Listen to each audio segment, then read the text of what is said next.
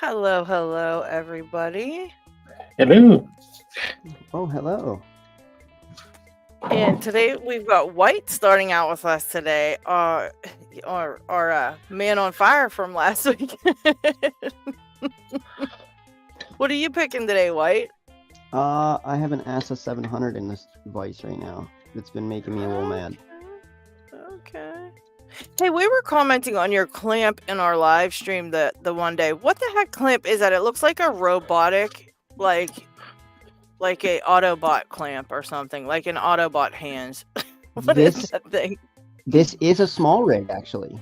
Is it? You just got a bougie one. You know what, guys? That's his trick right there. He's trying to pretend like it's not, but that is what it is. It actually is. Oh, okay. Rig. Wow. All right. I bought the small rig with the little ball joint thing, so I can...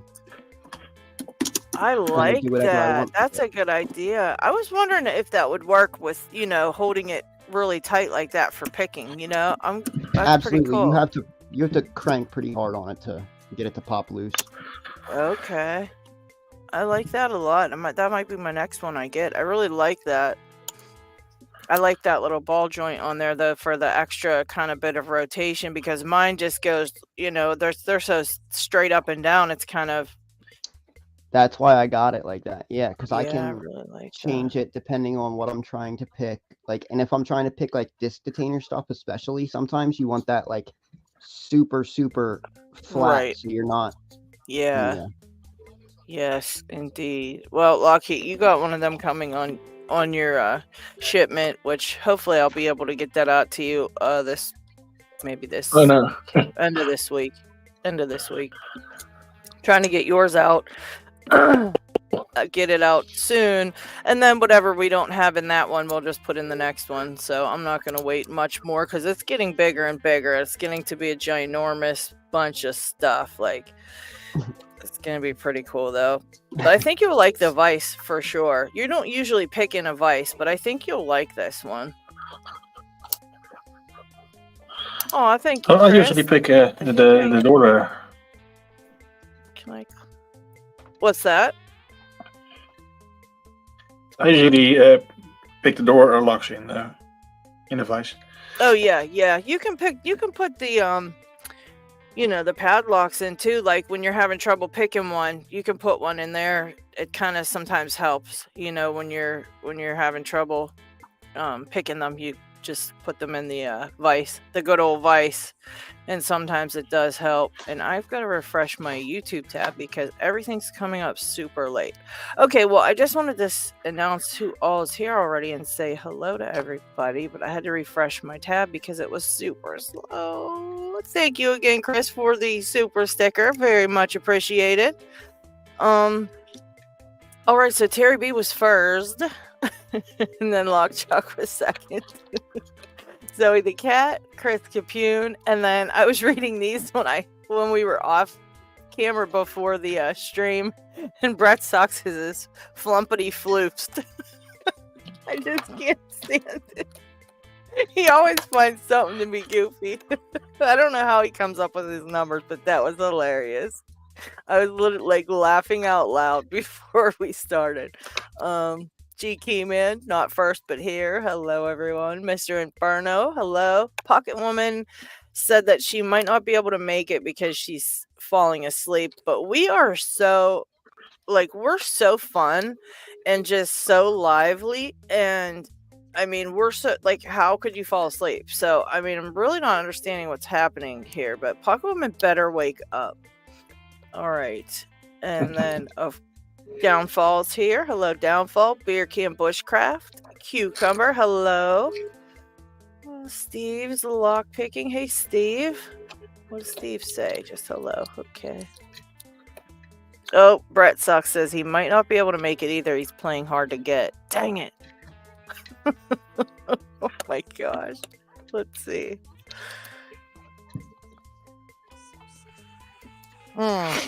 Andy's having a sore throat problem, so he's having trouble speaking. No, well, poor Brett Sucks. Now, he would be hilarious if you could actually get him to come on here and hang out with us and talk. He would be a freaking one-man comedy show. Brett sucks. I can't even with him. He I would. laughed out loud so hard on LockChuck's live stream the other day. Oh, did you guys catch that at all? No. When he was No. making that pinning tray, you have to watch it. With the live comments on, because they were freaking hilarious. I think the best thing that was quoted that whole show was, "I do not poop in the kitchen." That was the best thing quoted on LockChuck's live stream, and that was Chris. He was so Actually, he was announcing that he does not. No, he said, "I don't dump in the kitchen" or something. He said, but it was so funny. Actually, laughing my so- favorite bathroom in my house is in the kitchen. So I do poop in the kitchen. Oh, I was like in tears laughing at them too. Oh my god. Squiggledork is here, and Squiggledork, I've got this lock he sent me that's up in the vise today. I'm gonna attempt to continue picking it until my hand falls off. Oh, let's see. LPD, hello. And let's see. Oh, Pocket Woman did wake up in time. Oh my gosh, awesome. She's going to feed the cat and dog, and she will be back. Or just feed the dog, my bad. She don't have a cat, I don't think. Let's see. I lost my part. Oh, Paracentric's here. Hello. Going to be late. Oh, he's trying to get a free Christmas tree. Nice. I hope he does. How much are Christmas trees nowadays, guys? They're way too much money. I don't know. I have a plastic one. Yeah, I posted a picture of mine up on the thing, and they're both, mine are all plastic too. I refuse to pay for a Christmas tree. I saw them it was like 5 years ago for like $95, and I was like, no, I'm not paying $95 for a dead tree. You got to be crazy. Oh, let's see. Bobby Keys, hello. Pickle Slice is here. Dana Reed, hi Dana. It has been a minute. We've missed you. Has anyone seen the pics that Pickle Slice has been making? No, but do I need to get one? Are they awesome? I haven't seen them. Oh shoot, no way. Pickle Slice. Those are really nice. Oh my gosh. I mean, there's one, yeah. Wow. It's beautiful, too. Wow, that's beautiful. Yes, it is. Let me, Holy crap. Turn on some light here.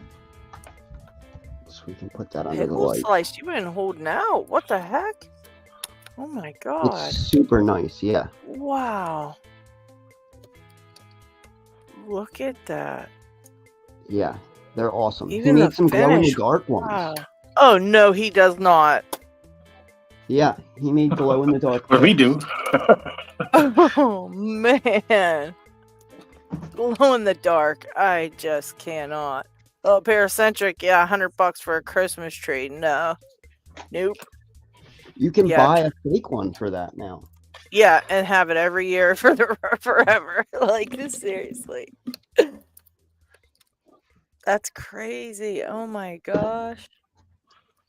I would rather buy a plastic one and spend that $100 on other people's gifts.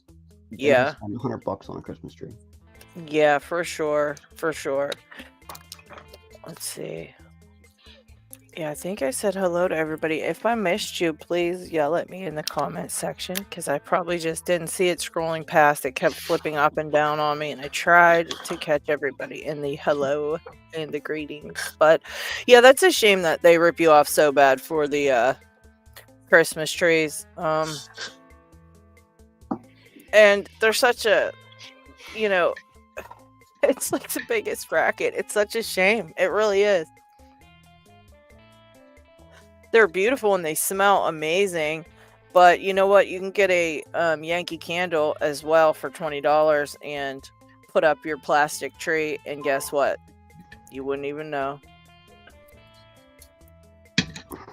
Red dyed maple stabilized with black resin. Beautiful, beautiful work, Pickle Slice. really, really cool.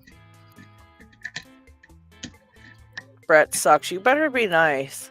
You know what? I'm gonna tell your wife what you're saying, and then we'll see how smart aleck you are.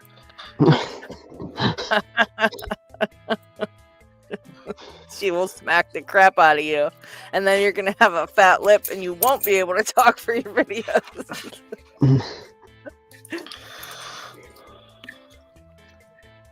Yeah, that Paracentric said the $100 is just for a 6 or 7 footer. They go way higher. I can believe it. Yep, all the nice girls like the Yankee Candles. That's right. I ain't scared of her. Don't tell her I said that. Oh my god. I have to give some hearts for that because that's hilarious. Oh my gosh. That was a good one. Yeah.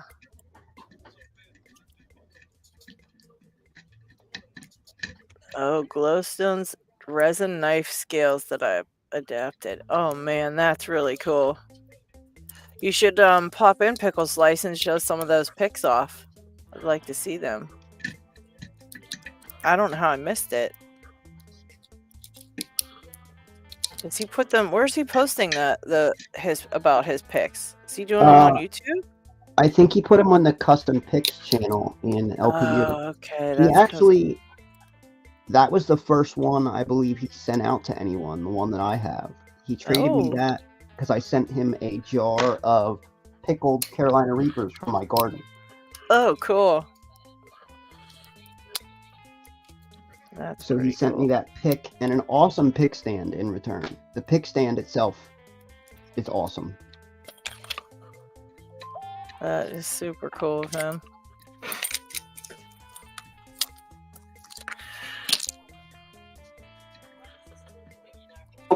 Very cool. Yeah, I keep getting a nice fall set on this lock and then absolutely nothing else.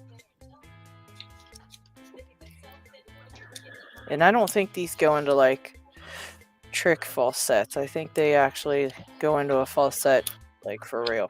So I'm hoping I'm on the right track here. I think you can get a little bit of one if you have everything but like one pin in a true gate.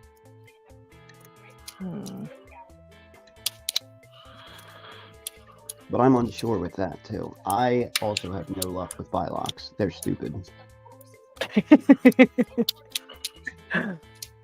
Okay, yeah, LPU Discord. That's why I missed it, because I didn't see the White got the #1 that went out into the world, and there has been 3 others that have sold so far. Got a few more in the works at the moment. That's awesome. They look beautiful. I'll have to check out those glow-in-the-dark ones.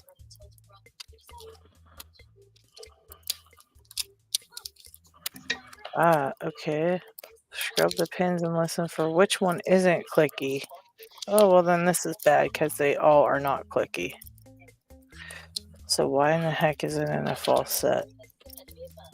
Okay, starting over.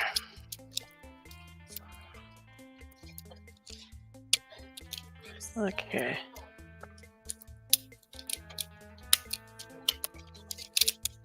Yeah, I put up my Christmas trees about a week ago or something like that. Maybe a little bit.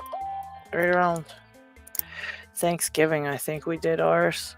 But that was just because somebody brought them down from the garage and I didn't have to do it. So, and I was sick of looking at it all laying there. So I was like, better put it up. So I put them up.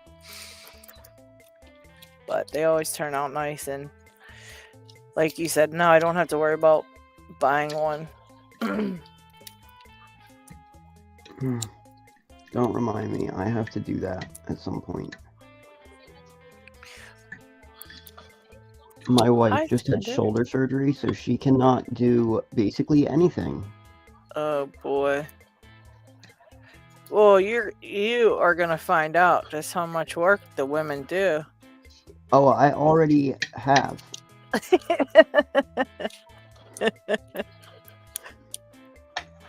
Do you know how much I despise doing laundry? I will do every other chore in the house. I don't mind the doing of the laundry. I don't mind actually doing the laundry. I hate putting it away. There Because you how go. in the world does it all fit somewhere that it was fitting before, and then you finally get all the laundry done and nothing fits anywhere? And you're like, where was all this stuff? And it wasn't all dirty. I mean, I get it. Some of it goes to the hamper because it's dirty and it's not in the drawers. But like, at some point it all fits somewhere, and then you're just wondering, like, where does it all go? Like, I have baskets on my washer. Yep. You see just this? Yeah. This is just the shoes. This is my room. That's not my dresser.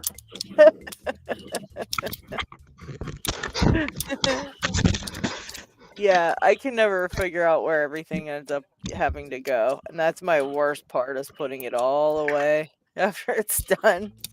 She has a whole closet in our room. Plus a dresser in my little lockpicking room. Yeah, that's funny. And she has a whole other closet in her other room. It's bad. Yeah, I imagine that laundry doing wouldn't be fun, especially when there's a lot of places that there's clothes, because and then I'll be like, I'm just gonna wait for you to be home to pull the laundry out the dryer so I don't put anything back in the wrong place. And she's like, no, you'll get it fine.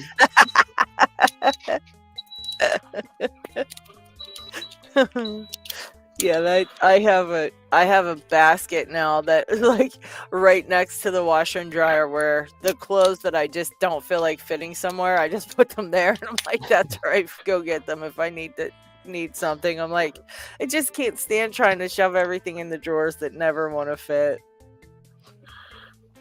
Beer can bushcraft. My wife does jack shite. You're probably not married.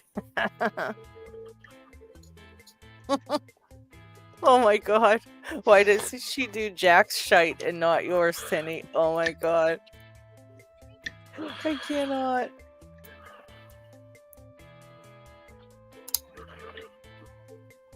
I saw Xander pop in the chat. Hello, Xander. He would knock a medal. Hello. She's run off with him.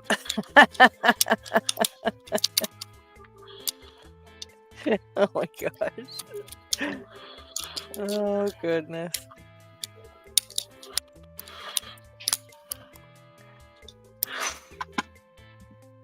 Snake, what's up?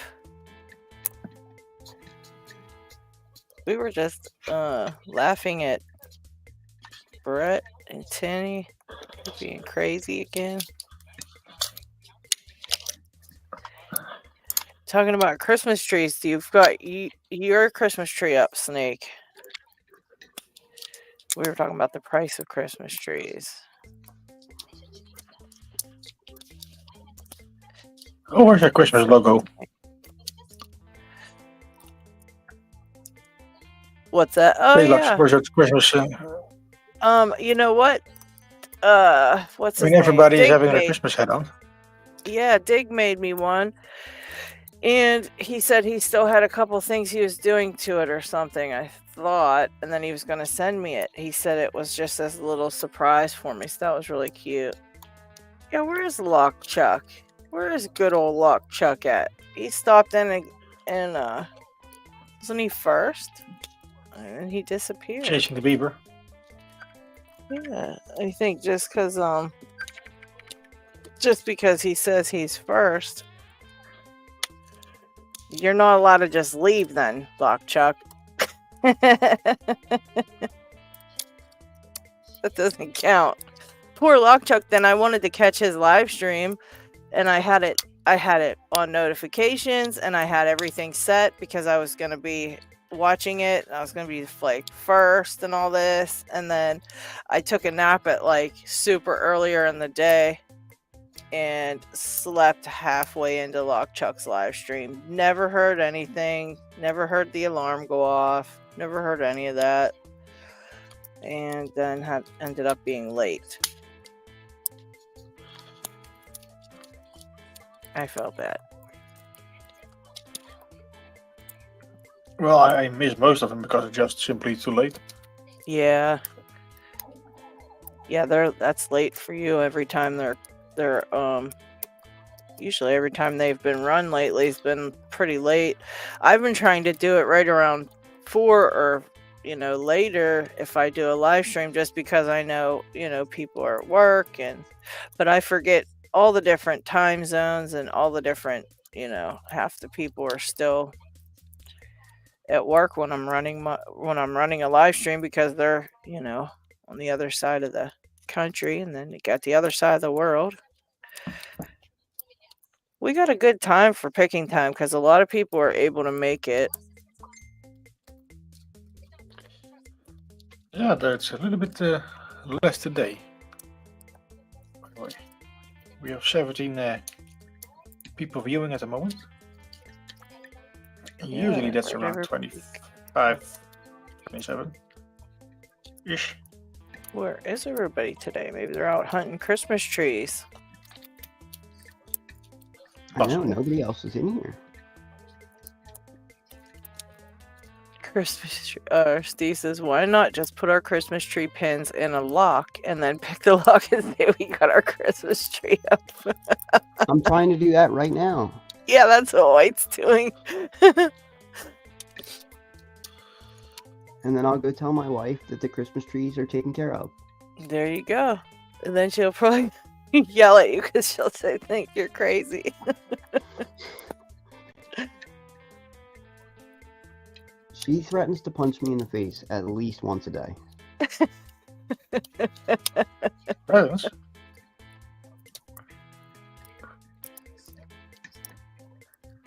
Let's see. Chris is happy there's less people on because he says it's better for him to win that way. Oh, I gotta do that too, don't I? I gotta throw a comment in the chat. Yeah, make sure you put a comment in there.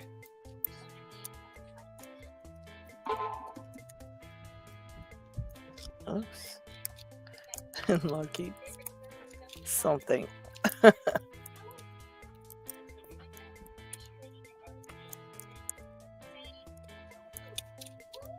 I am having no luck on this buy lock at all. Not at all. There he is. Oh my goodness. Lock Chuck! We were talking about you. Were your ears burning?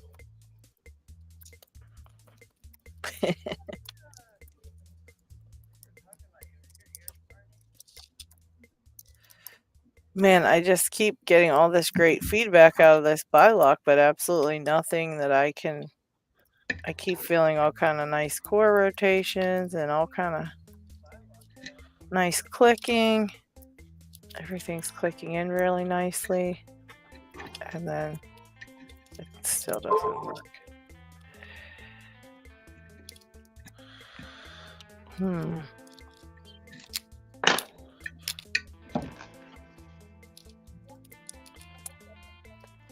Ooh, Squiggle Dark says, last night I got pretty okay at these combi finger pins, but these are still going to be a pain. Yeah, I can't even imagine those. I haven't even picked the combi back up again yet. That bad? Oh, it's so bad. If you think that 6K side pins are bad, try picking a combi. Oh no.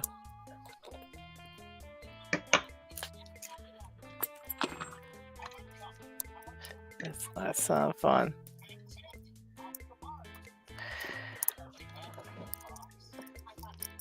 I saw you saying that you thought the Primus was hard. So it's basically Primus on steroids. Oh, Primus on steroids. That's not good. It's not fun. Hello, Lock Beaver. Oh my gosh. I can't. Oh my gosh. I can't.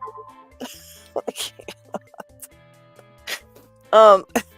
Yeah, did you guys see Lockchuck's video picking that, what was that, the Chubb cruiser or the battleship? I think it was the cruiser. I can't remember, but the Chubb, lever lock, it was, he had the exact same music as Brett Sucks, and he did it in silent like Brett Sucks, and it was so funny. And then Brett Sucks called him Brett Chucks.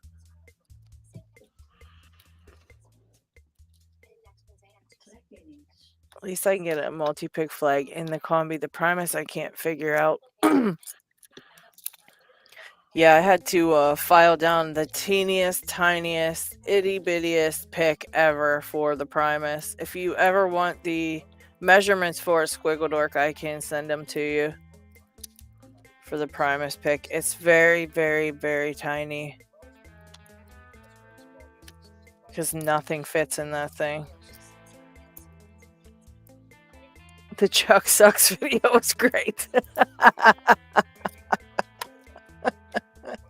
Yeah, I think wasn't it you, Downfall, who said it was Brett Chucks or something. It was so funny.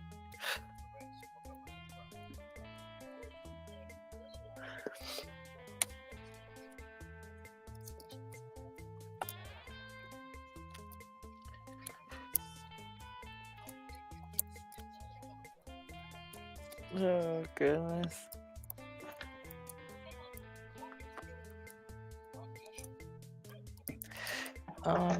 I was talking to Trucking Lock the other day, and you should hear his Christmas list of things he wants for Christmas. It's like every lock ever made is on the list, I swear.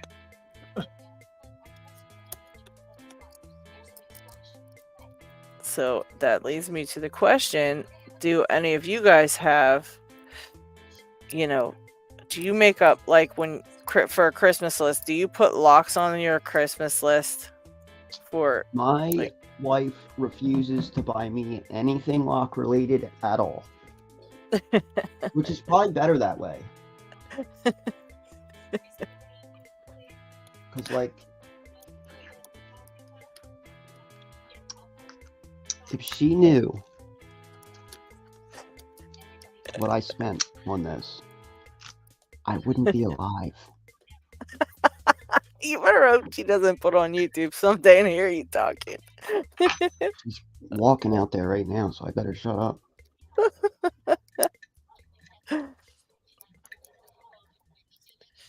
Yeah, I don't know if I should put locks on my Christmas list. She absolutely refuses. That's funny.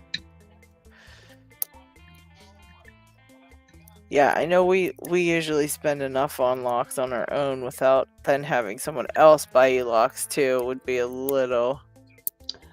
I mean, the other thing too, though, is, like, to be honest, any lock that people are going to be able to easily buy is not something that's very interesting either. Yeah. Yeah.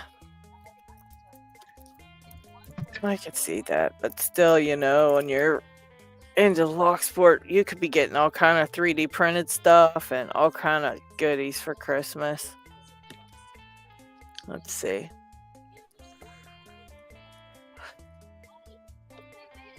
Brett Sucks is not scared to make new videos now. Chuck Sucks might copy me. All I want for Christmas is you. Downfall, a whole sheet of locks. He gave his wife a whole sheet of locks he wants.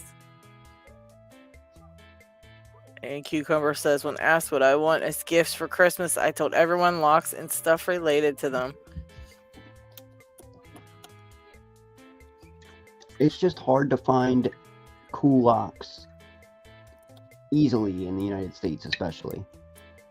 Yeah, there's not many very interesting, like, even when I was looking for different, like, when I was checking, like, for brown belt locks and up, just trying to find them, it was kind of the same stuff on everybody's lock list, like every single person had the same exact locks on their list, so you could tell there was just like an abundance of that lock. And of course I'd already had some of them and So it gets to be a little bit frustrating when you're trying to find something different, you know.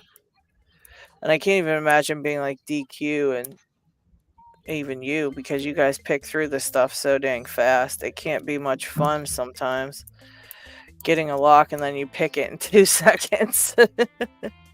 Actually, in fact, let me break this one out and show you this one.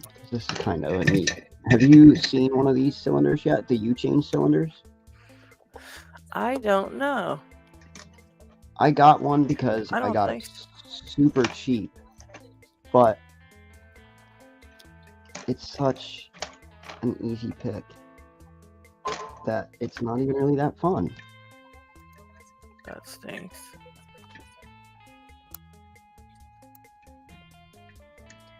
Super cool lock.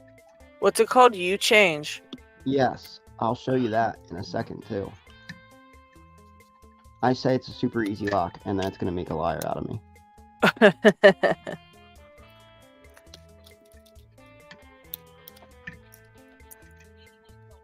I feel like it's super close.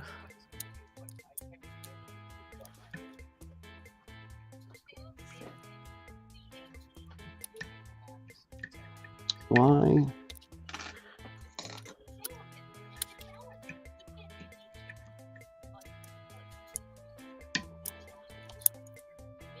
Although, what was the one I just got, and I cannot figure it out. Let me see. What's the name of that thing?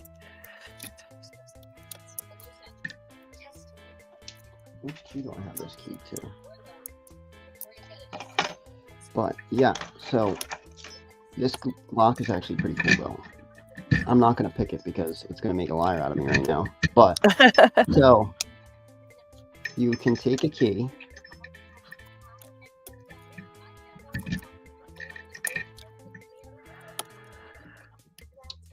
Put that little tool in there. So now that was this key right here. Okay. Now we have this key right here, which is not the same.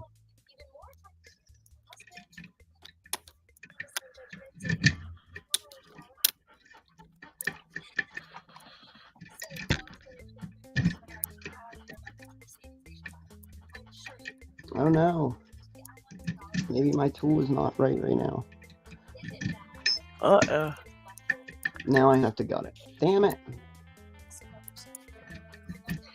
You'll get that one. That one's easy. Ah, there we go.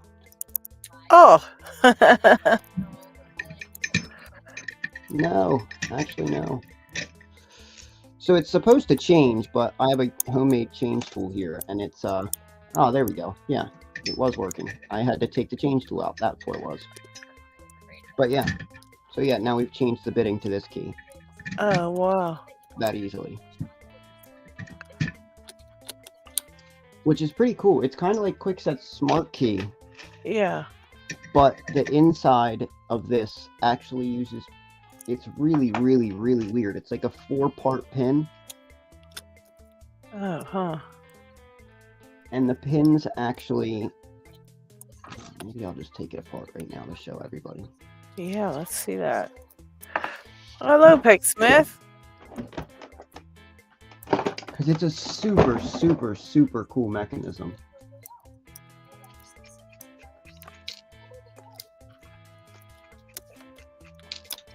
And but you do need a giant follower. Like, as you can see, where's another, there we go. You see the plug size difference? Oh, yeah. Wow. Holy crap. What do you use for the follower for that thing? I happened to find a little tube that worked well. Oh, sweet.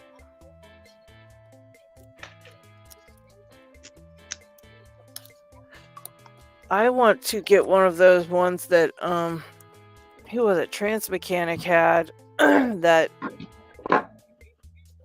the Master Ring one? I think those look really cool. Oh, holy cow. Look at that. So, when you stick the change tool in here, we have that available. It's got this little rocker that I'm going to drop on the floor. We'll find that in a minute, and I'll just pull another one out real quick. it's got this little rocker right here, which actually closes the pin, but the pin itself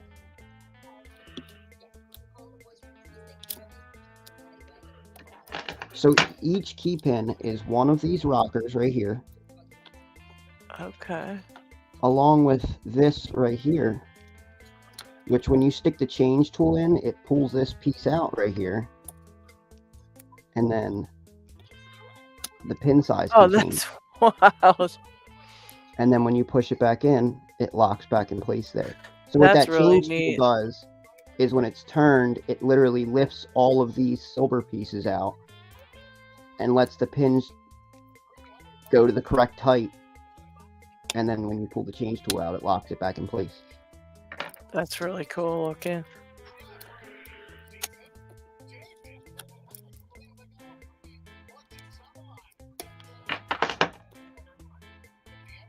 Oh, congratulations, Picksmith.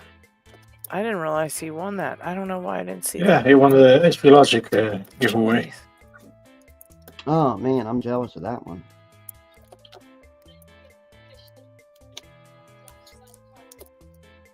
Yeah, I don't know about this dang thing.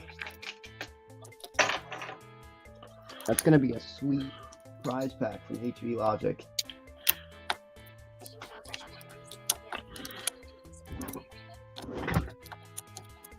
Okay, so 4 notches in the U-change pins. Those things are pretty cool though.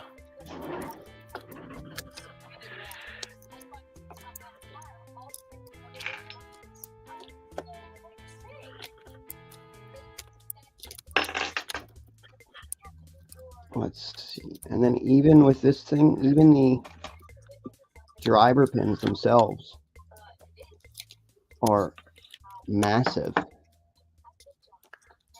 Oh my gosh. Like here's a standard Schleg pin beside it. The standard Schleg That's pin literally wild. Oh my fits in the gosh. left end of this U-change. Yeah. That thing is really cool. It's not really a hard pick, but it's just a super cool mechanism and lock in itself. Yeah, that's very neat. Very, very cool.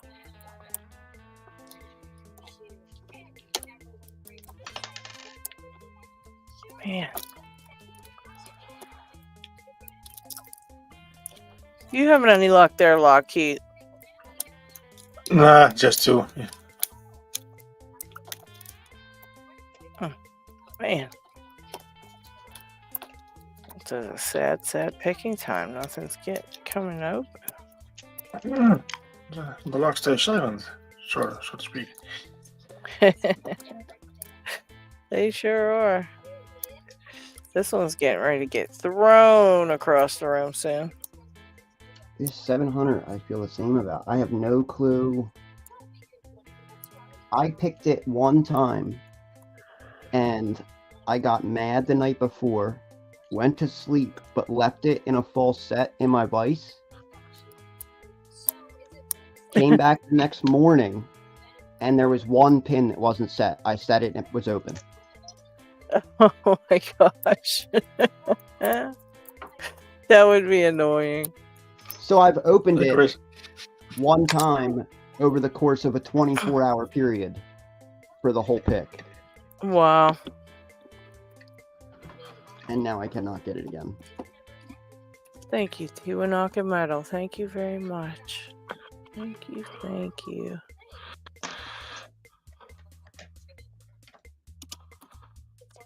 Picksmith. Well, let me join until I download the app. What the heck? Everybody go tell Jimmy he should bring these back. What ones are they? The old handles. They're green handled. Oh. He mixed some green in the handles. He was going to make me some pink ones, but I don't know that he ever busted out the pink. He was going to make them for his niece or something, and he asked if I would like them in pink, and I said yes. But then I think he got really busy with all his orders, and he didn't switch the couldn't switch the whatever he's making the handles out of. Didn't end up doing it. Super bummed out. I do know Zoe he the is cat, hello. super busy.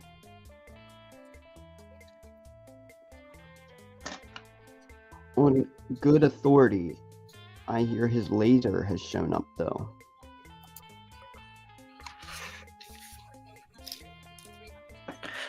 His what? His industrial laser that he was waiting on. Yeah.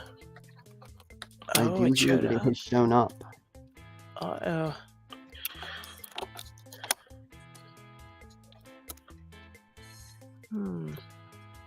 Oh, I see.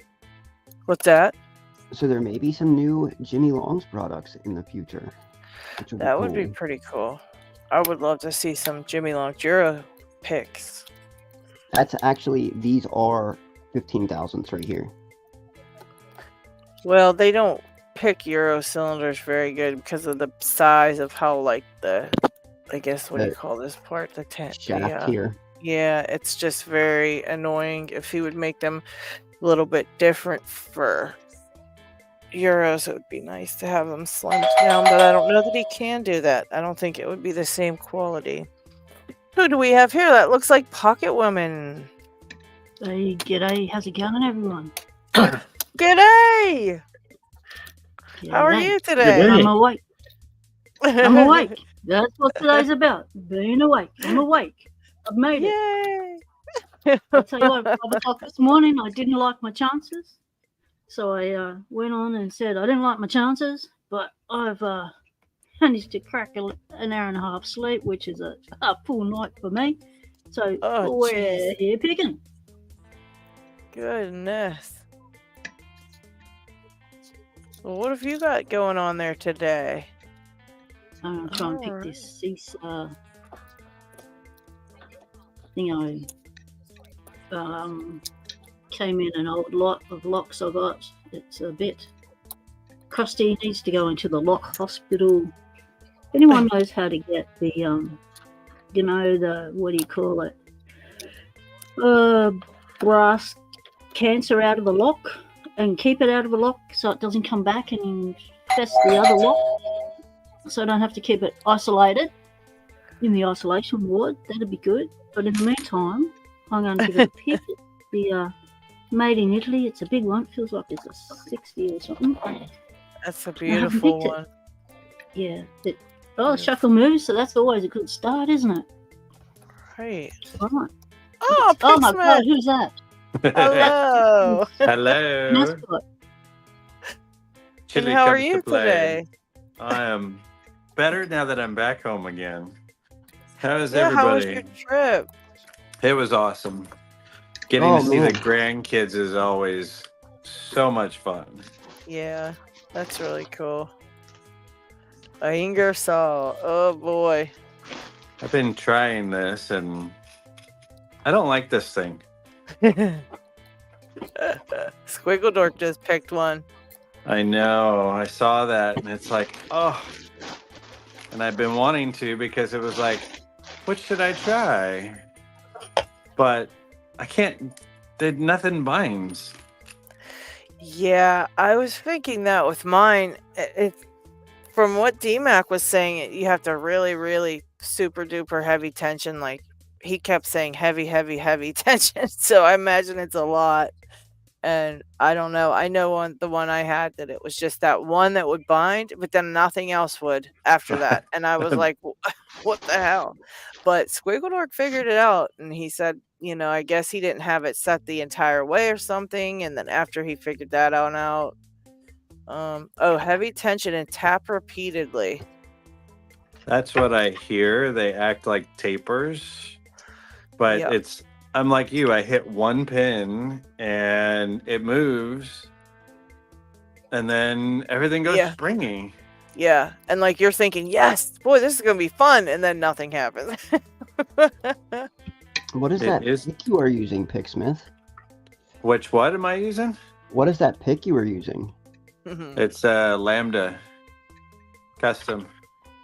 That thing's pretty sick. Yeah. I love it. It was my birthday present one year.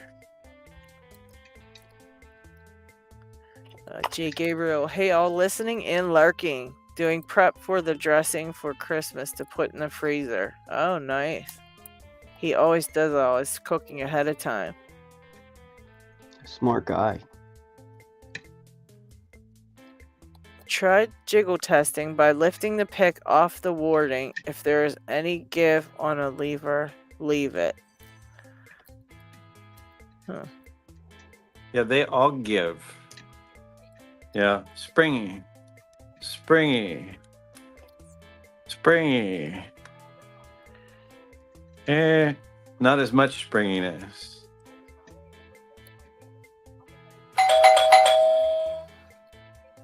It is a real annoying lock. And hello to, who do we have here? Who is that? Xander. Xander, what's up, buddy? G'day, mates. How the heck you doing? I'm loving the setup there with all the stickers. Very cool.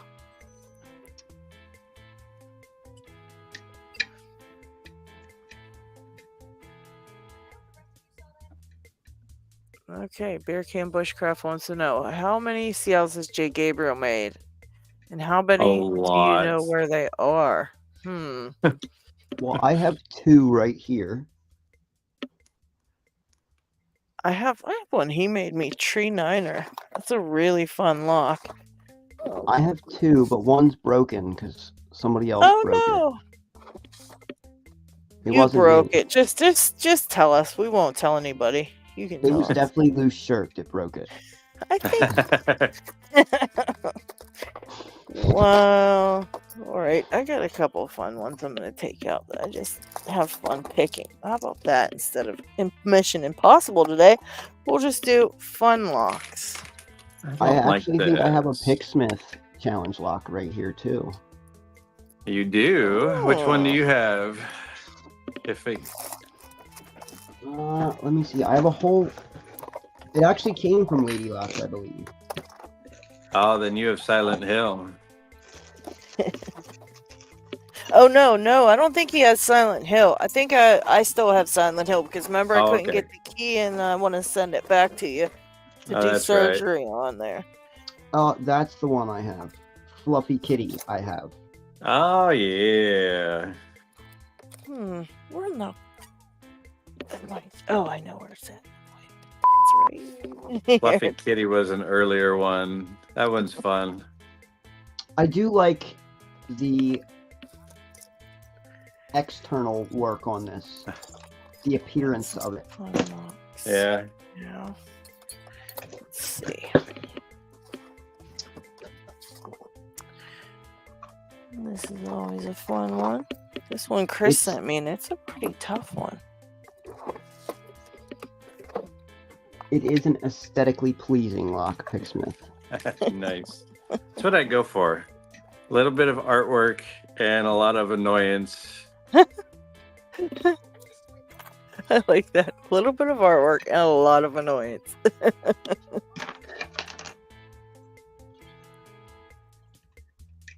Okay. Jay says he's approaching somewhere in the 80s for how many he's made. And he knows where a good amount of them are, or at least he thinks he does. Interesting. As you can see, I've got both my frogs back.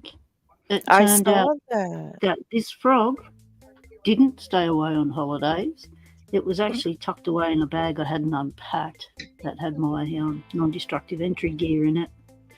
So, but my sister texted me last week and said, with a picture, and said, I found your frog. And I said, well, that's not possible. Well, initially I said, oh, that's great, because I hadn't found it yet. And then I texted her when I found it and said, that's not my frog, it must be your frog, because she's got that as well. Being twins, we end up usually finding the same things. You're not sure. That is really funny. Oh my gosh. Yeah. And so she sent me a picture of her sitting on a windowsill, and I've gone, oh, well, I sent her a picture of my two sitting there, and I said, well, there's mine. And she goes, there's mine. I said, well, who's that in the pot plant? And she's going, I don't know. And I said, well, that's frog babies. They've had babies. While we were there, didn't know about it. And this other frog is weird because the back of the frogs are solid. And she said that the frog that the baby frog has no back. It looks exactly like these, but has no back. Now these are a unique kind of frog. I used to collect brass stuff before I started falling in love with brass locks, and I sold a lot of my stuff, but I kept my frogs. I kept my horses and my cats, and well, basically just kept the animals I had. And these frogs turned out to be a rare find. They are called the Lovers. They have a whole provenance history from the artist from way back, and they're collector's items. And it's like, all right, well, they're actually lock mascots now, but yeah, collector's items are good. But for her to find a set as well in an op shop, and then for this baby to turn up, and it's fine. We don't discriminate. We don't mind frogs with disabilities. That's fine. We've both got back injuries ourselves. So this little frog's got a back injury. We don't mind. No discrimination here, but none of us know where it came from. That is so funny. Is brass frog babies. Nice. So careful what you wish for. You just might end up with more of it. I wish our locks would make more locks in the drawer. That never happens. Hey, wouldn't that be good? Lock babies. Yeah, I never Well, that's find what any little locks extras. are. Lock babies. And I scored these the other day. This was really cool. And I got them like for half price, which was even super cooler. And these are the little 312s, the old 232 cool. lockout tag out locks. This is the modern version, and with the black jacket. I don't have one exactly like that, and I scored two of them so I can give one away in my Lotto Lock Tuesday giveaway. Well, they're not key to like, so that key is not going to fit. But check out the bidding on that one. So they had about Nice. 7 locks on the shelf, and I said I just want to go through them because I want to choose, the bidding. They've gone, oh yeah, that's okay. So I chose this one. I thought, yeah, I'm not picking that. I'll send that one away. And then the next best bidding, surprisingly from Lockwood, was this one, which has got some highs and lows, but nothing as when you look at the other key and you think, oh man, they could have gone so much harder, like that's how deep they could have gone with the highs and lows. And it's like, so when you put the two keys together, this is like Regable flat, and that one's like send it to Picksmith, kind of thing. So yeah, so I was pretty happy to score these two little babies the other day. Cheered up my day. I've tried to pick them, and I've gotten absolutely nowhere with both of them, which is typical with me trying to pick Lockwoods. I don't get anywhere with Lockwoods. Just because I'm an Aussie doesn't mean I can pick a Lockwood. I still haven't picked, a 120, so that's still on the list. That still sits there and stares at me. That's all a bit of fun. That's the challenge of lock sport, is picking locks eventually that you've been trying to pick for ages, and when you do get them, happy days. I know, that's right.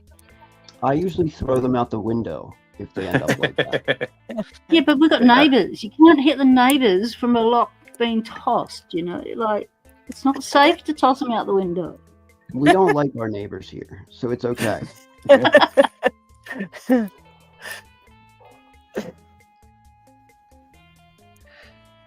Had some that I've wanted to toss out the window, but none that I actually have. So that's good. I have gotten really close with a few, but not yet, actually. There will be a day. Oh yeah. Oh yeah.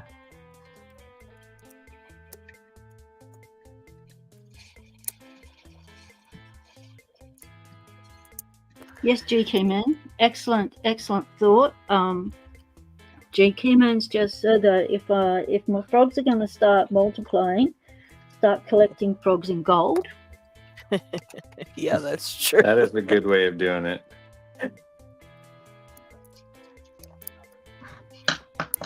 That's funny.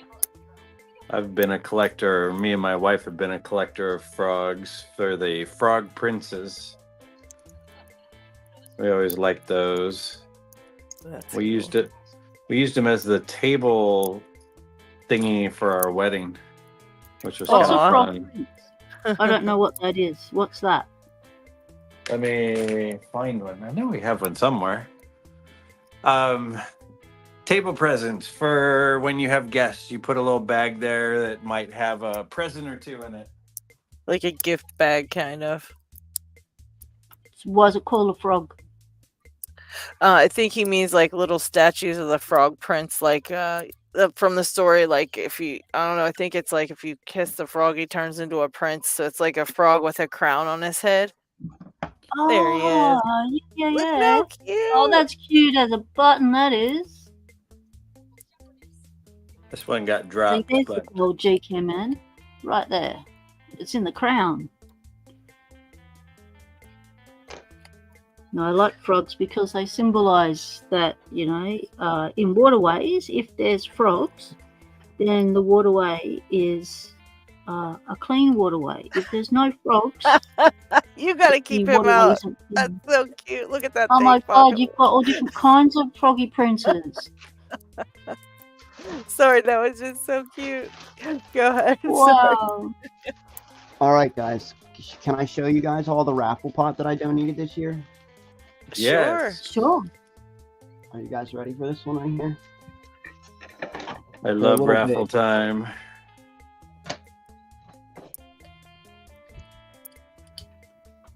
But we have got a chroma protector pillow here. That's my pan of ice right there. So That's a And then- pillow. we have an even bigger key for the chroma protector. Oh my I love goodness. that. That is crazy. Where do you even get things like that? I mean, we also have, this is my personal one that I kept, but we have a stealth key pillow too. Oh, wow. Did you have those made? I absolutely had them made. That's awesome. Hello, Lockmania and Dev showed up. Hello, guys. I was buying Dev. somebody else a Christmas present, and I happened to get one for pillow for free because of that. And then I was like, you know what? This is pretty awesome.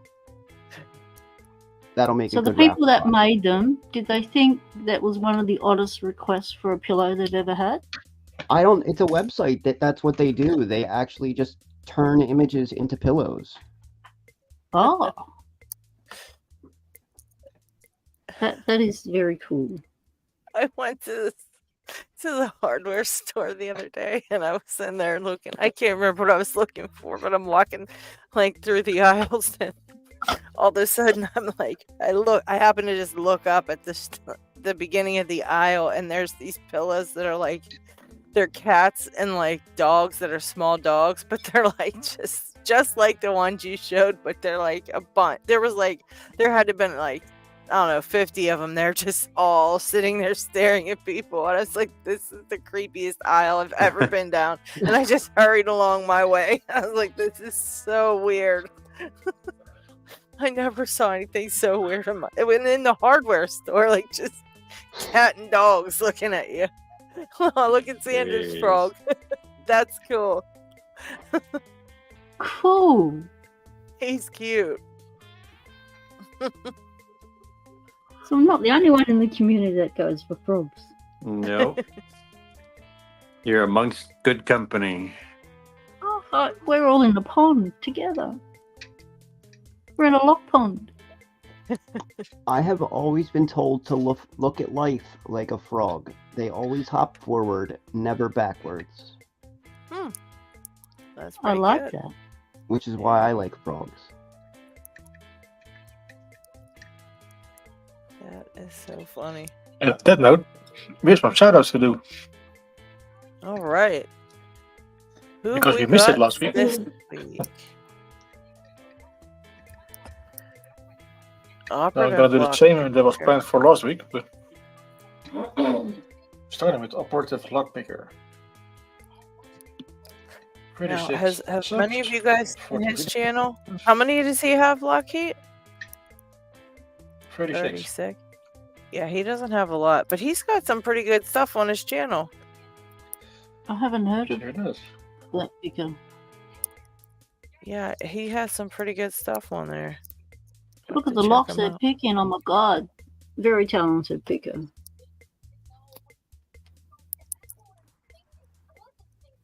Yeah, he's got some cool stuff he's picking.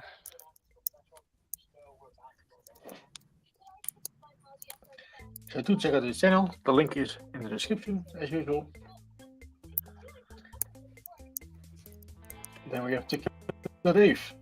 Also around 30 subs. 32 in this case. Oh, Tequila Dave, yeah. He's good people. There's also a new picker on the YouTube.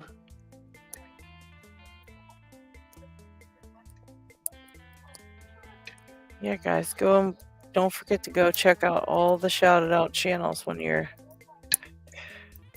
done here.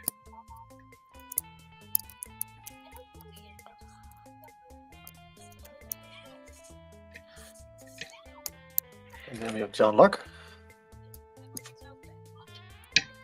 Another I don't think I'm new guy. subscribed to John Lock. What is John up to these days? Huh. Yes. Yeah, he's been rather silent. For When's almost his a year last now. video? Was that recently? Oh, he made a. No, that's Oop. 11 months ago. Oh shoot, my Terry B just flew off of here. What the heck? Oh Those man, bees are crazy. they really are. He must be like, I have nothing left to give you. No more luck. Goodbye. I'm out of here. Where did Terry B get those bees made? I don't know. I don't think he actually got them made. They're probably just like some cute little art thing that, you know, because it's a bee and bees are cute. And I think he just kind of found them and they're just super adorbs, though. They multiply when you get them. You've got some in your package, Pocket Woman. Terry sent me Awesome. a Awesome. sticker and some bees for you. But he also sent me a few stickers and bees. Let me see if I can find the one for Lockchuck. No, I put it away. Wait, there's one in this drawer here. I know it. So if everyone can go on to John Locke's latest video, even though it's a while back, and just say, hey, John, come on back. We miss you.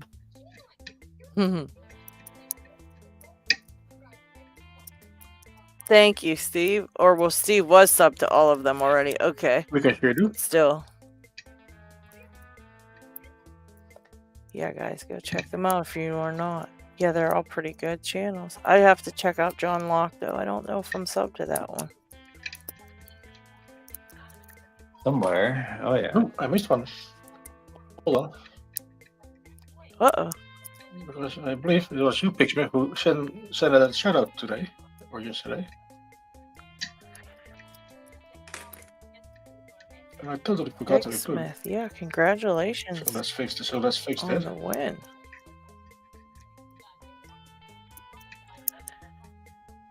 Is that directed at me again? Or that was somebody else? Never mind. Yeah, I was thinking. I said congratulations on the win. I was just kind of talking out loud, but I was like, congratulations on the win for HB Logic. That's pretty cool. Yeah, that'll be fun to see what comes. I always wanted a Lockwood twin, so that'll be cool. That will be cool. That will definitely be a cool prize pack. Really? Okay.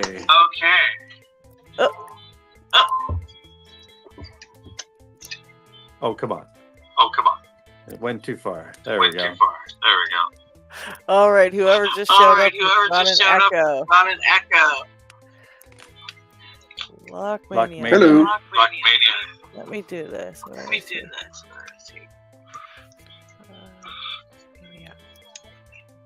All right, That is I've muted your annoying mic, Lockmania, but I think you've got to go to the YouTube app and mute the actual YouTube channel on there or something, because you're getting lots of echo on the stream. It's echoing all of us. So I will unmute you because I don't want to echo again, but let's see what happens.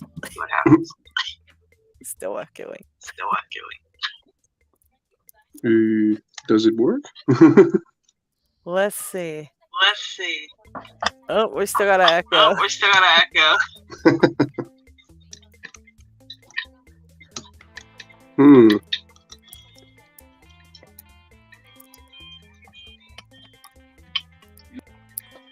And since his own voice doesn't echo, it's StreamYard.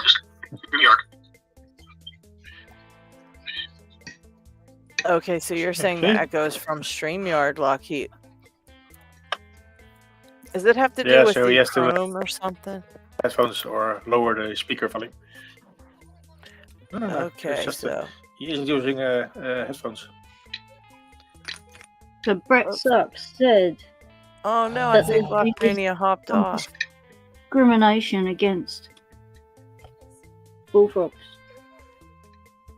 There's no discrimination in this lock lab. We love all kinds of frogs. I have a bullfrog here.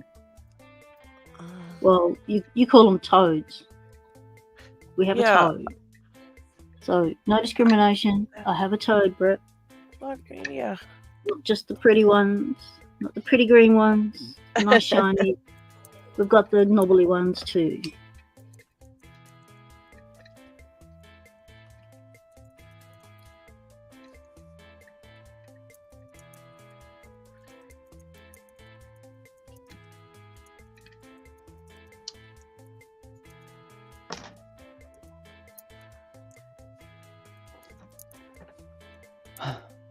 I'm so fed up with this 700.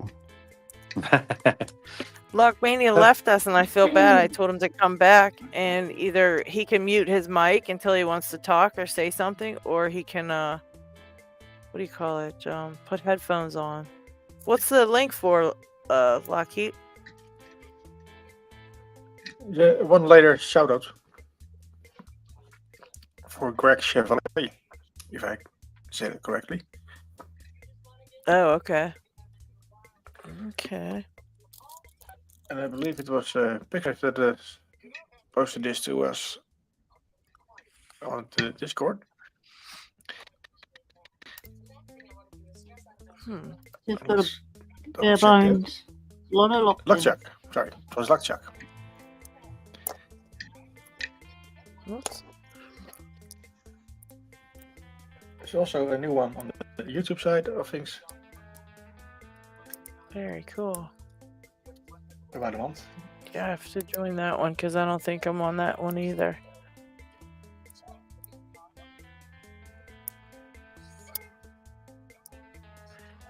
But We got 17 subs. I feel bad, Lockmania. Refresh. Oh, that's good. It makes you a little bit higher now. I'm losing my screen. Yeah, 18. Ta-da.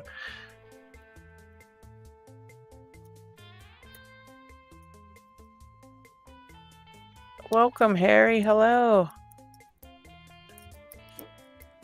GQ and go pretty soon once or twice. Silent though. Isaac! There's Isaac. Hello. Hey, buddy. G'day. Anyway, that's the last shout out for today. Alright. Those are some good ones. Those are some very good ones. It's always good to have some new fresh channels to keep an eye out for. For sure. So And, all the channels that you shout out that are under 100 subscribers, I put them on my spreadsheet for Monday shout outs, and I'm hoping that in the new year I can start it up consistently again on compiling names So these channels will get another shout out come the new year. Nice. If you've missed out on them this time around. Just life's too busy on a Monday at the moment to do anything but life. Starry Lock still Hey, like me, does yeah. not. He'll get his channel back, so he won't be able to be joining me. I'll be doing them on my own. Oh, boy. Unfortunately. What was the problem with his channel? Whatever happened with that? Because I never understood what happened to him. Yep, he doesn't understand either. There was no explanation from YouTube. They just said breach guidelines, but didn't say what guidelines, didn't say what videos. He was doing shout outs. He did a postal series. He's, been going for 5 years. Like, have no idea why they killed his channel for a third time. Wow. And yeah, but he's happy with his second channel. That's why he started up. But all Starry Locks content, if you are looking to find any previous videos, they are all on odyssey.com. You can go over there. Everything that we do on our channel, Starry Lock and I, we back them up over there on Odyssey, so that if we do lose our channels here, we've got somewhere else we can people can find our content. So the awesome series that Starry Lock did on Postal Locks is all still available over there on Odyssey. And is Starry Lock on Odyssey as well. So our names are the same, our logos are the same.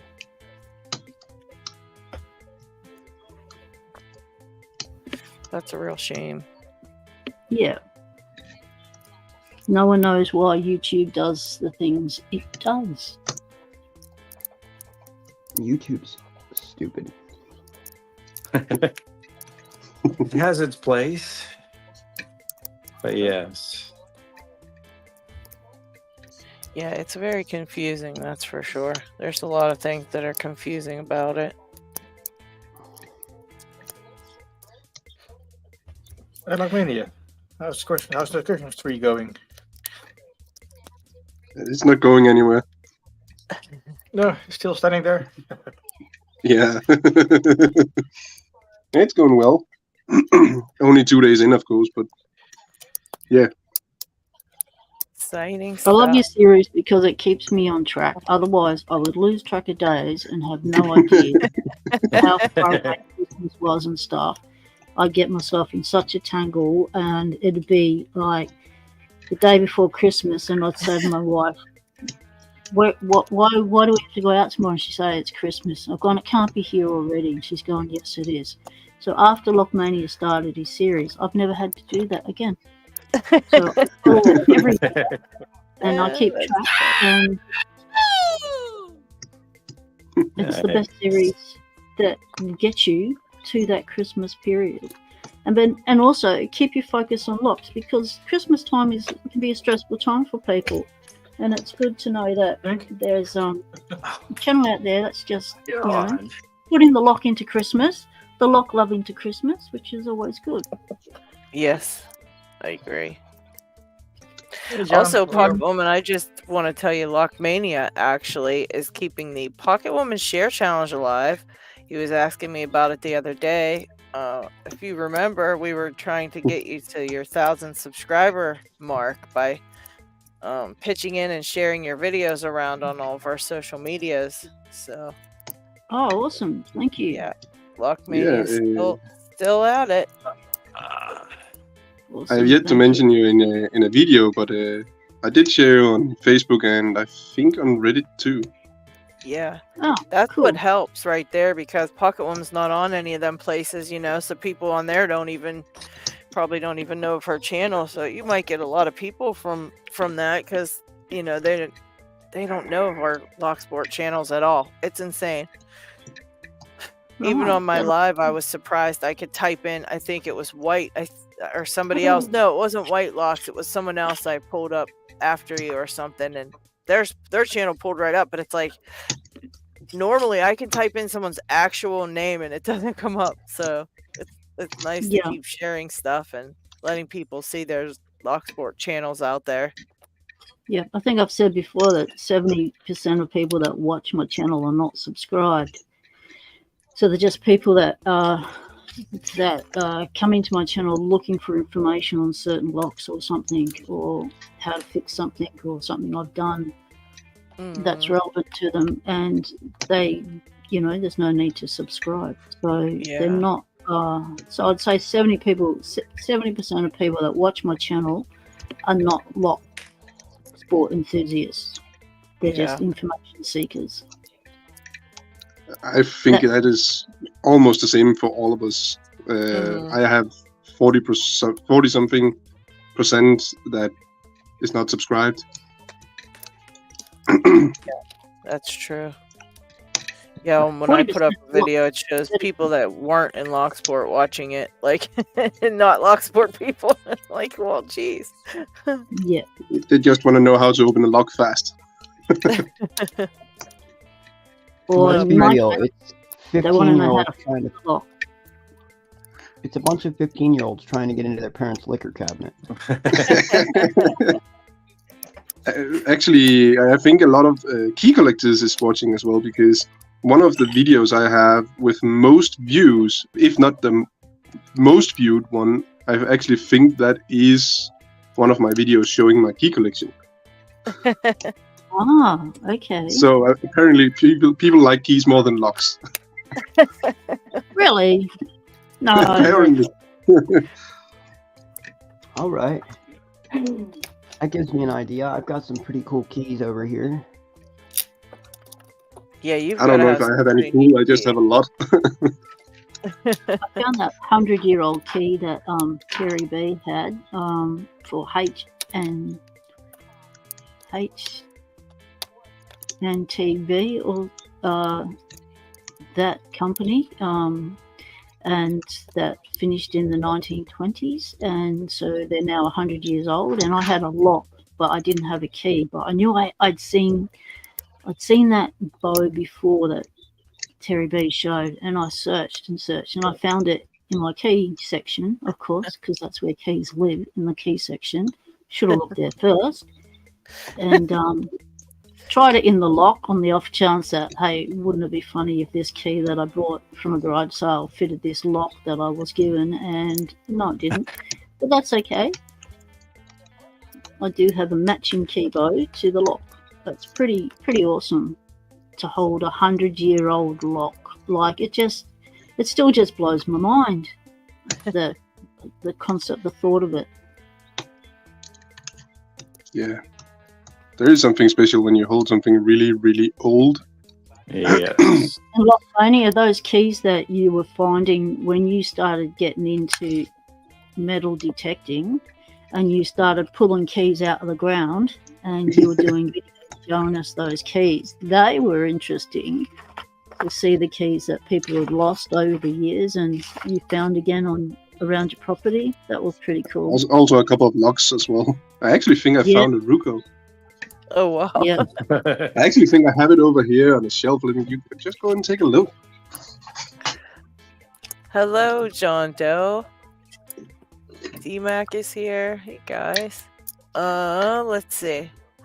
Also, Brett Sucks says, Brett Sucks is taking subscribers for a limited time only, so be quick.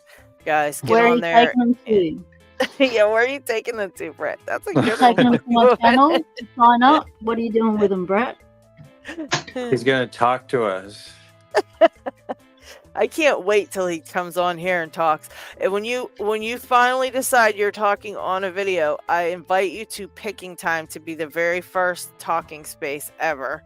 And we're totally going to be just completely shocked at this. Oh, wow. Dang, it was a Ruko too. Every time.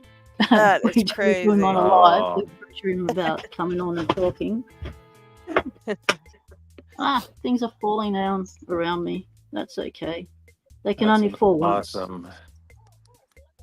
That's wild that you Beat found up that. poor Ruko. Yeah. Oh, beautiful old Ruko. The funniest thing is that why is it on the middle of in the middle of a field? and with a cut shackle, you know, I know all kinds of things ends up anywhere, but still, what would you cut? Why would you cut a Ruko and throw it in the middle of a field?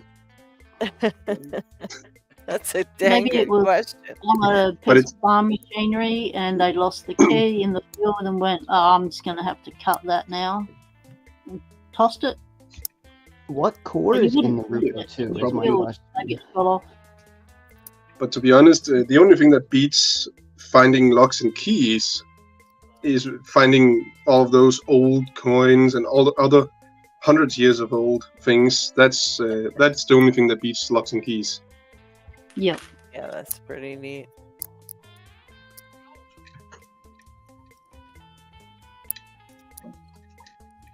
Oh, jeez, finding gold with a This metal 700 ticket. is gonna be the Finally. one Might that goes out beat the that a window. little bit. A big chunk All of right. gold. That would be nice, yeah. I How haven't they got found a any lock gold. open? No, I'm trying. Oh, Silver I'm gonna though. try this one. Yeah, isn't there a metal detector that you can get 4 gold and stuff like that, or is it just gold? I can't They all have remember. settings and stuff for different metals, so you can any metal detector can detect. Oh, it. okay. I didn't know any could do Yeah. gold. I thought they could just do certain ones, and then you had to get a different one for the gold. But No, you just change. No. settings. Yeah. It is. You just listen to the sound, basically. okay. It also depends a bit on the detector because, for example, the one I use, what we normally wouldn't pick up, not pick up, but we often don't dig the hole if we think this is iron, because unless you're on an Iron Age side, there's typically it's typically just scrap metal, and you know okay. you can only Yeah. carry that much around. So, but on my detector, many times gold will have the same sound and the same number on the display as iron, so you Oh, actually geez. risk to lose a lot of that if you don't dig it. Right. Oh, jeez. Oh, Brett Sox says he might talk at 1,000 subscribers. That's That'd be just fun. teasing with a might. I know. I want a So definite. you're gonna talk at my 1,000. That's awesome. I'll take that as a commitment. Thanks, Brett. I'll sign you up. I'll do a live Lady Locks and LockHeat for my 1,000, and Brett will come on and talk. Everyone else heard that. Read it in the chat. It's confirmed. Yeah, I heard the whole thing happen, and he didn't say no. He said nothing, so I'm taking that as a yes. Yeah, because he didn't say he would talk at his 1,000. He said at 1,000 subscribers. Okay, That's we're on true. it. Okay, people, we're on a mission. Yeah. Hit me up with your subscriptions. We're going to get Brett to talk. I cannot wait. Let's see. D-Max says he goes metal detector. How is the sound from my end, actually? Oh, Is it still it's messed good up? now. No, it's good now. Totally fine. Okay. Then I know what to do next time. What did you end up doing? Putting your headphones on? No, I don't remember. Oh, no.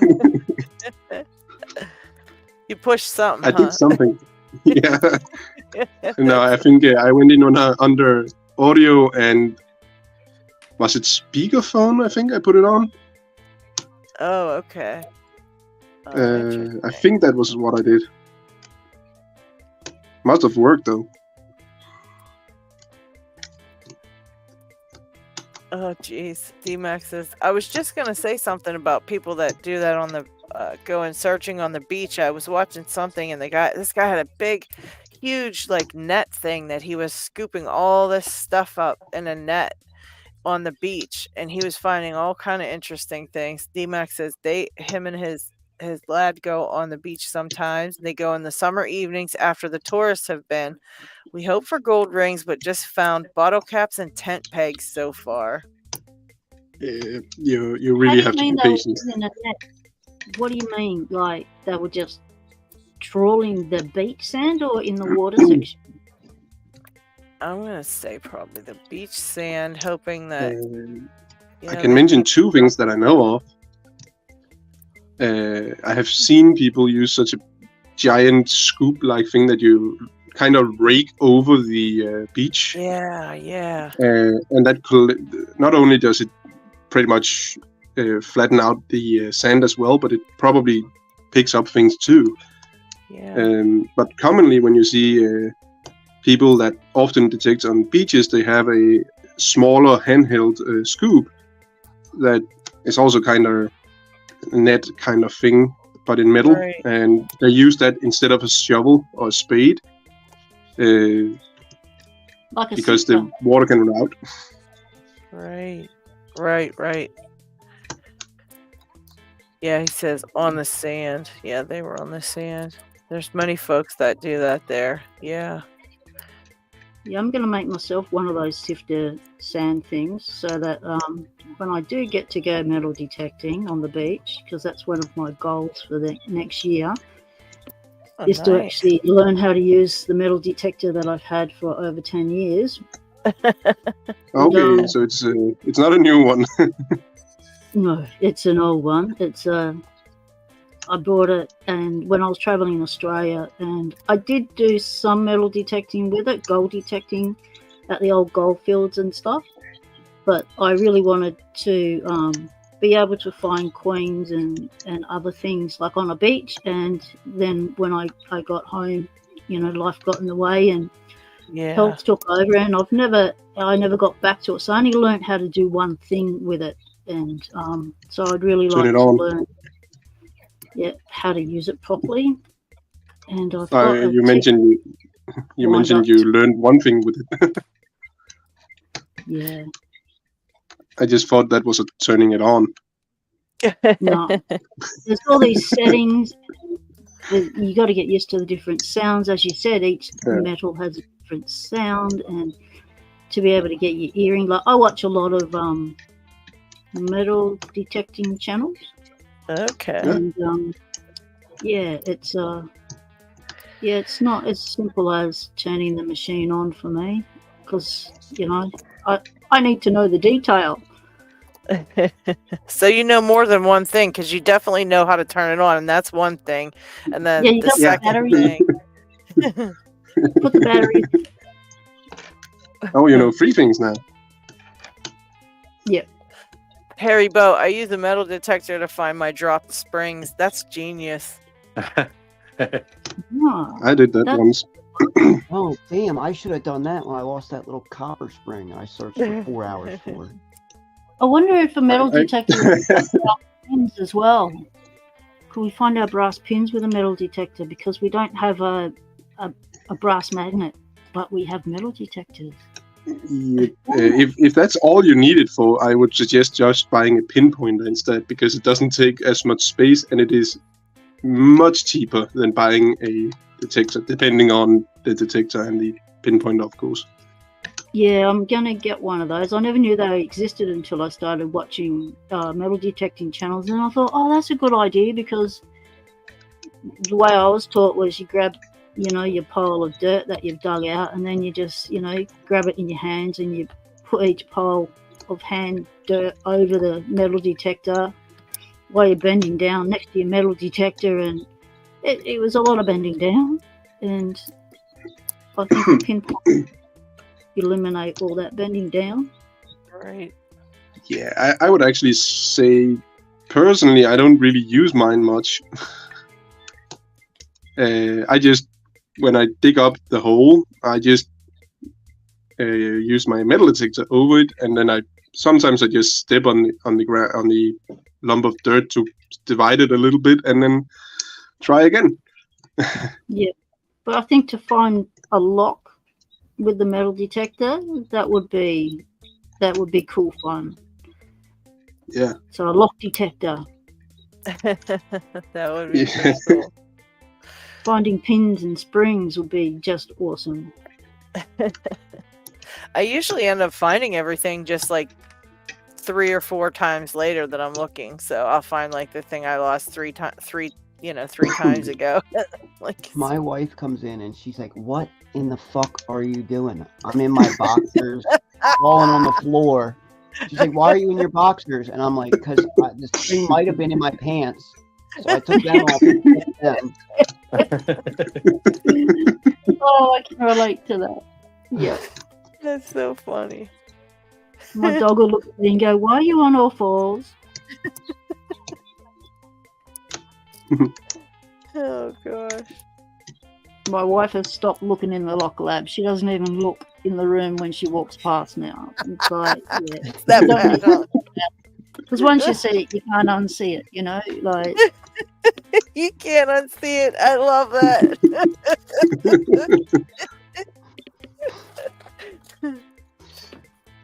Oh gosh. Lakita Edwards, hello. welcome.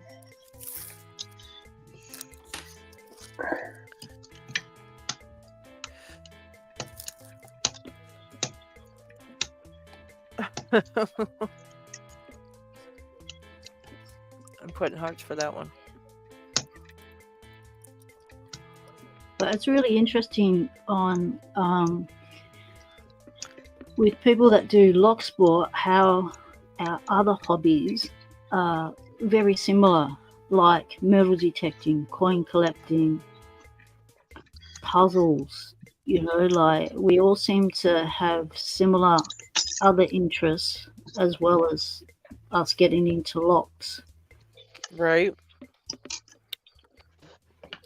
I remember once there was someone put on a giveaway, and to enter you needed to talk about your other hobbies. I think could have been TLP. You had to talk about your other hobbies, your other interests, and I remember that. wow, they were very similar.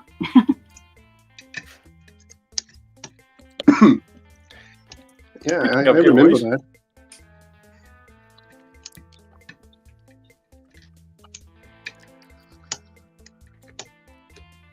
All right. We have already 37 people, individuals in the chat. Nice. Nice. We're getting so popular. Everybody likes us. Oh my gosh.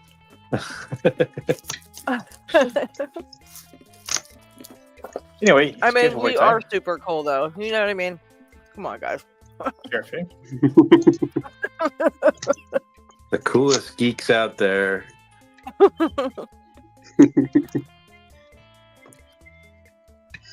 It is going to be a fun one Jeff because there said aren't other hobbies, many blasphemy. new giveaways. Oh yes, the giveaway. Let's see what's up. The usual channels listed here. The TLP 1969 Nice. is do new giveaway. So is LadyLocks. So do check out those channels. Yep. Got one more month Still to doing do Lotto Lotto Lock Lock Tuesday. Tuesday for the end of the year. It finishes in December. It will be the last lot of draws, and I shall collate the last 3 months, get that out before the next 3 months gets done. So you've still got time to get your hashtags in, get some Lotto Locks picked. Ask for Lotto Locks in your Nice. Chrissy stocking for next year.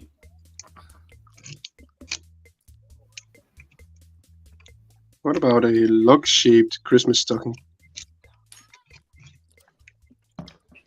A what? A lock-shaped Christmas stocking. Oh, that'd be Ah. so cool. I Yeah, think now you you're should- talking. And then you should hang padlocks from your Christmas tree. Exactly. Yep. No one has done that before. Christmas tree or padlocks. I'm going to earn myself a sticker here by mentioning your Christmas video streak giveaway. Talking about Christmas trees. Eh? Yeah. So Lockmania is doing a series of videos where he's picking a lock each day for Christmas and hangs it in a Christmas tree. And in the end, you're giving a few locks or one lock go away. What's the deal? Sorry, I didn't hear. So what are the rules for the giveaway this year? Same as last year? Uh, Comment on a few videos.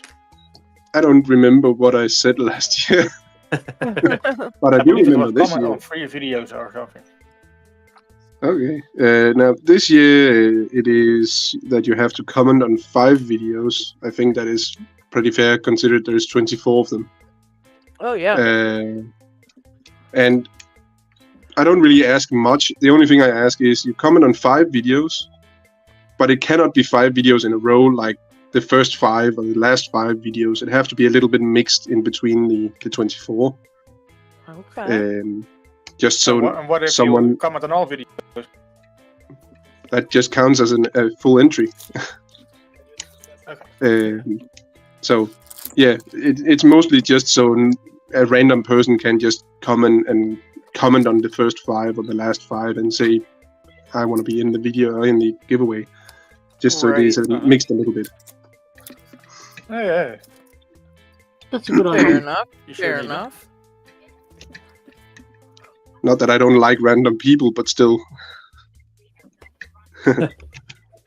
Yeah. We get what you're saying. Okay.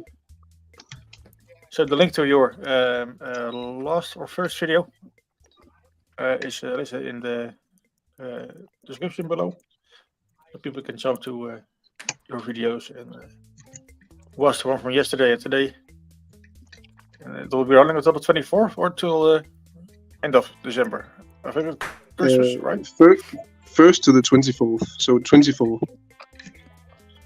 1st of December to 24th. Yeah.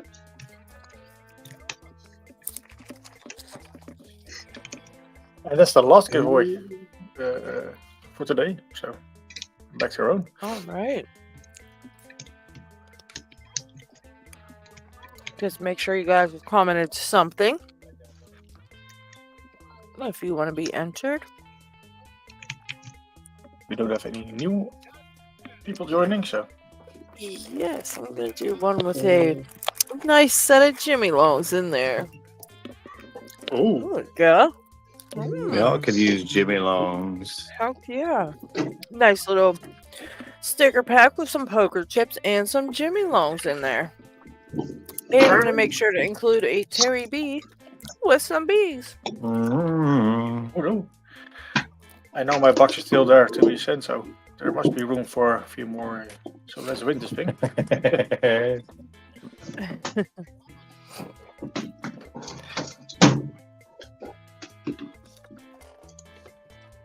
Space Cadet, welcome.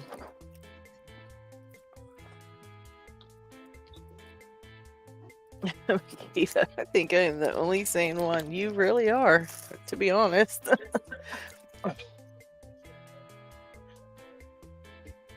Well, here goes. And today's winner is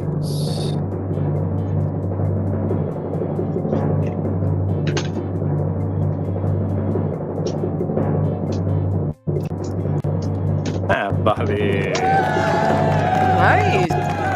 I don't think Bobby's ever won. Congrats, Bobby Keys. Nice job.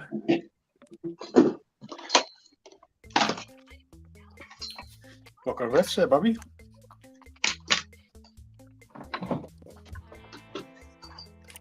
I think he probably left the chat, but he'll be back later, or I'll let him know on Facebook if he doesn't see it here.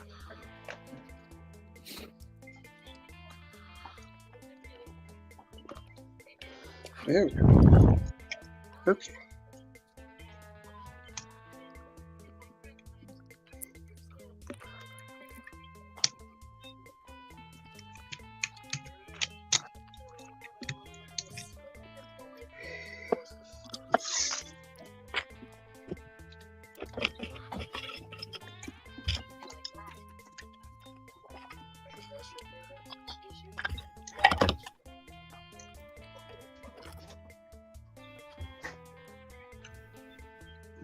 That did not work.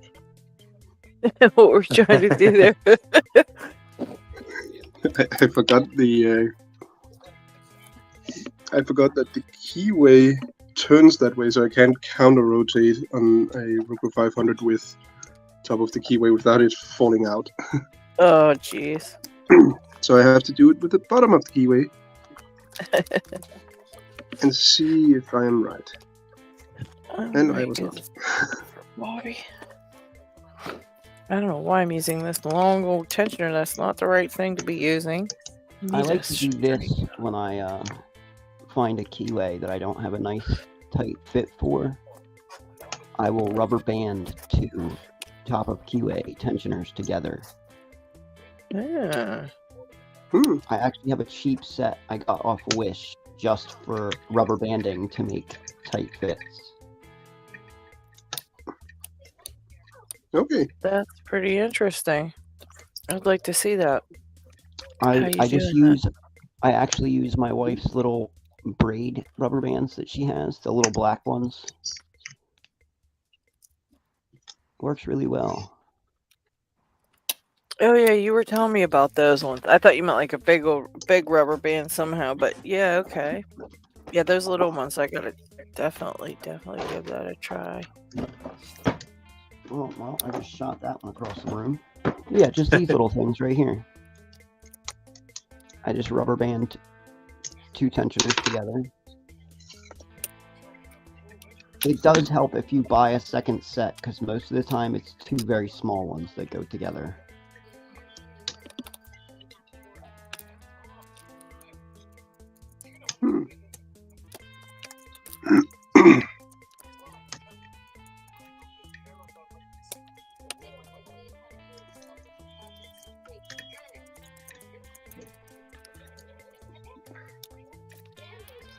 Yeah, D-Mac is talking about mountain biking in nature and stuff, and I gotta say that's one of my favorite things is just being out in nature. When I was growing up, we used to go visit a cousin of mine who had a little kind of farm-ish up out in the woods, and we'd go visit and we would just randomly walk the trails. He had huge, just a lot of acres of land and trails all throughout them for horseback riding and all that stuff, and we would just walk on the trails, and anytime we found like a really nice spot to like camp out, we would camp out just out there wherever, but I would always sleep out right next to the fire, like on the ground. And my cousin was like, oh my gosh, how can you do that? Oh my god. She didn't like that. But I always loved it.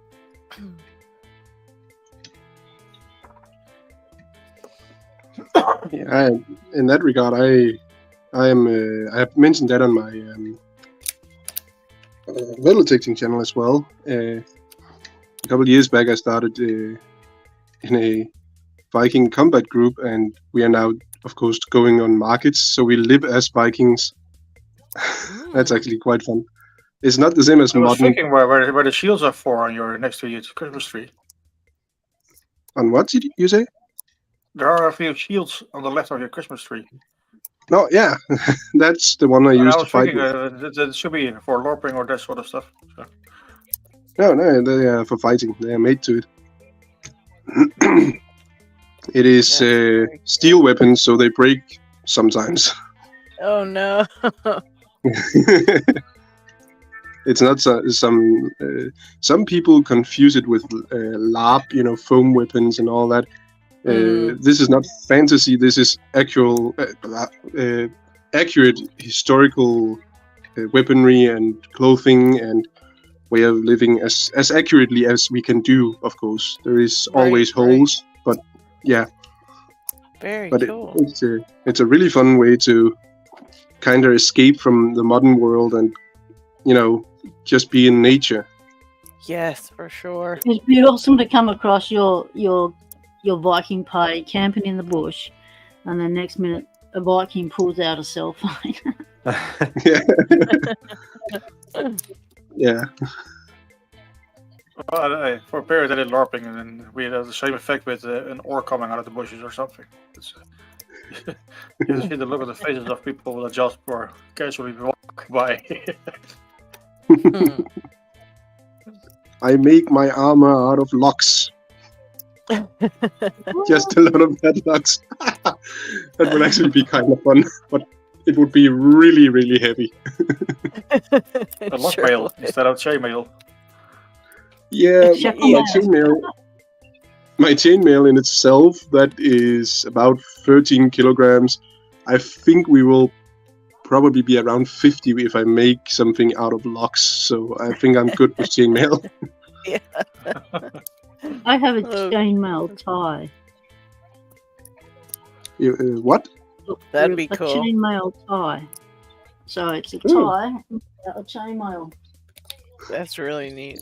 That's cool. I thought you went your And it has a I'm in the middle of shortening it, so I've got it out. But it has a skull in the middle. Whoa, there we go. Okay, we're there.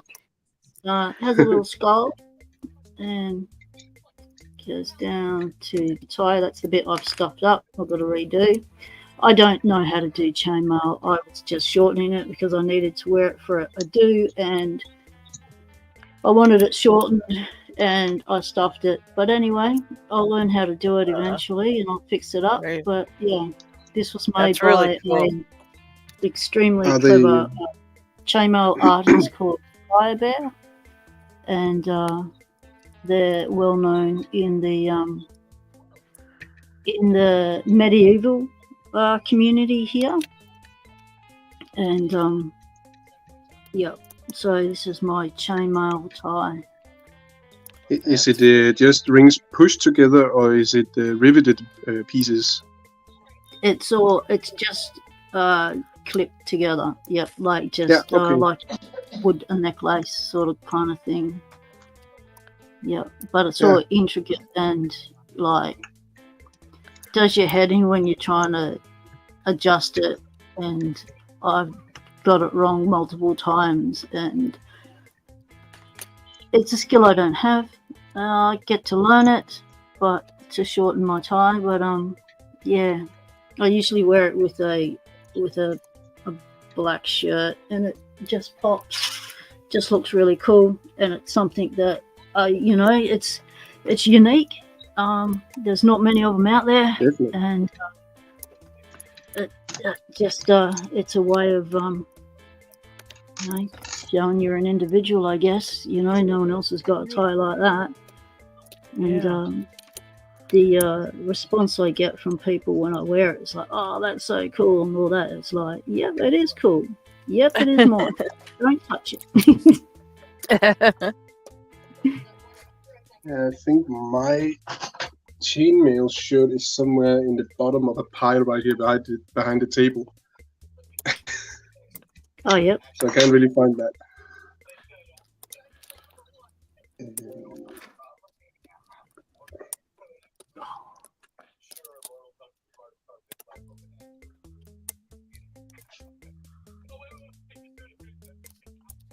Yeah, I enjoyed the picking outdoor videos you did too, Dev. That was pretty cool.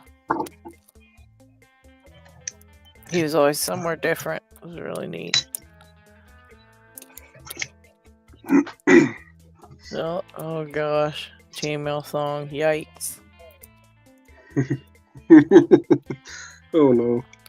Yeah, I guess LockHeat has one. That's crazy. I can't believe you wear that, LockHeat. That's why I'm more into LARP than reenactment. Because you can do that sort of stuff. Because it doesn't have to be accurate.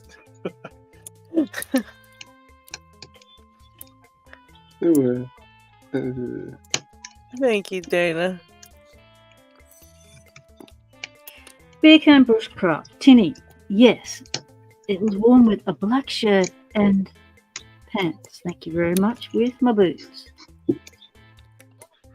Didn't just wear the tie on its own, Tinny.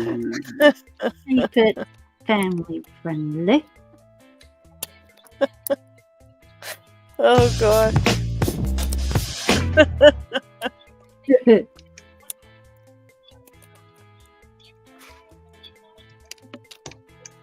I am stuck on this J. Gabriel Challenge Lock Tree Niner now. I picked it so many times before now.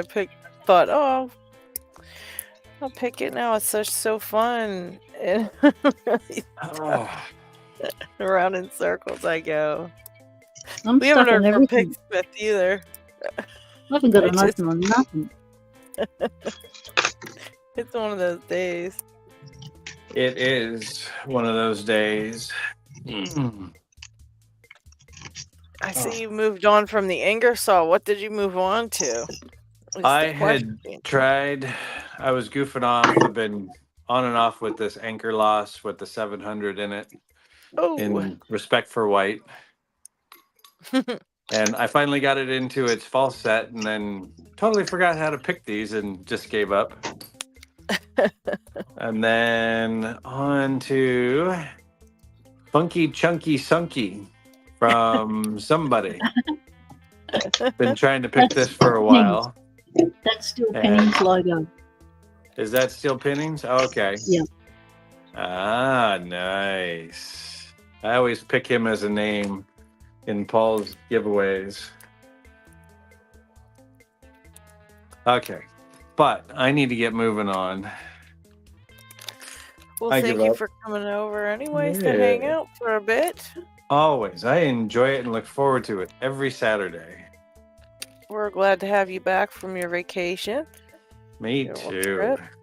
It's nice to go. It's like super exciting. And then once you're there and it gets closer to like the day you're ready to go home, sometimes it's just like you just can't wait then to get back home. Exactly. Yes. And then I get home and all I do is work and wish I was back there doing nothing again. Right? Yeah, geez, your body must have went through like a crazy withdrawal period from not working, because that's all you've been doing the last few months now, really. Yeah, no, it was nice not to have to work for a while. Gosh, Yes. that first day back must have been like horrible. Like, oh no. Yeah, exactly. It's like, where's the coffee again? I need more. I can't handle this anymore. Oh, jeez. Well, we're glad to have you back anyways, and happy that you had a good time and got to see the family. Yeah, that was the best part. Family is good. And the little No. ones, Glad you're back they in time grow to receive so the dang parcel. fast. What's that, Well, Pocket Woman? I'm glad he's back in time to receive his parcel. I didn't think to ask if he was actually home when I had the chance to send it. I just sent it and thought, right, I finally got it off. And then, yeah. Yeah, So I hope just it didn't arrive while you were gone. no, because I just checked the tracking number yesterday and it was showing that it got on the airplane on the 29th. So it's still en route. Hasn't It shown doesn't up yet. take- So Only takes 24 hours to get to America on a plane. Why is it still on the plane? I had no idea. None whatsoever. It'll get around. They take a while to update that, especially on the weekends. I feel like they don't update it as much, especially Sundays. So, it'll probably not update again for a couple days, but then Monday you'll probably see it like in customs here in the US somewhere. I sent it Exactly. express post, so they said it would be there within 6 days. I have So no idea, but week. definitely not 6 days. no,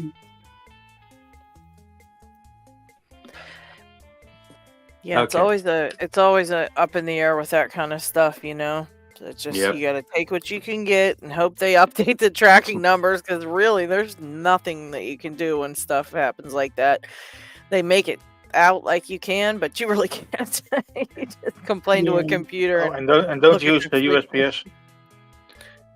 What's that? You remember our first package, LadyLocks? What'd you say? Remember our first package? We had a Oh news, yeah, that was thing regarding ridiculous. tracking. That Paul was sent me my winnings. ridiculous. He has the same thing. Yep. And It's stuck on in a system. It's stuck on shipping label created or something in that. But that's it.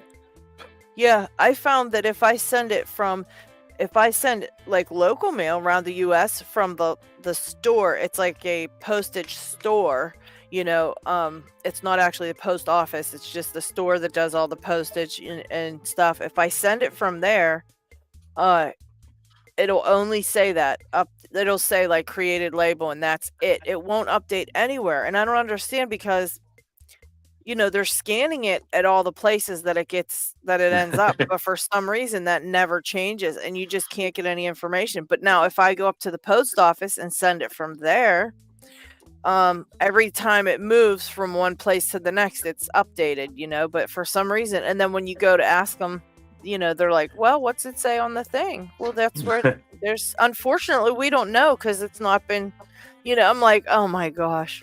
Yeah. I remember one package I sent to America. It was to Chris, and it arrived there within a week, but spent 3 weeks traveling around America, and then it ended up in California, and it spent another week just sitting in California. That's wild. Oh, crazy. Well, we'll see how long that takes, and we'll see how long HV's takes to get to me too. So true. That'll be fun. And I sent a package to Harry once, and it took almost a month to get to him. And I've sent other packages to the UK, and they take 4 days. Yeah, isn't that weird? And if you guys send something to me, it takes 2 to 3 weeks. And if a company sends it from America to me, I won a giveaway on Monday from StreamYard, the system we're using to stream this. I won a coffee mug. Cool. Nice. They sent it Monday from somewhere from America. I have to check which place. I got it yesterday. Wow. Oh my goodness. It is possible to do fast delivery. That's crazy. That's totally crazy. Yep. I sent the package to DQ, and it sat in customs for almost 2 weeks. They contacted him to contact me to get more information of what was in there. And they wanted to know every nut and bolt in that thing. And it's like, oh my goodness.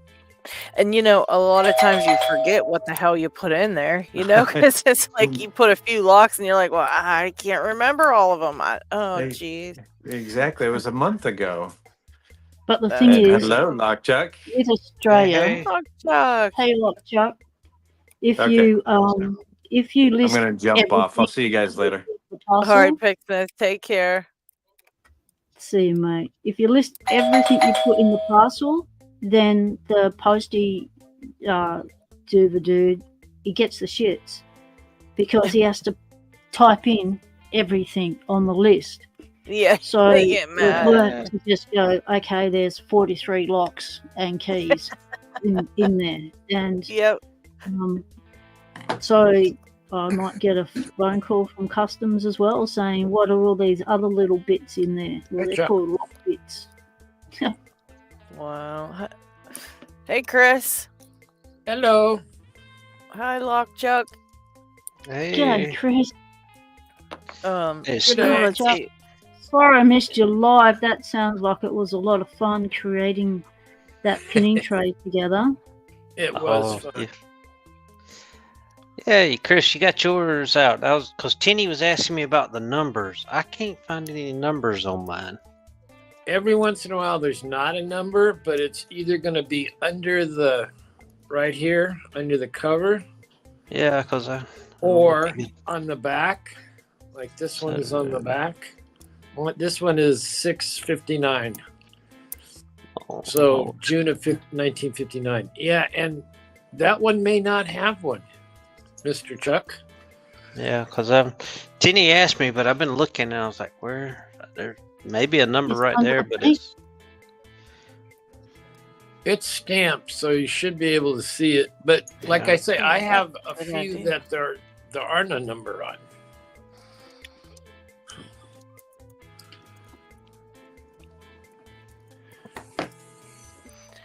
D-Max said he sent a package to Costa Rica earlier this year. It took 2 months, but got there in the end. Even the UK post office had given up on it and offered him a refund. That's just crazy. Wow. Chuckley. Chuck is buffering. Uh-oh. All right, I figured out how to pick this quickly. I picked it earlier today. All right. And Let's see what you got, Chris. Let's see what you got.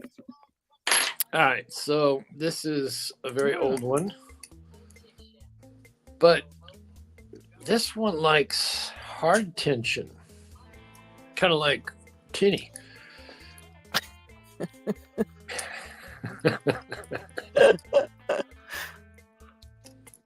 Uh-oh. Oh, come on. Great. Do not use UPS for overseas shipping. I actually literally just did. Well, I'm afraid to know why. It Who depends, said because that? the package I told you that was fast, it was by UPS. Oh, wow. But Okay. Cost them a Yeah, dime, I think. me and Brett are going through a deal with UPS right now, trying to get my package to him to get delivered. What the So- heck? I'll try this Yeah. again. That's not cool, man. I had to go back and Messing with you or what? I got to fill out a detailed list of every little thing in that pack. Just put Oh, like locks as a gift or something originally. There we go. No, that's Oh, dang, Chris, Bishop. that was fast. But so, what all did you put? Like, you put locks and then what the heck? Now I'm getting worried because mine had locks and poker chips and. well, that's what I put on the second one. First one, I just put locks as and stuff And like you that. used pirate chip, didn't you? Yeah, and it I shipped at did too. UPS. Mm-hmm. But maybe if you were more detailed, I wasn't very detailed on it. So I didn't really have anything to detail. I mean, it was a freaking lock. What do you want me to say? You know. It's a freaking yeah, lock. but I can't remember how many locks I had in the package or something, and it was 8 pounds worth of stuff. So Yeah. I had the Yeah, same so lots of thing. 4 stuff. kilos. That's a lot of locks. That's a lot of Mhm. locks. Then declare it as 8 pounds of sheet metal, then maybe the letters pass. At a certain point, I'd be like, open it up and effing look. What do you want me to tell you? Like, yeah, really? There's nothing in there. Just go ahead and look and see for yourself. What the hell? So that I time think they're just- biosecurity opened think a they just parcel wanna- from Chris, I think. It's like, why is biosecurity interested in locks? Like, that's weird. I've got the package with this big biosecurity has opened your lock in the letter. It was like, oh, what? Hmm. I think they just want to make sure that you're not sending something of value and tax you on. Mm-hmm. Or sending bugs or plant life, or Yeah. you don't want to send that kind of stuff on to an island. D-Max says, Chris, your earlier video inspired him to get his lever padlocks out. Lots of fun picking through them. Yes, they are. Good. I got like really addicted to picking this stuff. Got way into it. Same way I'm into the disc detainers now. You got really good at picking. Yeah. Well, I had You and Jack, you two were going tag teaming it.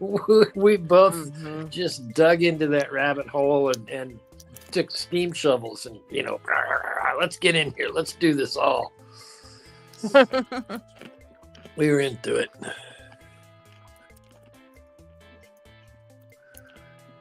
LPG. Yeah, it's a shame about shipping stuff. It really is. Hello, Lockpickings Gal. How are you? G'day, sis. How's it going? You got your parcel, didn't you? The one that you won from Paul that I put your lock in. You got that from memory, did you? I'm hoping you did. Seems like all the parcels that Paul sends gets delivered pretty quickly within the 6-day express time frame. Anything I send can go around America. That's wild. It just makes me sick how much they charge for like postage, because it's so cheap just to send like so many pounds of stuff. Like if I wanted to send LockChuck all my locks, it would be like $8. But if I want to send like one to LockHeat, it's $78. Fun. Like what's that? Yeah. Just for fun. Shall I take a look at how much it costs if I want to send you another box? Sure. Yeah. Let's have a look. How many pounds? What's that? How much many weight? pounds? I'm gonna say Do you want to send the one for I'm reference? sending you. The one I'm sending you, LockHeat? Yeah. Okay, let me get it. Hold on. Yeah, for instance. So hold off sending LockHeat anything, because in that package I sent, there's some stuff for LockHeat in there that are meant to go in a package that you're sending him.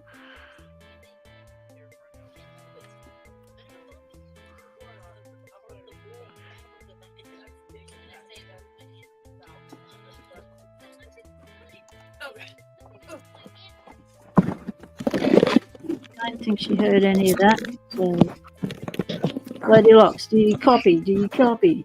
No, I don't think so. Okay, I got separated from Oh, she was away from the. Pocket Woman stuff. Hold on. Okay, so hold off sending LockHeat anything, because in the package that I've sent over to you, there's some stuff in there for LockHeat. So save on your postage. Don't do a double postage to him.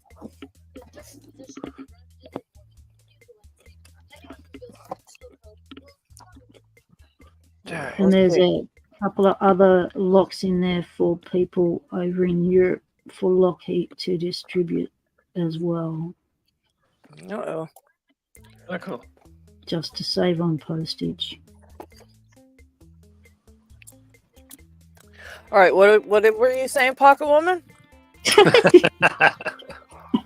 Sorry, I'm talking to myself here, trying to dig through this stuff. Okay, LadyLocks. That's In the good. package, How much does the weight? there is locks for LockHeat and some other Europeans. So hold off sending your parcel to a LockHeat until you receive my package for LockHeat, so that you don't have to send a double postage thingo. Roger that. Now, what about your stuff? Who am I sending your stuff to? my Lock- stuff? Yeah, your big package that I've got. You told me you said you had to tell me something about it, but you were going to tell me later, and then you never told me anything about it. Yeah, sorry, life got in the way.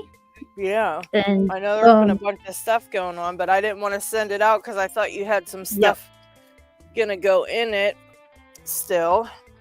And I yeah, didn't there want was. And then life got in the way, and I couldn't afford to get what I wanted to get from Southern Specialty, so I've had to let it go.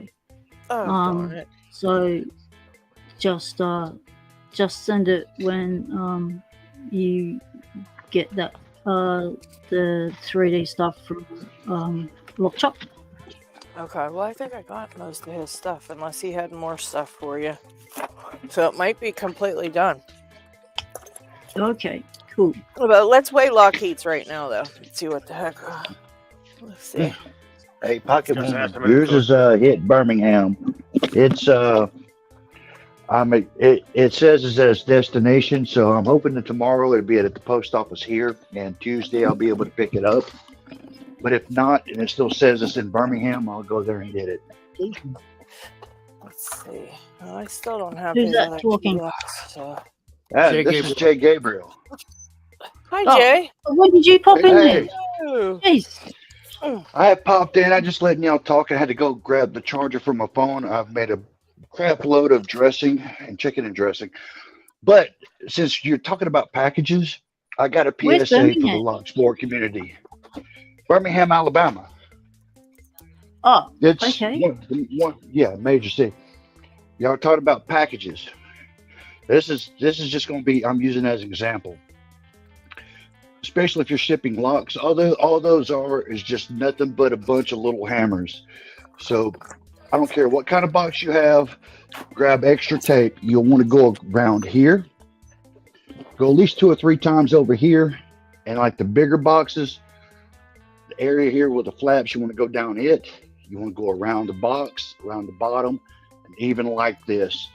I've had stuff come out of boxes that were irreplaceable, and I tried to make claims with the post office, but they said no, it's been delivered. Yes, 1/3 of it's been delivered. There were still 2 other locks in that package, so I didn't get any claim on the insurance and stuff like that. So yeah, basically tape the crap out of it. Be a challenge taper, challenge box taper, whatever, you know. Yeah. Yeah. That's Go best full Peter Lewis. advice. I know Make when sure you, Nick was sending stuff, he said that he was only allowed so many things of tape on his boxes for Oh my coming God. from Germany. So he's not even allowed to do a bunch of tape. He said he was only allowed, like, they actually tell them the amount of tape they're allowed to use. That's crazy. Oh, that's crazy. Yeah. Because Yeah. I use like Well- half a roll of tape on mine. I tape the whole box, triple tape Me it, too. quadruple tape it, and because it's Okay. it's What also have I part done of with it? waterproofing as well. So Yeah. I use a heap of tape, and I put and I make sure that there's no movement inside the box, because that's where they hammer themselves out, is when things slide around in the box. So I make sure I, like with the package I've sent to Picksmith, I've individually bubble wrapped everything. Yes, I know it's a pain when you go to open your package, you got all these little things that you have to cut open, but it's just to make sure that the locks get there safely and don't bust their way out. And put fillers in the box if you have to stop things from moving around, and tape it as well as you can. Yes, exactly. Yeah, you gotta tape the crap out of them. Yeah, unfortunately, when Picksmith had sent me a package, he loaded me down, and he didn't tape around the bottom of the corners.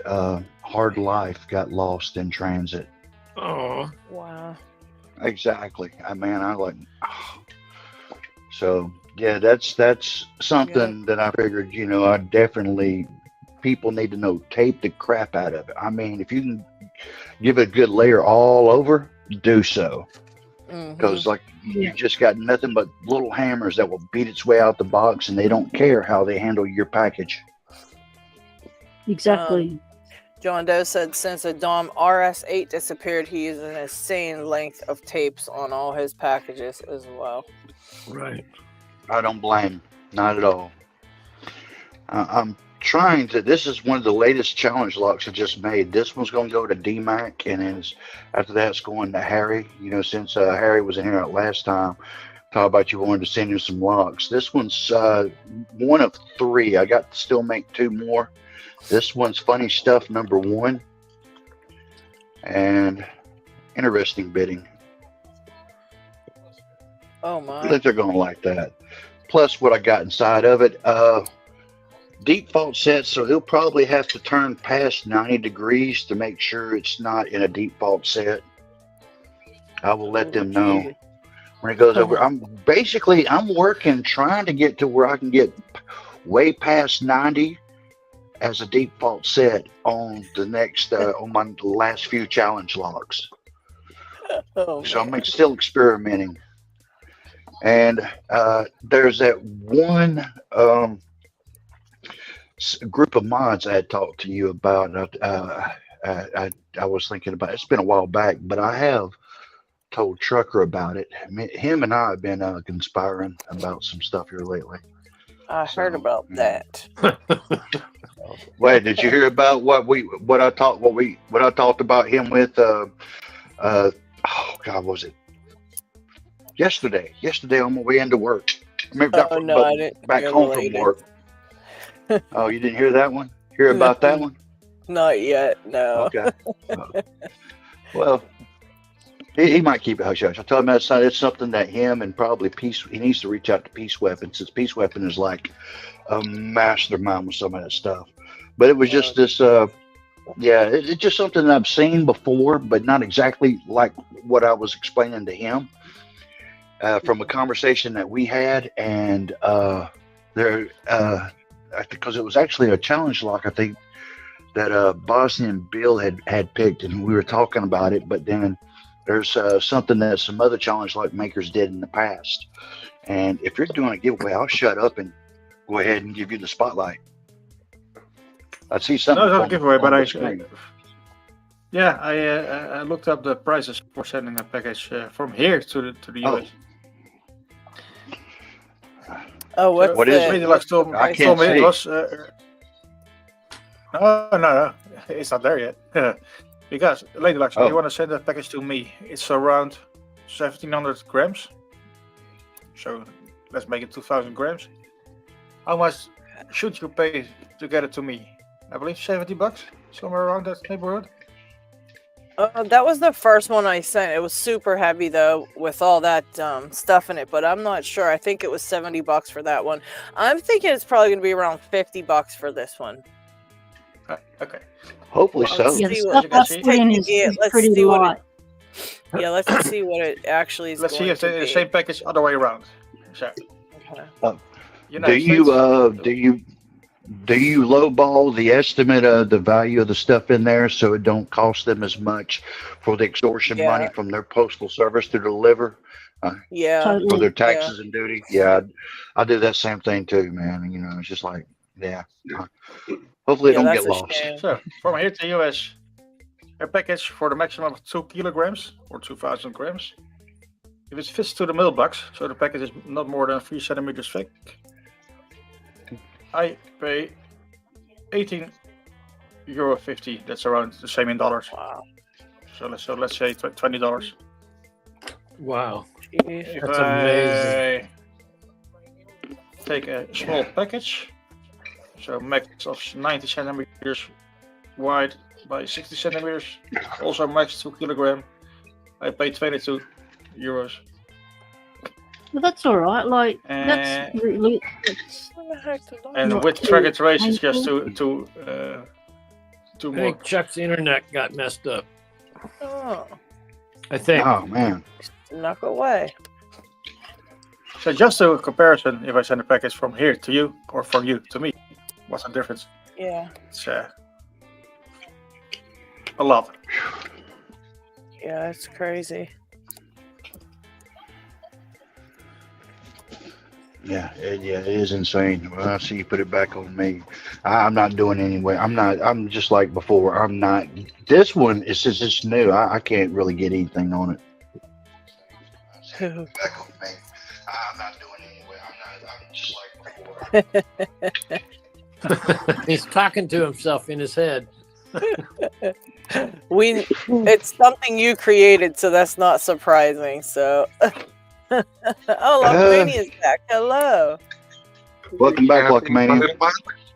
Oh, Echo I Boy. remembered I had another phone. Oh, nice. Oh, man. Hopefully I'm hoping this that one package won't makes its overheat. way back to you. Hopefully not. Yeah, check out that Gabriel, Yes, sir. I tried to contact my postal service, but they do not want to pick up the phone. I've tried for 2 weeks. Yeah, So I I understand. I can't have get that any info same on the package for problem. you. Yeah, well, I'm hoping that they'll send it back, and it's just like this package. It said it seems like they said it was here on the 10th of November, and it showed that it was at the Birmingham office. Then and the 14th it was here, but then the 15th it went back to Birmingham, and I need to get back with White to see if he's tried to see if he can locate that package. It's got some salsa and some mango scorpion pepper or Carolina Reaper sauce. Because yeah. You know me. I don't mind burning at both ends. Get the afterburn and the burn in the middle, and a little bit of antacid. It happens. Mylana or whatever. I don't know. You don't even have to climb those towers. You can just blast up there. Oh, yeah, exactly. That was a good one, Chris. Oh yeah. I gotta pack a bag and leave. I gotta be at the office tomorrow at noon. You gotta go down to Mississippi. Climb some towers. Oh boy. Turn around and come How back long are you Tuesday. gonna be at? Okay. Yeah, I got to turn around and come back Tuesday for a dental appointment, then go back Tuesday evening back down to Mississippi. It's going to be basically for the whole week. Except for that one day, I got to come back up here for a dental appointment, turn around and go back. Oh, man. Oh, yeah, the insanity. And people wonder why I'm like I am. Oh, yeah, I'm crazy. Right? Live my life. Yeah, your mind will be messed up, too. Yeah, all right. It's the RF, I tell you, the RF.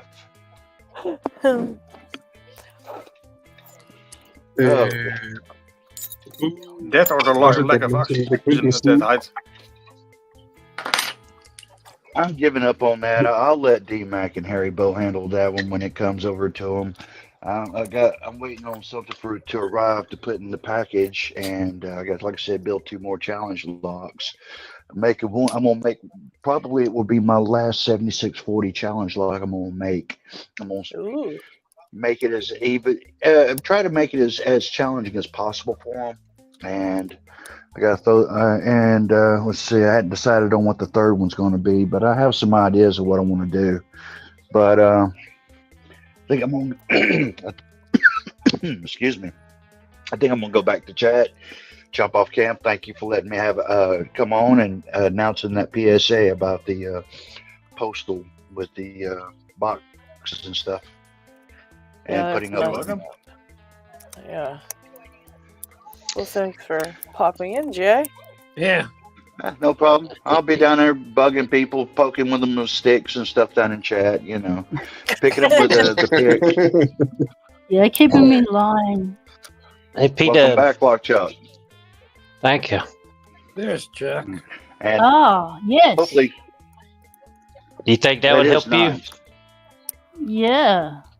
Okay, so LadyLocks, I need to print one of these to send to Pocket Woman. Okay. Yeah. That's That was that idea you had. Yeah, because I saw people struggling with the nut to loosen it once they tightened it to adjust their angle, and I thought if you had something that was like a tap handle, you got more mentioned grip. Like this, didn't you? Yeah. You commented on that. So,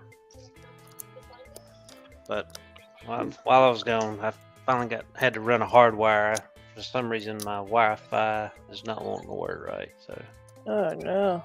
So I stretched the cable real quick, but while I was gone, I got this chub open since Chris was doing his. I got that one open. Awesome. And also got one side of Picksmith's executive decision. So I can get the hard side, but I can't get the harder. That's the one I had a problem with. I could get the other side, but not the other side. Mine was backwards. Yeah. You could get the harder side? Yeah, I got the harder side easier than the hard side. That's what made me confused because I was like, again, you got them open. Nice. Very good. So, thank you. But I'm gonna jump off and go to the chat and watch the other guys pick. Oh, you're leaving us. Dang it. Oh, Chris. Yes. I hadn't printed something. You had a question about something on this, didn't you? Was it a tweezer? I'm trying to think. It's where the dipping sauce goes. My question was, I can't find my tweezers, but I'll use the wrong ones. When you go, drop the tweezers. When you go in, is there a little place behind the disc so that the tweezers can grab the disc and pull it out? Oh yes. Oh, okay, perfect. Awesome. But I'm gonna That make looks these little wonderful. Yeah, I got to round some stuff off, and I made these shallower because they're really deep right now, Okay. and I had some suggestions of ramping these so you could pull them out with your finger, but Oh, that'd be nice too, huh? Ramping is not good. I've got one that's ramped, and I find that the discs do not stay in. If you move it slightly, you can lose them. So I didn't find it was practical. Oh, look who's here. Oh, the Slinky show? Hey, Yep. Slinky. Slinky! Put Slinky on main screen. She's a quickie. Hey, Slink! Big Slinky black Dinky! blob. Hey, cutie! Hey, boss. Let's see if we can get her face. Steve go. said that's Woohoo! what is for the Yay! Vegemite for Slinky, Chris. Awesome. Hey, Slink. Ear rubs. Well, you know what happens when Slinky comes on? That means it's time for me to get off. So I will reappear in the chat. It was great being on camera, and that's great, Chuck. I'm loving it. You see the lid? Slinky butt shot first. Oh, I didn't That's I didn't see the lid. Oh yeah, Oh, perfect. wow. I love it. Wow, Slinky proof. that looks great. Awesome. Chuck is a genius. You He know, really He's is, man. just Isn't totally. he? a That's genius. great pinning tray you've both developed there. See, Definitely. Slinky could step on that and it would be okay. Yeah. Whereas if wouldn't it was do ramped, anything. if you stepped on it, it would not be okay. Well, this is Oh. the one I have, and Dang, it's that's so pretty open. sweet. Look out, Slink. It's so open, everything will go everywhere. Yep. You know. So that's So what I found with the two that I've got. Well, one in particular, it's ramped and it's too shallow. Maybe that's why the ramp doesn't work on it, because it is too shallow. Maybe a ramp would work possibly, yeah. if it was deeper. Yeah, let's put Slinky in the clamp. Oh, Careful, you're not picking locks now. All right, guys. the We will vice see may you. take off. Slinky Thank you, butt shot. Chuck. Oh, you just got told off by the tail there. You're getting some twitchy. Oh, you are in trouble. Oh, I think she wants like a dinner. I think. So, is that what it is? Treat Slink? time. Hey, Slink. Yeah, look at the eyes. Feed Then me, you get the human. Flip tail. Feed me.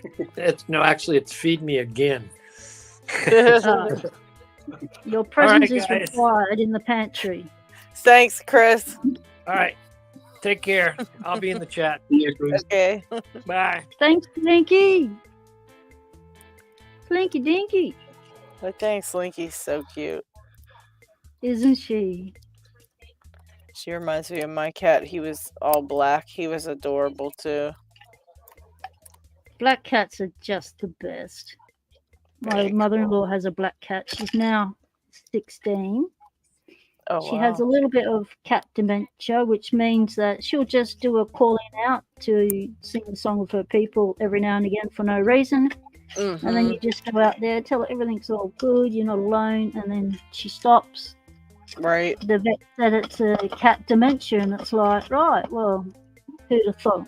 Didn't know they could get that. But Yeah, mine had that too. That's weird. He did the same stuff when he got a bit older. He would get scared like he was alone, and then you'd have to just tell him it was okay, and yeah, a little bit of reassurance and happy cat. I'm about to, on the 5th, I think I go away for 2 weeks and try and take as much as my lock sport stuff with me as I can, but it's a bit dodgy where I'm going because there's 4 cats and none of them have been trained around locks. So probably won't be gutting a lock. Yeah, that But, wouldn't be good. Yeah. So babysitting 4 cats will be fun to just chill out and just have lots of cat loving So that's a 2-week stint, which will be good. A nice break away. Yeah. Is it far from where you already are? No, it's not far from home. It's probably about a half-hour drive, but it will be far from where my wife is because it clashes with her brother going away, so she needs to go down there and house and pet sit his dog. So what will happen is Betty will end up going to her grandparents for 2 weeks. So we're all going to be split up. My wife will be about 50 k's away from me. So, wow. Yeah, it's when the family all choose to go away at the same time, and we are the chief house and pet sitters in the family. It's like, you got to split the duties. we got to split the duties. Exactly right. And then we've got to come together to do all our normal appointments that are all booked during that time anyway. So it just means a lot of driving. But, the places we're staying at are relaxing, and it's just good to have a break from your normal day to day. Right. Even if it's just at night time when you're not doing appointments. So that's really good. Looking forward to it. 4 cats, and one of them is actually a trained therapy cat. The other 3 are all rescues, and some of them have PTSD and some quirks. And but I've known them for a lot of years, so I've been trained up over the years to be able to look after them, to know their needs and stuff. And so when the person finally decided, okay, they're going to leave their house, they're going to go away for the first time, they called me up, and I couldn't say no because this has been 4 or 5 years in the making. So it's really good to be able to help out a mate in this way so they can get away. And I get to have cats everywhere. Like, it's just awesome. And their setup is great. They've got so much little catification of the house for cats. It's really cool. It looks great. They've all got their own little I don't know what you call them, little princess tents and stuff that they sleep in, and with little heating pads and things like that. It's going to be fun. Yeah, because you don't have a cat, right? You just have dogs for now, right? Yeah, my cat passed away in April. She was 14. Wow. I still really feel it at 5 o'clock in the morning when she's not here.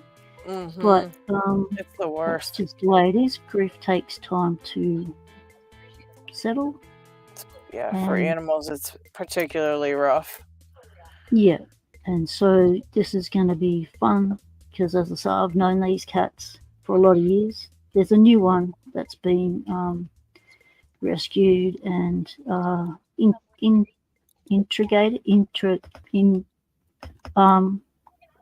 settled into the house. I know what you're trying to say. Yeah, integrated. That's it. That's the word. It wasn't coming to me either. I was like, I can't think of what it is. Yeah, so I've been going over there visiting so that the new cat gets used to me, and so I, can look after her as well. So that's really cool. And they're just they're beautiful animals. I'll probably do a video on them because they're so gorgeous. That'd be cool to see. And one of them is a what's it called? A Manx? You know, the ones with the stubby tails? Oh yeah. Oh cool. Yeah, it looks like they've been cut off, but they haven't. That's just their breed. And she's got disabilities, and the way she walks is just so funny. It's just a crack up to watch her walk. And her nickname's Little Bear, and she's a rescue. She's adorable. She loves me whenever. She usually hides from people when they come over, but when I come over, she always comes out, gives me a pat and a scent, and then goes and hides. So yeah, she's gorgeous. but they don't do dogs. So Betty gets to go and spend 2 weeks with her grandparents, which You know I what have I think's forgotten to tell particularly. them. You didn't tell them. I've forgotten that part of organising shit. stuff. I've been a little bit busy. So, and I just looked at my diary and thought, oh, it's true. The 5th's coming up pretty quick. I should tell them that. That's so funny. Oh my gosh. You know what I think is funny is when cats get mad when you leave them, and even if you've got a cat sitter, like you're gonna be the cat sitter and you're gonna treat them like royalty the whole time. Yep. I totally know that. But when their mom and dads get home, the parents get home, they just get so mad, and they they're treat gonna let them know. they treat you bad. They're like, I'm not talking to you ever again. And like they act Well, my so mother-in-law's mean. black cat, whenever she went away, Nellie would not speak to her, go near her, let her pat her at all. Yes, I Oh will my still gosh. sit on your chest all the time, but you're not allowed to touch me for a week to 2 weeks after. And this was gosh. all through her younghoodness. And now she's older, and we taught her mum how to recognise cat language and speak cat. Things got a lot better and settled down. And so then it went to 1 week, I wouldn't talk to you for, and then a little bit older, then it was, okay, I'm not going to talk to you for 2 days. And now it's half an hour. So she can come home, and within half an hour, Nellie will be going, okay, you can pat me. I'm glad you're home. But she was, talk about nucky. She let you know you were in the bad books. It's like, you never want to, don't get on in the bad books with someone who has murder clause. Yeah, they don't play around. They really don't. It's so funny. And there's nothing you can do to make it better. You know, doesn't matter about treats or nothing. I've got the shits with you. I ain't shifting it. No, they do not. That's so funny they do that. And like you said, it takes about a half hour for your dog to be like, okay, I'm so happy you're back. But cats are like, nope. Nope. Yeah. So it's funny to watch the dynamics going on. It's like, my cat won't talk to me. It's like, yeah, well, you went away, didn't you? Mm-hmm. And, once she sees the suitcase come out, she starts going to what we call the portal, which is the spare bedroom where we sleep when we stay over. So she'll go to the portal and sit out front of the door and start mowing. And then we get a phone call saying, Nellie's at the portal, wondering where you are. I say, well, why is she at the portal? Because I got the suitcase out. Well, why'd you let her see the suitcase for? Oh my gosh. That's funny, the stuff they do, man. Just like Slinky, you'll see Chris. He'll be and Ronnie too. Ronnie's cat is so funny. Oh my gosh, Ronnie only gets like a half hour, and then his cat comes right on up, and she yells at him until he like stops everything and pets her. And it is so funny.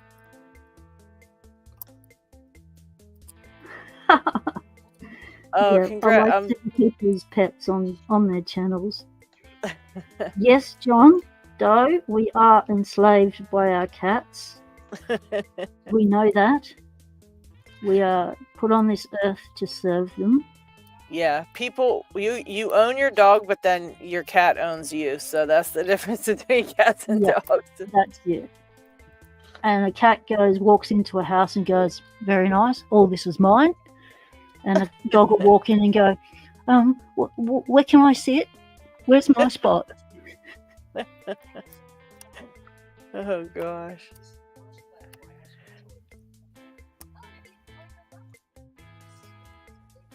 Lockpicking's gal, she has been approved for that house, just finished inspections and waiting on the seller to do a few fixes. That's awesome. I know last time you were talking about trying to see about the inspection, so I'm glad to hear everything went well with that. On to the appraisal after that, and hoping to close December 18th or 22nd. So happy for you. That is such a fun and exciting. I mean, that's just super exciting. And let's keep our fingers crossed that you get decent internet service there, because we want you back picking on your channel. And we know you haven't been able to do that because your internet's been so intermittent and crap. That's terrible. But yeah, definitely excited and hoping everything goes well with that. It'll be a great Christmas present for yourself for sure. Gee, Keyman, cat aliens visited a long time ago and took over the Earth. Yep, they did. Yeah, that's funny. They knew that if they just looked cute, they'd win over any human and then take over their And I home. mean kittens, come on. Kittens and puppies, I can't even be around them because I will just want them. And I can't, it's like very, very hard for me to, and I used to be a, pet rat owner as well. And as soon as I would see one of those babies, oh my gosh, I can't like say no to them. I would have, if I was living like on a huge farm, oh my gosh, I would have a herd of dogs and oh my gosh, it would be bad. I'd need a team of people to help me look after everyone because if anyone needed rescuing, I'd be there. Exactly. That's 100% true. That's exactly what I would do. If I had that, I would definitely rescue tons of animals. They were saying on the news there was a couple places around where I'm living now, like different neighborhoods, of course, not very far away from me, but still within the city I live in, there's like a few like neighborhoods. They're finding all these abandoned pets in parks and stuff like that. And it's sickening because people don't get in trouble for that. So even if they found out who abandoned the pet, they only get like a fine, so they don't have to do, and it's going to be like brutal wintertime coming up and they just drop these animals off in the parks and leave them. It's so disgusting and horrible. And it breaks my heart. I cannot stand to even hear about that kind of stuff. And it's like they just keep it up. And when they go to the Humane Society, they do their best, but they can't care for all them pets either. It's like they don't have anywhere. It's such a shame. People should have to get a license to own a pet, something like you got to be approved and it's like documented. put a bond, have a bond where if at any time that you can't care for the animal or you need to surrender it up, that bond covers it, Yes. I just think it's terrible. I don't think people should be allowed to just, breed animals and sell them to whoever because it's just horrible. It's just a horrible thing. And they make, even where I live, they have these vans that drive around and will fix your pets, like spay and neuter your cats and dogs and whatever, especially cats, because people let their cats outside around here and the cats just do what they want. Well, people don't fix their cats. And then, they're running around making more kittens that are just abandoned somewhere. And, it's just such a horrible thing. And they have vans that go around and do it for free and people still don't get it done. It's disgusting. That's a great service. I wish we had something like that here. Like with cats, they can have here it costs a lot of money. What was that, LockHeat? Here it costs a lot of money to neuter your cats. Yeah. At least. Yeah, it's a bit expensive here, but like I said, we have programs around here that like you can sign up for them and get it done for about $50, which is nothing compared to what, yeah. We have subsidies here as well. Like cats can have 8 kittens each litter. They can have 4 litters or more a year. So you times 8 by 4, and then within a few months, those cats can then have litters of their own. So you then times that by another 8 per 8, and then you can end up with over 80 cats in a year from one cat. So they really do need to be fixed. Okay. Oh my. So a lot of councils here are putting in laws where you must have catification, so you can't let your cats out to roam free because of the the amount of wildlife that's getting killed by one cat can be quite a large number, and Not and my that cats. to stop the unwanted breeding. So you must have your dogs spayed, and you must have your cats spayed by law here. The only people, and they've only just recently brought it in, the law in this year, the only people that are allowed to now breed dogs are registered breeders. So they're trying to shut down puppy mills because there's been some horror stories, and which means that, you know, to get a dog now, you got to cough up $5-6 grand to get a dog. I mean, from the Humane Society place, or I don't know what you guys, is that what you mean, from like those kind of places, or just anywhere? Anywhere. Oh wow. Wow. Because they're trying to stop all the unwanted pregnancies and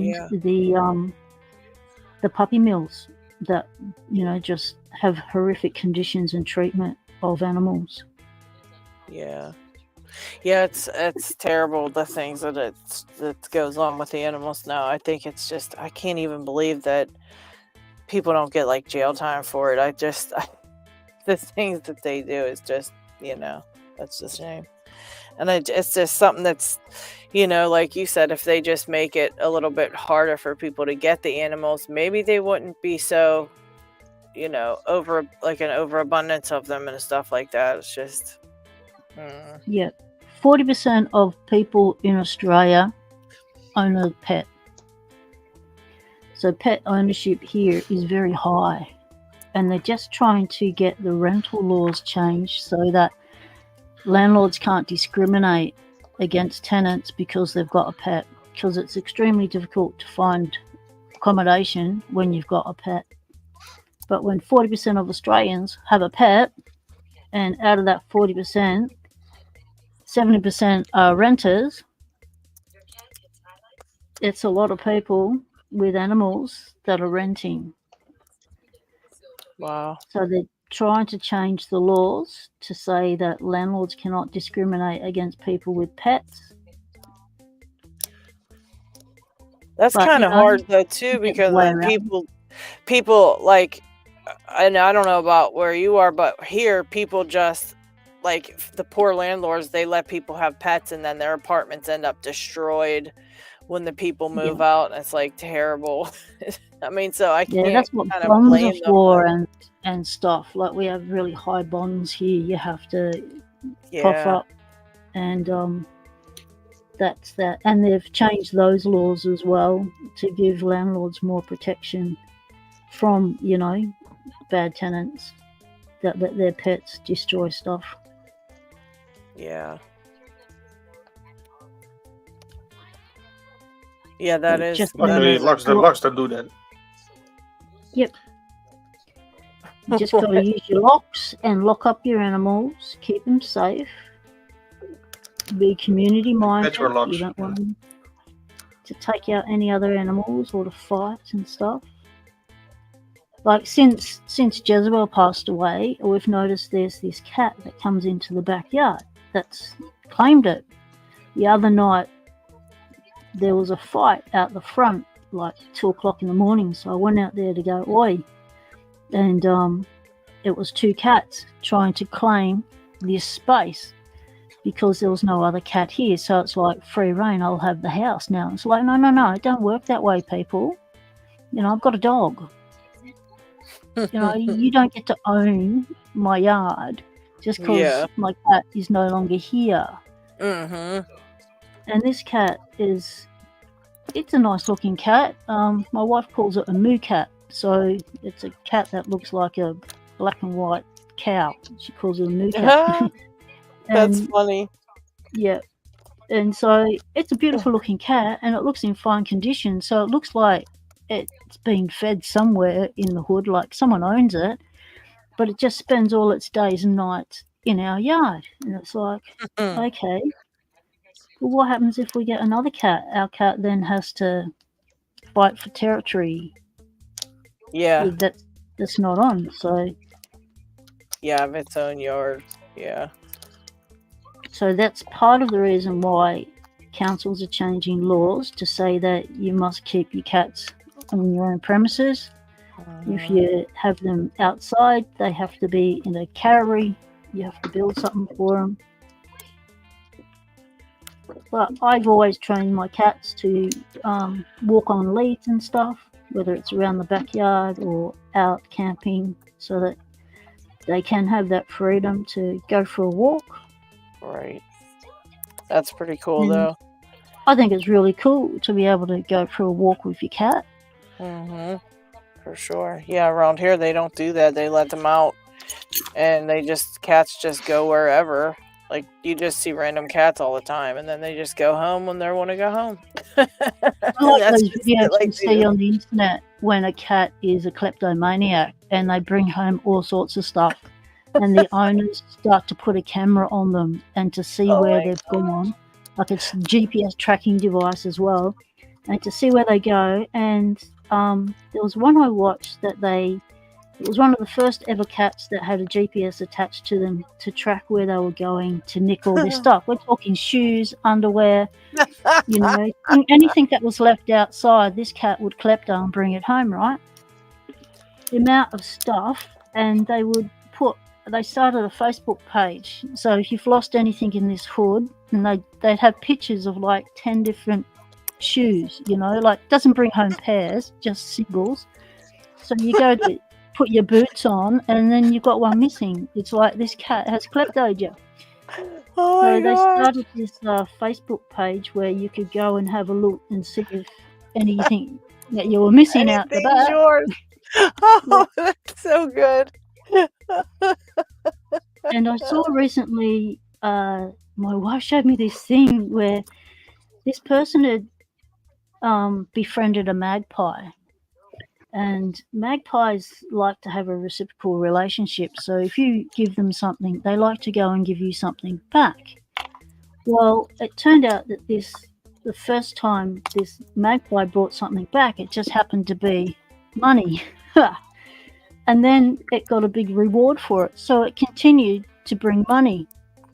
And then this person opened their drawer to show all these dollar notes and stuff that this magpie had collected all over the city to bring back to this person as a thank you for feeding it and giving it gifts. It was just crazy. It was like, oh my God, what a way to get some extra dollars. Train your bird to go find loose change and bring it home. I thought, the amount of locks I could buy with that sort of stuff. I'm wondering if I should get a bird next. Trying it to give me money. I'm trying to do that with my kids, but they're still learning. Real quick, hello Malcolm, Melky, and Dark Arts. How are you guys? Dark Arts, I haven't seen him for a while. Stout, I've lost my Tinker bracelet. How did I lose it? Well, I was in the hospital and I took some layer of clothing off, and I think it came off with that, or it could have come off another time when I was on and off with jumpers. And I'm really disappointed that it's gone walkies. Thank you so much, John Doe. Much appreciated. Much appreciated.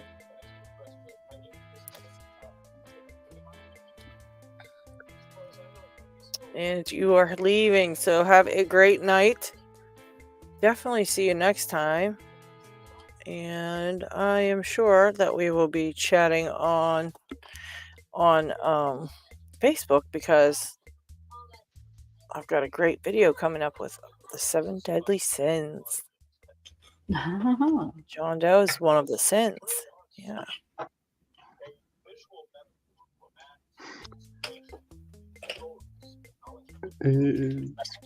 Dow says he'll send you another one. Did you hear that, PWs? Okay, I was gonna say. Oh, that's awesome. Thank you. Because I really feel insecure without it. Because knowing that I have an EDC kit on me that can get me out of any glass situation. I was locked in a elevator. One of my phobias was being locked in an elevator of a night time without being able to get out, and it happened to me last year. And what? It was a glass elevator, so I could see out. I could see the people, but they couldn't see me. But if I had smashed that glass, and then they would have noticed I was in there. Oh my gosh! This actually happened to you? Yeah, it freaked me right out. And oh my gosh! And I used the phone in there and the alarm. I was pressing the alarm buttons. Gee, they were loud. No one was listening. And I was ringing on that phone and no one was picking up. So my panic attack just ramped right up. And if I had something on me that could break that glass, I would have done it. Yeah. And that Tinker bracelet would have done it. It would have broken it. It is that strong. Wow. And I just would have not a big have padlock on you. What was that? I say just have a big padlock on you. Yeah, it wasn't. It wasn't one of those times when I could have a padlock on me. So I wasn't impressed. It was a nighttime meeting as well, so it was the last meeting of the day. So they were all packing up and leaving the building. I could see them down the hallway in the office, and I rang my wife, and she was ringing the desk, and no one was picking up the phone. And they only found out I was locked in there the next morning when they got the messages on their phone. And they rang me and said, "Oh, sorry about that." And I said, "Yeah, well, you don't put someone in an elevator. You use your swipey card and then you walk away without seeing the elevator actually move, because I had no codes, no way to get out of that elevator. But if I had my Tinker bracelet on me, I would have got out of that elevator. Yeah, really. And I would have no conscience about them having to replace it, because they shouldn't have locked me in there. True. Yeah, that's insane. So, yeah. Boy, if you lived in America, you could have sued them and got $4 million for your time away from family and your mental anguish. Well, it set off a PTSD thing with me, because it was a phobia. I'd had a phobia of that ever since I was a kid, of being locked in an elevator. Yeah, and you could have been a billionaire by now. Yeah, crazy. Like in Australia, we don't really go for suing people. We just, accept an apology. But yeah, wasn't impressed. But, if I had the Tinker bracelet, that would have cost them to replace that glass elevator.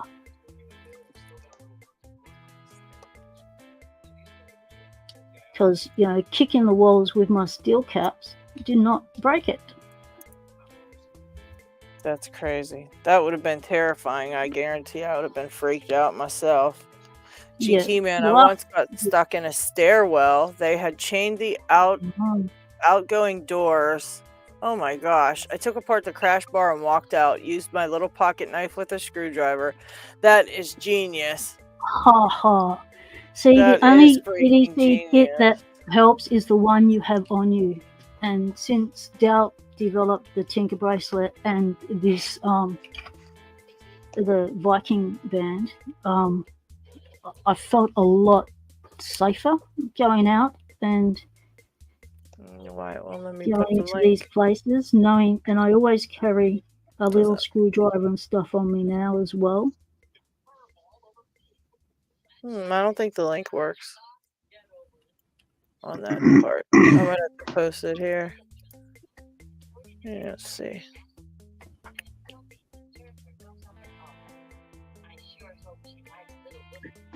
Yeah, I can't be getting stuck on no elevator. I'd shit my pants. Excuse my language.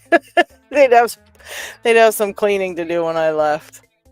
Yeah, well, I was able to think my way out of the situation, like, go through the motions of,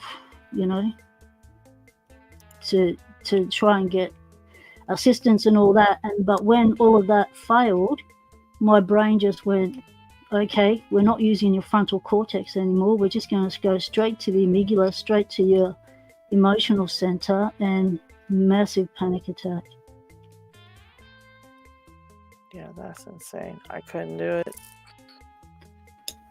And the the emergency phone, when they finally did pick it up and answer it, I couldn't even make out what they were saying. It was such a bad connection, and it was ridiculous.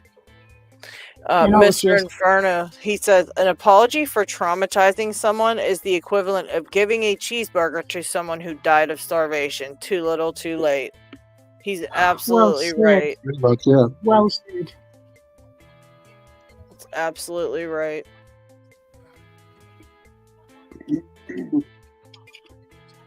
So people wonder why I carry so much stuff around with me now. It's like, for situations like that.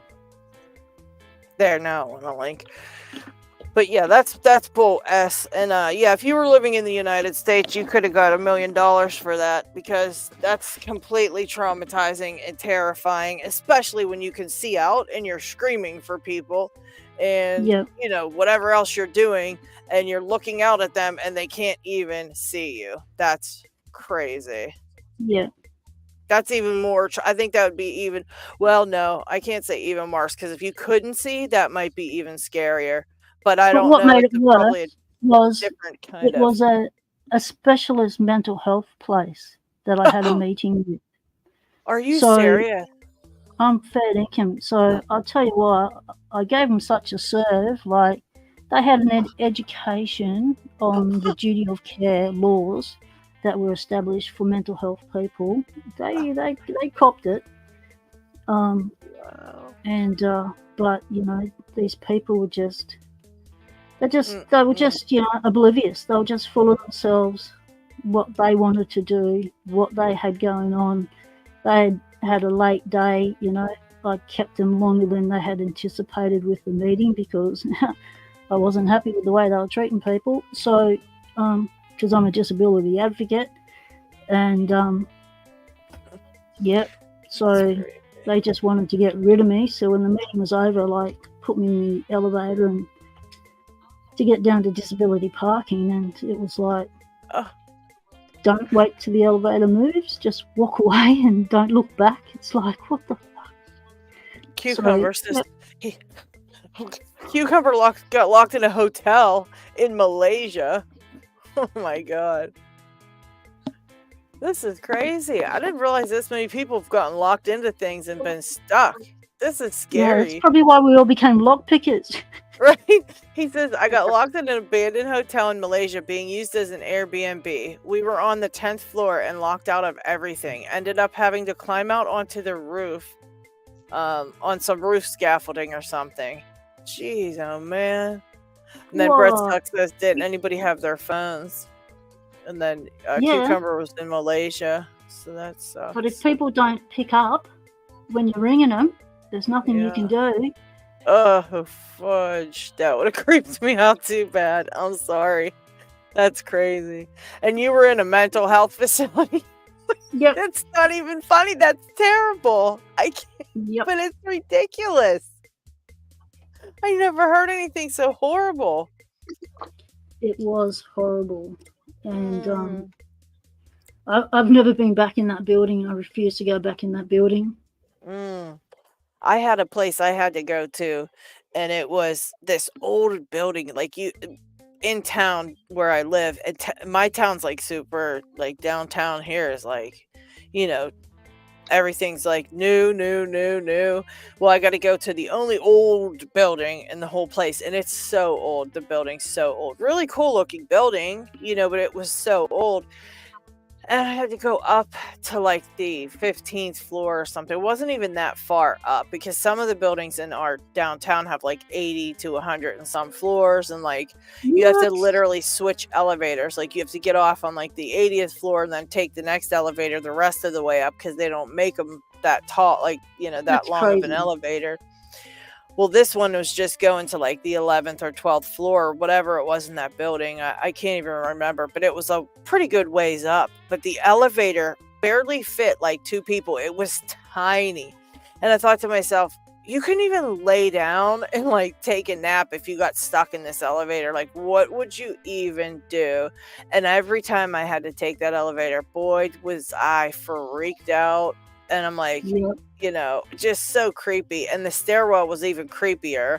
And it's like, well, flip a coin and decide which creepy place you're going to do. And as you can see, G Keyman got stuck in the stairwell. So that doesn't even make it better, you know, taking the stairs Yeah. sometimes. Like, and the stairs are like emergency exits, which is crazy that, you know, he's gotten locked into his stairwell because they're supposed to be emergency exits for people. And But they you just know, to close have behind that. you and you can't get back out. And that's another, you know, Mhm. a trap That's scenario. crazy. It's like it's supposed to be emergency exits, but once you're in them, you either have to go to the roof or to the ground floor. But then we've locked it for security reasons. It's like, what? Yeah, that's nuts. GQ says, remember, doors may be locked and secure, but most walls or ceilings are not. So that's true. And Delp says, that's why I carry an elevator key. Interesting. I might need one of them, Del. Yeah. We're all like, Because- Delp, can you get us on order for like 22 elevator keys now? Because we're all freaked out. Yeah. Oh, okay, Paracentric. Power went out when I was on a freight elevator in a used store type of place. Pitch black for 15 minutes. Freaked me the F out. Yes, that is another why I place. carry a torch. That's creepy. Wow. And there's And nobody since- in them used store places either. Those places, like, they might have a worker, but it's like one worker for the whole place, especially like at night and things like that. And you're like in the middle of the building with everything surrounding you. So yeah, pitch black, and oh my gosh.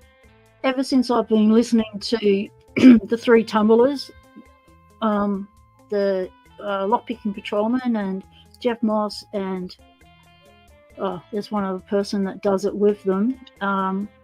They do a podcast where they talk about locks and locksmithing in times gone by, and do stories where locks and doors and things were issues and stuff. They did this one story on a massive fire in America that happened in a theater cinema kind of thing, and people did not know how to unlock the lock that was on the doors. And because you weren't familiar with how that particular door unlocked, and there was only one person, which was, the stage manager, who knew how to unlock the doors, people were trapped and people died because they did not know how to get out that exit. Wow. So, and one of the things that they always emphasize is, lockpicking patrolman says when he enters a premises, he always makes sure he knows where his exits are, how to get out. If things get smoky, if things get dark, you need to know how to find your way out, and you need to know how to operate the exit bar or the mechanism that's on the door, like 100%. Like, for instance, in England, I watched the English locksmiths, and they have weird ass doors over there. The handle lifts up and lifts to lock or open, and then down to open or lock. It's like, what door do you have to lift the handle up to get out, or to lock it, to know how to unlock it by lifting it up? Like, if I got stuck over there, my brain would not think, okay, I actually have to lift this handle up to unlock the door. Yeah. So Yeah. they're saying it's about knowing the mechanisms, and they discussed the mechanisms that were used at that time of that fire in that theater, and how things like that. Yeah, fine, they changed laws and better designs happen afterwards, but that doesn't help the people that lost everything at that time. Yeah, especially if you're going to put newfangled type stuff on, you should have a little introduction like, hey, everybody, like they do on a plane, here's the exits, here's how you open the doors, please pay attention. A brief 5-minute little thing, could have made a whole difference on all of that, That's crazy. But what they also need to do on planes is, because when you sit in the row where the exit is, they say, are you prepared to unlock the door and let people exit? And if you sit here, and I always go, yeah, of course, just show me how it's done. Oh, you just lift that up and you push, and it's like, okay, can I have a run through of that? So I know how much force I need, what it feels like when my eyes are closed and you can't see anything and you're choking, so that I can work that mechanism to be able to let people out. And they always say, no, we can't actually show you how it's done. We can tell you this is how you do it, but we're not going to show you how to do it. So you get a run through. It's like, well, hang on, in an emergency situation, people go by instinct and what they know, and training is what helps people get out of situations. So train me on how to open the door. It's going to take a second. It's like, no, we can't actually open the door. Yeah, that's crazy. That's scary and crazy. Yeah. I hate to be a bummer, but my eyelids are failing me. Blackjack, can you carry it on, or would you work it to an end? I'll leave it go for a little bit. We still have a few people on watching and people picking, so I'll leave it go for a little bit. All right, LockHeat. Well, thank you for running the show and being the glue that holds us all together. I hope you have a great night. Hi, LockHeat, and good night, LockHeat. Back to you, LockHeat, and you mate. Right. Dark Arts has said, but even though they sell the elevator key, he tells people not to use it unless you've been trained to. So even a simple key has a way to use it safely, because you don't want to turn it the wrong way and lock up the whole system, that kind of thing. Right, yeah. Is that Dig that just popped on? Yeah, hello. Hi, Dig. How are you? I'm fine, and you? You know how I am. Yeah, yeah. Yeah, I know.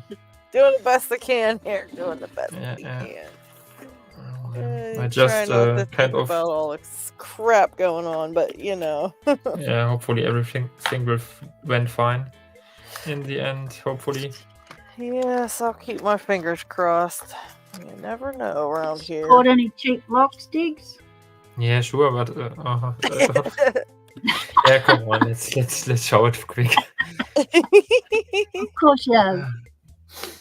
Which lock we use for the show? I was for some reason all my stuff got magnetic, which is totally annoying. I worked with magnet locks lately, and it sucks now. Oh no! I got hands on this beauty. Oh, thank you, Dana. This thing here.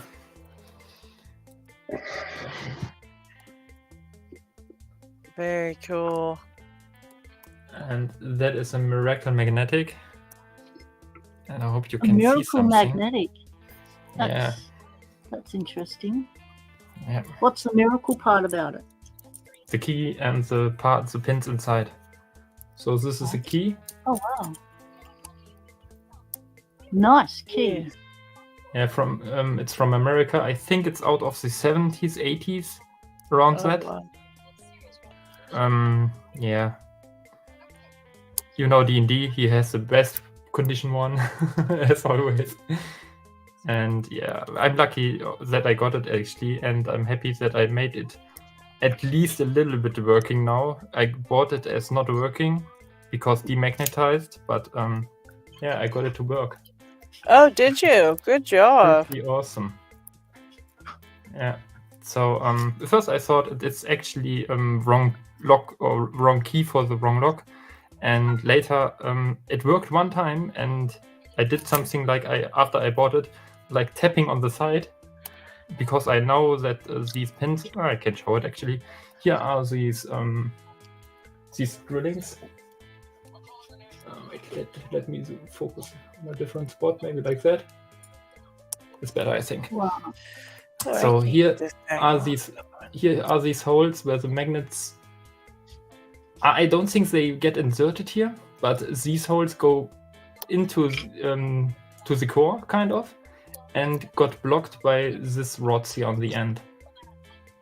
And these are the rods the magnets are attracted to if the key is out. So now the magnets stick to the side and blocking here the shear line on these sides. And on this side, there is kind of a magnet on. I start on this side. Here is on 1.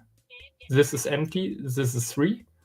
And this is kind of 2 and 4. So 1, 3, and 2 and 4.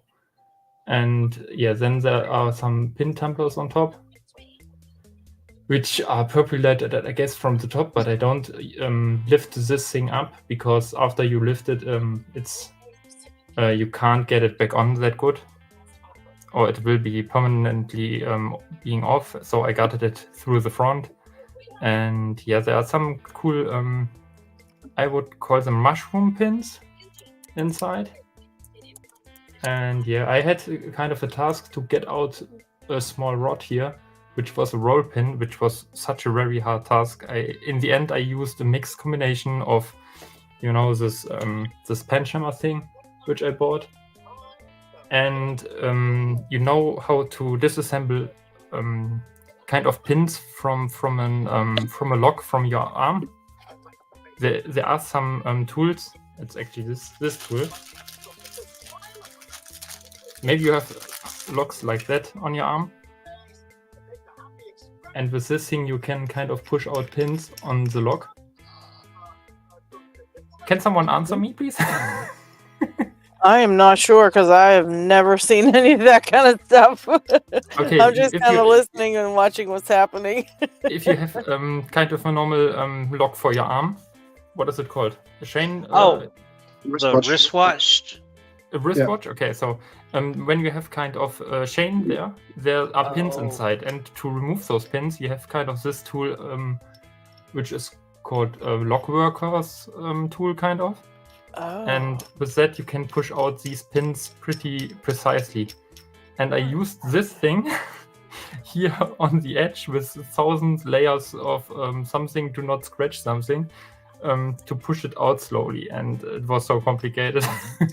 because the inner diameter, pretty crazy. The inner diameter of that here is goes into the inner part of the pin, which was cool because it centers by itself. But the problem was I couldn't reach deep enough inside, because you see, like, if I go only to here, I'm not through with the pin. And on the end, there was, you know it from Yolos, I guess, this long metal sheet. It's kind of part of the actuator, I think. I removed it as it was like that long. And I didn't throw it. Removed it and throw it away. I just put it on the side because it's not needed for picking purpose.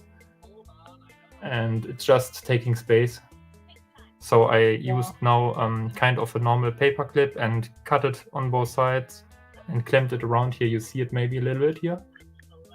And that worked pretty well. Yeah. This rod what goes here right now is the paper clip. Oh wow, that's wild. So, yeah, the problem really good. You rolled that up pretty nicely. Jeez. Yeah, the problem was just that that it's not mortise. The other guys, all of them who got one have the variant with screws, and I got another one, and yeah, I got told by D&D, yeah, you got the rare one. And I was like, hey, I got the shit one.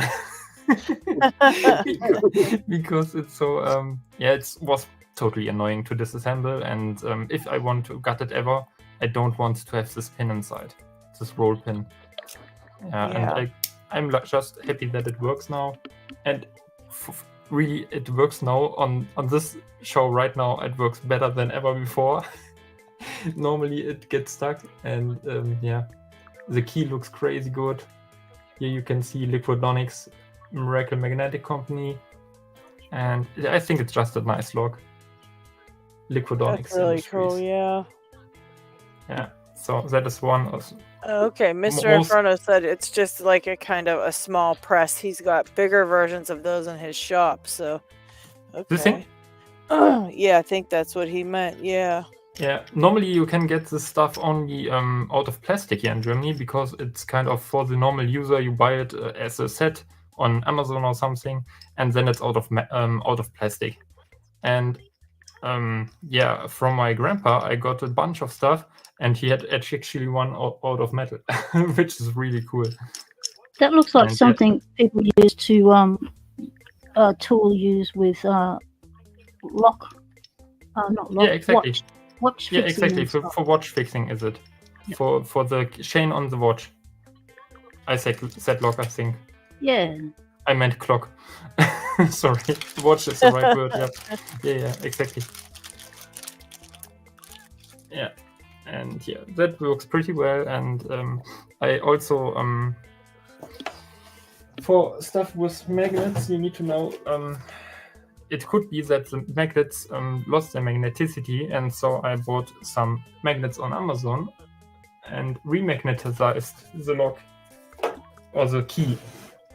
And is that how you magnetized your lock lab? I think so, yes. I think so. Yeah, so very cool.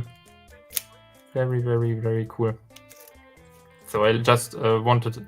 as I saw the keys, I just said like, oh yeah, I need this lock one time. And then I got lucky and found it online. And yeah, someone helped me to get it. I don't know if I should. Do the keys stick together?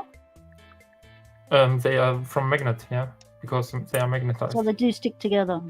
So they're not. You can put so they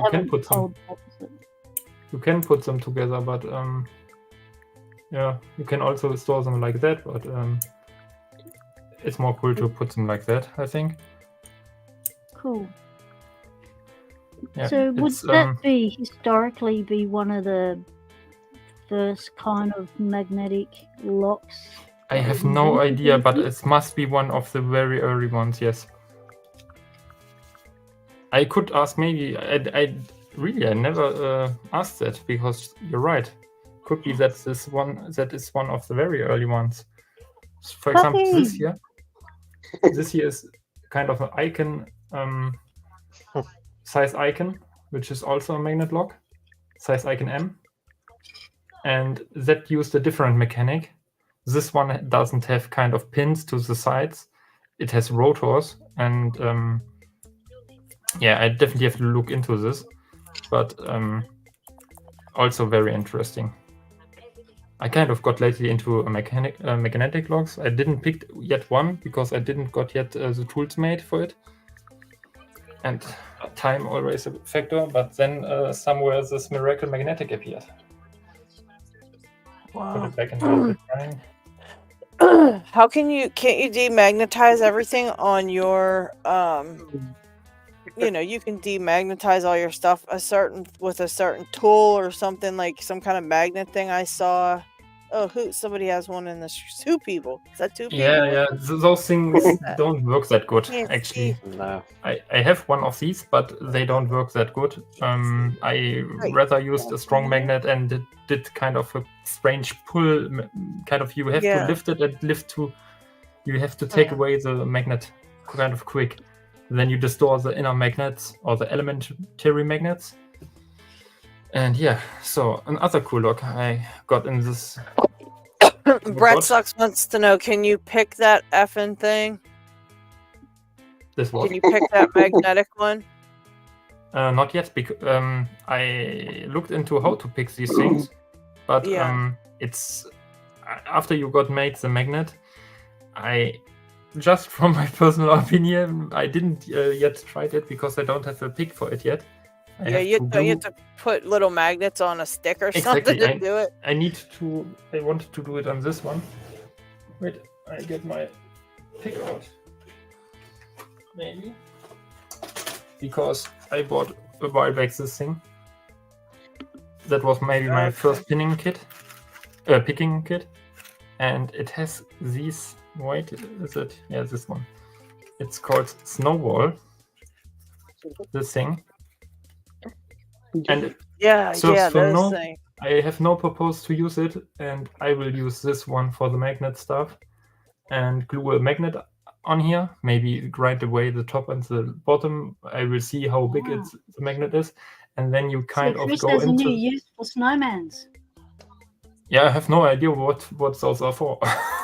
Yeah, magnets on. Yeah. Yeah, exactly. And Excellent I have kind of two of them.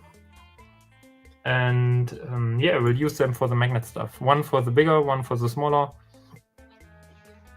Maybe this is a good idea to use this for the bigger and grind away the bottom part here and use this for the smaller one. That way I can reach deeper into the lock. And yeah, it will be a good reuse of these picks I never used. And with that you kind of bind the pins. I think magnets are mostly picked by audio. You need to hear it. I hope most people kind of use kind of a a piece to make it stronger, the sound. Kind of a microphone on top, like of a guitar amp. It's kind of such kind from a guitar. It picks up the sound. Pickup? Is it called a pickup? Oh, it's a pickup. Okay, yeah, then it's a pickup. You can put it on the front of the lock, and then you hear the clicks way louder. And I definitely want to try it without. Yeah, I don't like this fancy shit around it. I want to try it around and use it without anything of that. But maybe it doesn't work. No idea. And then you hear 4 clicks kind of, and if you find a binder, then you don't hear a click because it's binding. And then you most likely set it. That is for rotary pens actually, or for these pens here, because I looked more into this picking of the rotors, because there you kind of listen for scrubbing sounds of the rotor turning.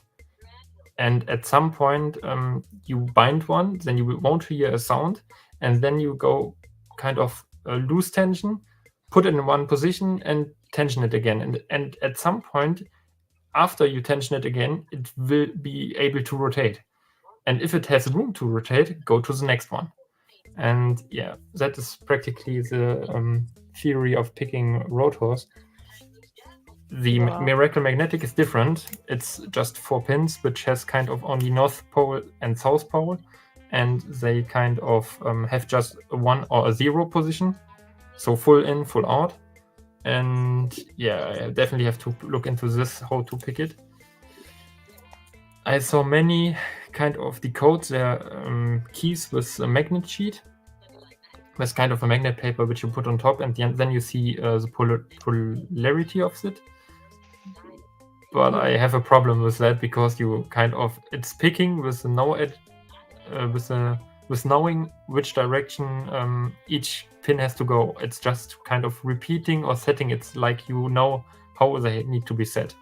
And I want always to figure out how also figure out without the key how to set them. Right. Might be only my thinking, because I heard already that the thing what I'm doing with finger pins is totally wrong. For example, the TK5, you need to rotate them, and I thought it's part of the picking process to find out in which direction they need to be rotated, and not by looking at the key or looking at the lock when you got it. So another lock. It's a lot. is- That's a lot to pick those magnetic ones. That's for sure. Another cool one is maybe this one. Oh shoot! What is that thing? Is It's that a a lock? Yes. Yeah, it's a NATO Mercy, and that is the key from it. My goodness. That's cool. It's a double lure lock, and this one is pretty cool. I unfortunately didn't got the plastic cover. Normally he has a cover on top, which you can only remove if you have the original key, or you can pick it. And mine is kind of open right now, so you can see these. It's a little bit dark in there. Here you see it maybe. I tried to how to show it actually. Increase the brightness maybe a little bit. With this purpose. I'm a go, guys. Well, thank you for hanging out with us. Thanks for having me. I hope you had a little bit of fun, got some laughs. And change tones and all that. We go over a lot on picking time. The joys of technology. Yeah. So yeah. I'm glad you found out how not to overheat, so next time you come on, you won't heat out. No, it's a different phone. Yeah, that's so crazy how one phone does it and the other ones don't, isn't it? I don't get that. I don't know. I used the other one for what, an hour and a half or something. So maybe that's why. This one has also been on for about that time, but it's not overheating yet. I don't know. I know. Anyway. I think LockHeat was recording it too, so I think that takes up a lot of stuff on people's phones for when it's doing it. And then if you don't decide to take the recordings, you don't have, you don't take them. But I think when it's on StreamYard, it makes people's phones work extra hard. I think. I'm not sure. To check into that. Too. Anyway, Yeah, I'm gonna go. So. Okay. Thanks for hanging out. Bye, Lockmania. Okay. Happy Bye. peeking, mate. Yes. Have a great week. So if I turn now. I don't want to interrupt him. You what? I don't want to interrupt him. Sorry. Oh no, he went out. Okay, so now you see it. If I turn now the key, you see the levers go in their positions on this side. Yes. And also on this side. And if I return it back, it goes all flat again. Oh shoot. Like that. That's a bit And crazy. Yeah, it's a double-sided lever lock. So That's this is crazy. I've never double-sided. seen a lock like that. Yeah, it's an NATO Mercy, and there are two variations of it: a 10 lever lock and a 14. And this here is a 14 lever lock. And normally the older ones are more difficult. But I think there was something made that this one is also that difficult. I think it was Black Belt 2 or something. Could be wrong. Somewhere at Black Belt. So it is rated. And at some point I want to dive into that, but yeah, might be a while until I get there. That's gonna be crazy too. That's gonna be absolutely crazy. Oh wow, thank you, Ryan. Yeah, cool lock Oh, actually. thank you. Thank you. And very cool that I got actually original key of it. And the most funny part of that is I showed it to D&D as he knows all this stuff. And you see the number M02868882 there. It's on the lock and on the key, which is kind of a sign of the original key. And the most funny thing about that, I talked to D&D and he said, yeah, you know what? That was my Mercy a while ago. Oh, wow. Yeah, I actually bought it from someone who bought it from D&D, as it seems. So this lock goes around the world. That's funny. I got another bunch of locks in there, but Yeah, maybe this one here is also cool. It's Steve an said it era. looks like a safe lock. It is a safe lock from UK, if Okay. I remember correctly. So there are many of them in the UK, so I think they are from the UK. This one is also cool. It's rusted as hell. I want to make it looking more fresh again. It's era lever lock. So that was just. I want to say I might have got one of them too, Dig.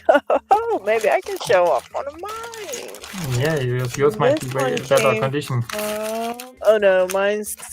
Wait, where'd it go? This is a different kind of that, but it came from Nick's Picks, and then he got me this tiny baby one too. This little baby one. It's so cute. Wait, I need to see a picture. I'm under my table right now. No, but wait. Oh, yeah. And I got a bigger one. That's like a big, chunky one of them. Was this considered a mortise lock? I think this is an era. It is a safe lock, Steve. I just tried to keep up with the comments. Sorry. The English call them mortise locks. Aussies call them sash locks. I think also there's a sign on it. Yeah, this one. I heard this sign here. I hope you can see it in the picture. And this here, that is a sign of being a government item.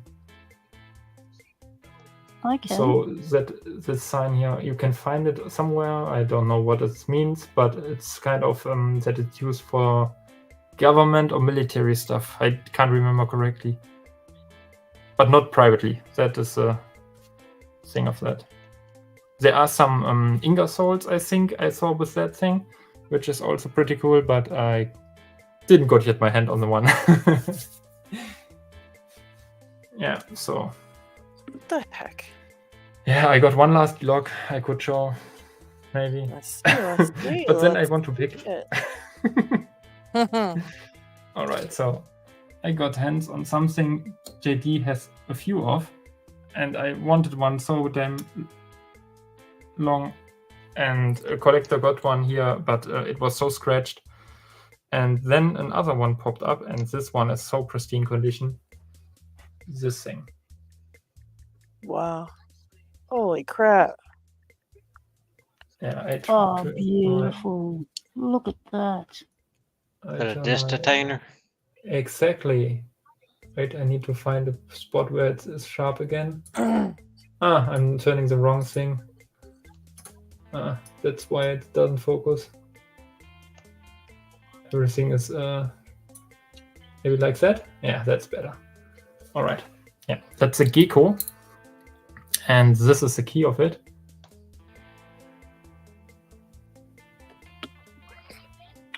And it is kind of. That is so neat looking. I can't believe it. Yeah, it is kind of interesting. It's kind of a lock from our postal service. No idea how old it is, but I heard actually this thing isn't in use anymore. These padlocks, I think, but these keys are still in use for the postal stuff, which is pretty interesting because you kind of could open any post box with that. And it's kind of interesting. Yeah. So it's this detainer, and I think I opened it already. Yeah, it has kind of a little bit resistance on opening. But is it an Abloy classic profile? What sort of profile is it? It's similar, but it's a German invention. This one. I could show the key in more detail, maybe. So everyone can copy it, like you should do it on the internet. Wait. It's not in use anymore, so. Show us the rear end of the that. key so we can see the profile. Oh, okay. That's quite different, isn't it? Yeah. Yeah, it's like a classic, but it's got the profiles that grooves in it.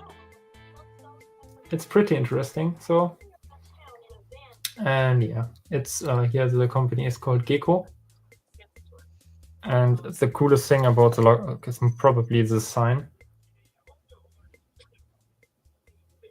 Wow. I kind of like the strong, I like logos in general, and it has kind of a strong impact. Terrific.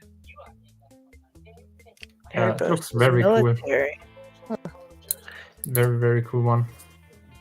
Where'd you get that one from?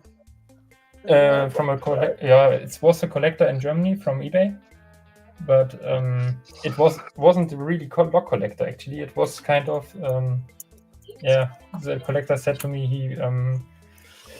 he is collecting handcuffs, only handcuffs. So you paid about €5 for it then? How much? €5. 400? 5. €5? No, it was a little bit more expensive, but normal price is around 80. And yeah, I got it a little bit cheaper. You always do, Diggs. Yeah, I don't want to spend 80 if it's too scratched kind of, and this one was like ultra good condition. And yeah, Diggs never pays retail. No. Yeah. Brett, I'm wondering if you could use a profile. But that style. is also kind of a normal lock, I think, because you can get it just if you want it. You can go to eBay and get it. But still, it's a cool lock. Oh, Mandy lock. No, this thing is a Uema. Oh. This thing is a Uema. Oh. Japanese. This thing is a Uema with sliders and loose core. Cranky face. The interesting thing, here now we can make fun about faces. And it's just open if you insert the key completely. And there's some cool mechanic, which is pretty interesting picking wise. This one is a Black Belt 5 lock actually. Oh my gosh. Yeah. It's not guttable for it's unfortunately not guttable. If you want to gut it for your black belt, you have to destroy it on the gutting process, which I don't do. It gives you no feedback because the sliders, you can't kind of tension the core on this one because it's a pretty, I think it's ultra smart, this idea, because the sliders need to be in the correct position that kind of sliders move. On top they have a notch which is a true gate, and after these true gates align all, the sidebar can interact and fall down, and after it falls down it connects to the back part of the core, and with that you can open the lock. But before this happens, you have to see the inside of that. The core can turn freely, as you saw before, so you can't tension it at all. And Dr. Hockmaster found an approach to open it, and I think the first one was Mr. Paradise, he is called. And so very cool one, and absolutely nightmare for lockpickers to pick this thing. So the approach of picking it is actually by these sliders here, spring-loaded, as you can see maybe. I try to lift one. Yeah, you can't see it really, but they are spring-loaded. And one approach of getting feedback from this thing is, I don't know 100% about it, but Dr. Hockmaster made kind of a tool for it, which you shove under it, and it raises the friction of those sliders onto the thing what you inserted, and with this friction you inserted, you can kind of put them to the true gate, and if you have some at the correct position, this is also a lock. You need to know kind of the key, because you need to know how deep they sit. And then you can kind of put each slider to this position. But I hope still there is a method to find to pick it without knowing the key. And that's almost why I bought it, to find this out. But might be that I'm wrong, and it's just a cool fancy lock. So yeah, it looks just cool, and I was like, oh no, the last one is selling, I need to get it. And yeah, I was looking at it a long time, and now I got it, and yeah, it's a cool padlock in the end. And I think that was everything I got. Have me look through my vitrine. Yeah, I think that was everything. Are you sure? No, for sure not. There's always more with digs. No, I don't think so. Yeah, that was enough, I think, also. And now someone on LPU picked yesterday an oval, which was pretty interesting. Then some of the guys jumped on it and are like, oh, yo, yeah, someone ever saw something like this lock? And yeah, I was like, yeah, I got it. And I got it in this lock here, which is kind of an Abus. Okay. I picked it. I picked it already on video, but yeah, I got told I picked a very easy one of this one. You need to know inside of there are Christmas trees. Oh, yikes. Yeah, and I don't, because there's no milling in the core, except of an over milling. Oh. That might not be that bad then, huh? Yeah, I should.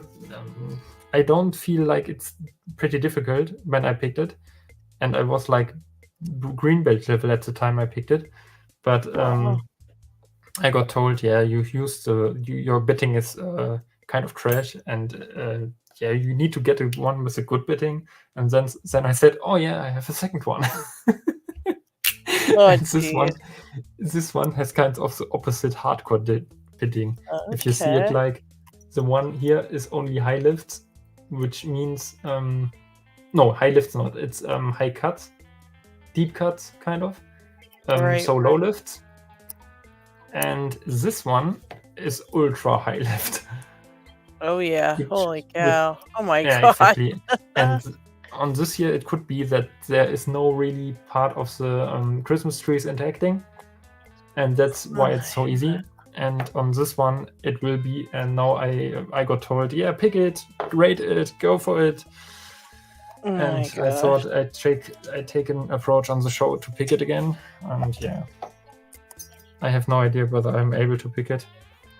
Yeah, you can do it, Dig. You're a great picker. Yeah, but I picked for so long, not anymore.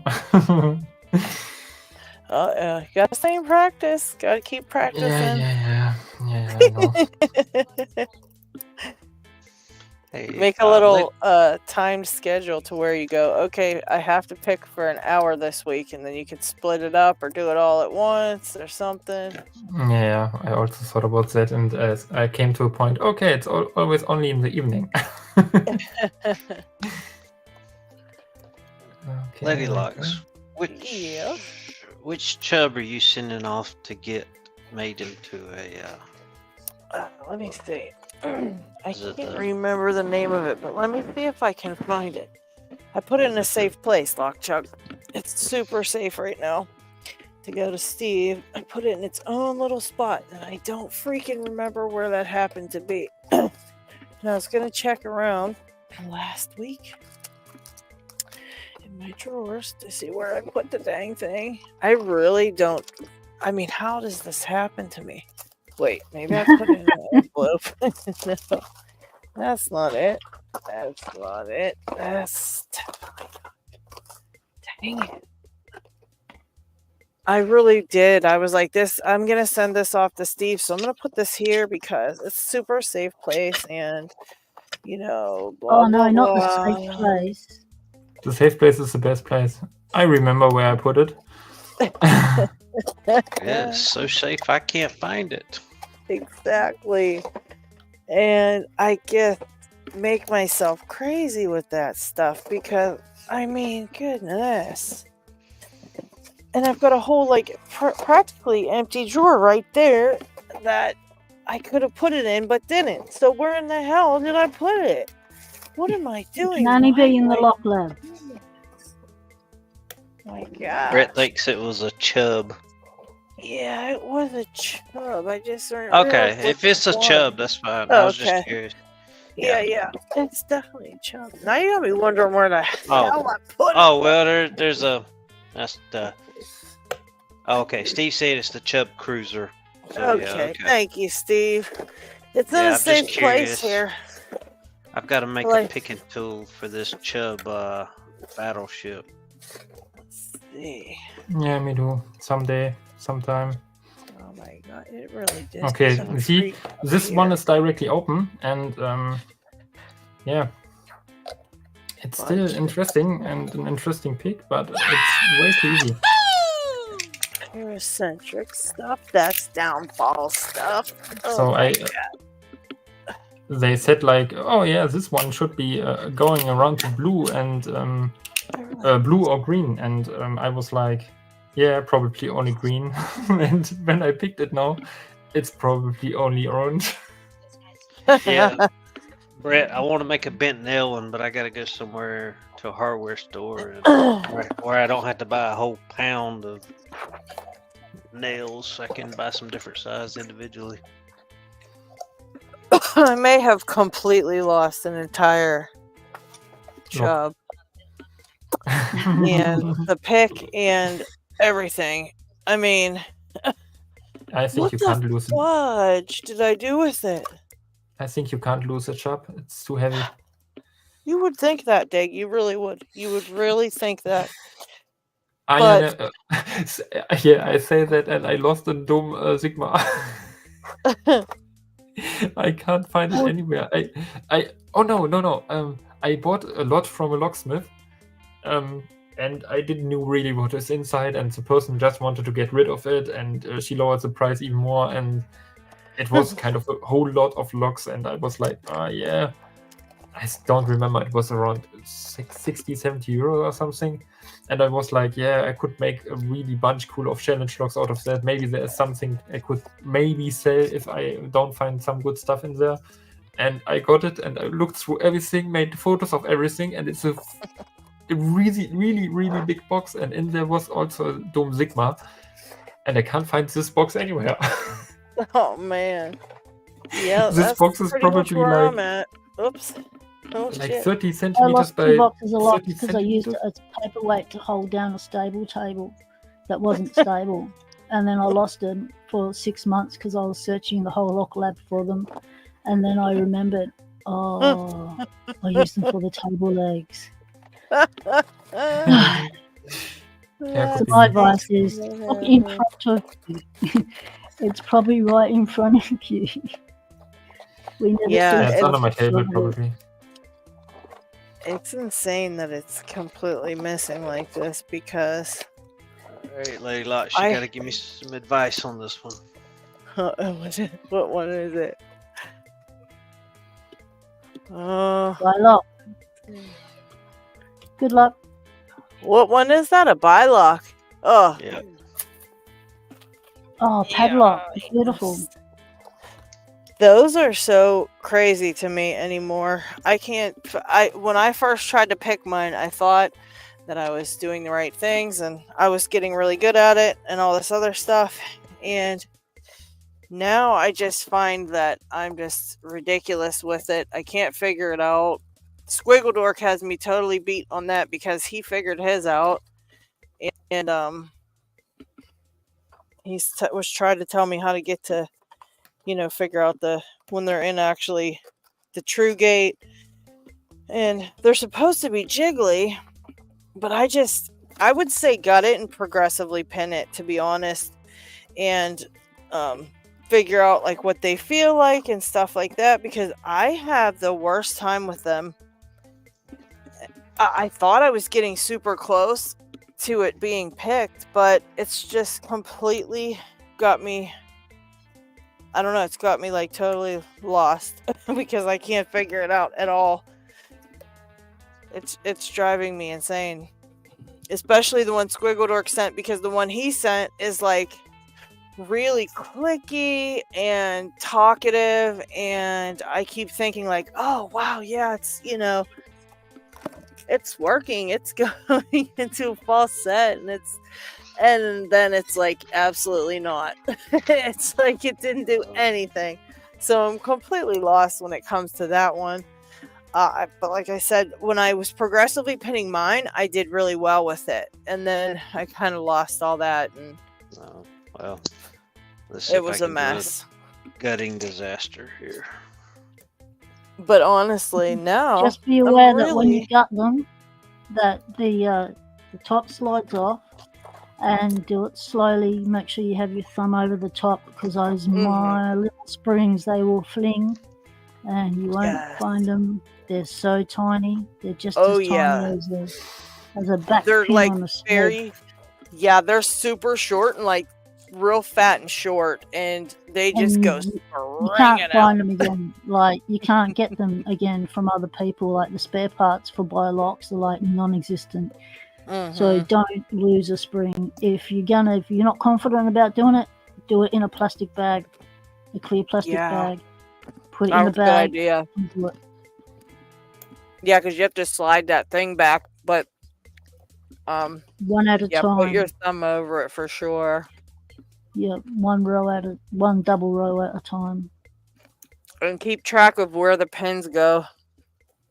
Yeah. And write I've down got like a really cool pinning tray for BioLocks that which is Block made me. I've got 2 of them actually. There's the first one. So you got your 2 sections. Oh wow. Yep, so you don't get mixed up. And hopefully this one's got enough. And then this one's a bigger one. Cool. Oh yeah, that's a good one. So you don't get mixed up. That's good. This yeah, is a Locktuck's beautiful got 2 rows too. color. That's really pretty looking. So yeah. this is the same sort of color and stuff, I would say, that is similar to your Vice base. You can't see it with this yeah, this those camera, real washes out all shiny. the color. But yeah, it's like very the pretty. magnetic blue stuff. It's really nice. But yeah, I thought, oh, that's a good idea. When I get to doing the BioLock thing, I can confidently not get them all mixed up. Yeah, for sure. I would take them out and then write down, are they a high, like where is it the true, does it go true then false or false then true? Is it a high lift, a low lift? That way when you're picking it, you kind of can hone in on where the pins are supposed to kind of go. Like if the true gate's second, then you know you have to click it twice, you know, and it has to be like whatever, and then you know if it's high or low set. That helps to be able to pick it in the right kind of way. Be aware that a lot of them, they will come mastered, so you'll have like 2 true gates on top of each other, so it'll be like a big hole, not just a little hole that the sidebar will go into, unless it comes unmastered, which they rarely do. You will have that happening as well. So They if you said see this that one was unmastered. some of them have huge holes in them and others have little, that's just the mastering.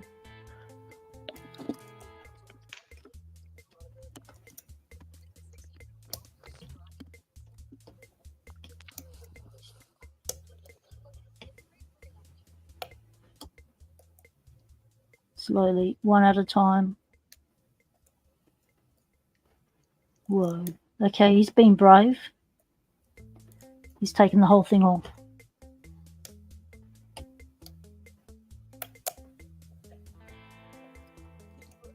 You got this, Lock Chuck.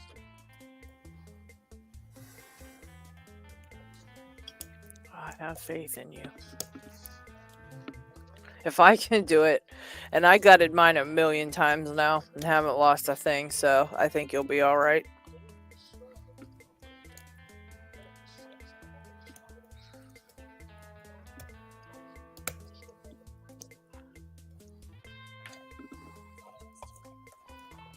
That's the part I'm having the most trouble with about squiggle door says you can't gut it.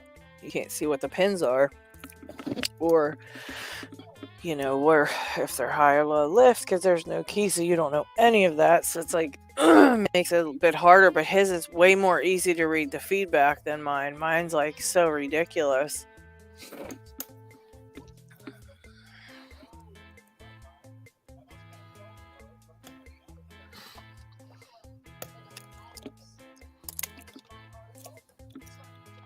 It's nice and clicky and stuff though, but I just don't know where anything goes, and I wish I could progressive pin that one because it would be so nice. I know it would be such a nice one to pick.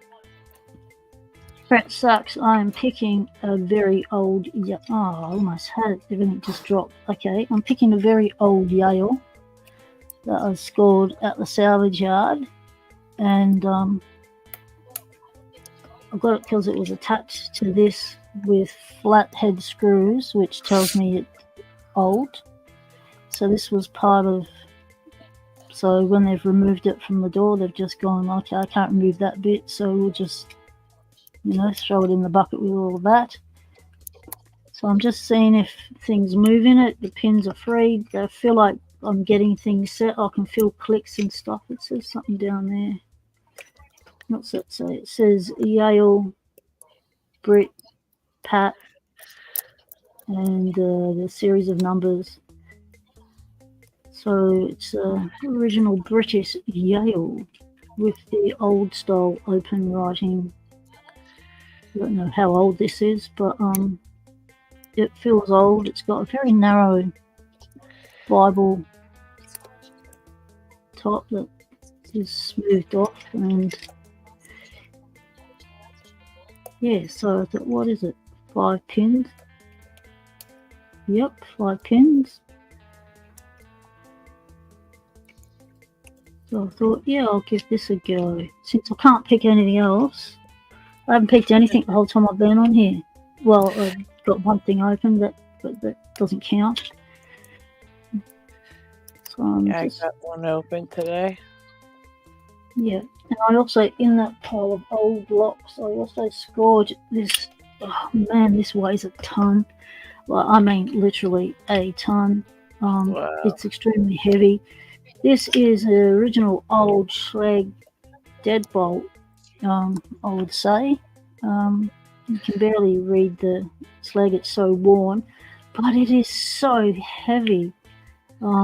It's got the hex sort of Allen key things, but this shroud, it's a double, so that is just the cover, but under that is this solid chunky bit of metal that is where all the weight's coming from to protect that little lock on the inside, which is your standard Schlag cylinder, I'd say. But this has got like heavy weight protection around it. Like, I reckon this is at least a kilo and a bit. 1.5 kilos of weight, and I had to go up picking that, but I got nowhere, as I usually do with Schlags. But that's just me and Schlag. You call it Schlag, Schlag? How do you pronounce it? I say Schlag. I think Schlag. I think Knox calls it what's Knox calls it? He calls it something weird. It sounds like weird to me. I don't know if he calls it a Schlage or something. I can't remember. Yeah, I hear a lot of people in like across the pond, they say Slage. Like I've always said. And in that lot, I also scored this, which also weighs 0.5 ton, and I've got one of these, but it's in pieces, and I never knew how it went together. So when I saw this all together, I thought, aha. So this is a Nice. Lockwood Take a picture. called, starts with a P, Peregrine or something like that it's called. I don't come across them much to actually know much about it, but it's pretty cool. And it has the green to say that it's unlocked, and it changes to red to show that it's in the lock position. So at the moment it's unlocked, but I haven't tried to pick this one yet. But this is also extremely weighty. And the other thing I scored was, because I went back there looking for some old, more 100-year-old ones, like that little Sergeant I scored, that tiny little Sergeant lock that worked out to be 100 years old. So that little thing. So I went back there going, okay, do they have any more of these old little things? So I scored this, which has got parts only written on it. And this is a Sergeant.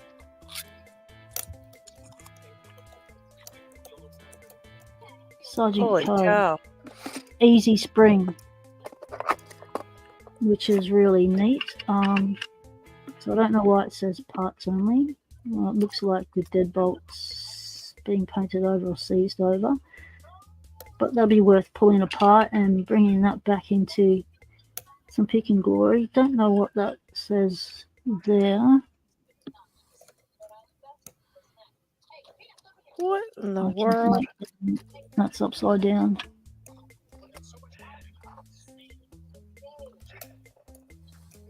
But this is also extremely weighty. And I was able to scored a handful of these, which are tubular locks, but because they've got this ring on them, I'm thinking, and they've got like a washer you have on a tap, really, on them, and one's got a cam. So I'm thinking these were possibly like vending machine. Yeah. Now I've got ones that have come off washing machines from laundromats, but I've never had a vending machine one. So when I saw these, I thought, yep. And because I walked in there and the guy said to me, "Oh, check the middle pile, the box on the middle pile. I've put out a heap of interesting looking little locks." And I've gone, okay. So they were these little cabinet locks, and these are wafer locks. And because when you look at the wafer, you'll see a little notch. Not with this camera, you won't, but there's a little notch, and that little notch means that it's mastered. And there was the world do I there was got another going? one that was by the company Hafeo, something like that, and that's a well-known company for making furniture locks. Oh, and wow. the other one I scored was this, because I went in there looking for Whitco deadbolt latch to replace the one on my back door, because I've got a spare in there at the moment that belongs to a set, and I wanted to get one. So I went looking for one of these, found one. It's seen better days, but it's functional, so that's good enough for me, considering yeah, I'll deal with that later. But then I saw this and I thought, I've got one of these but in pieces, and I thought, okay, so now I'm going to see how they're actually put together and how they function. So that was one of these sort of locks, and this is a carbine. So it'll be interesting to see what pins they have in that.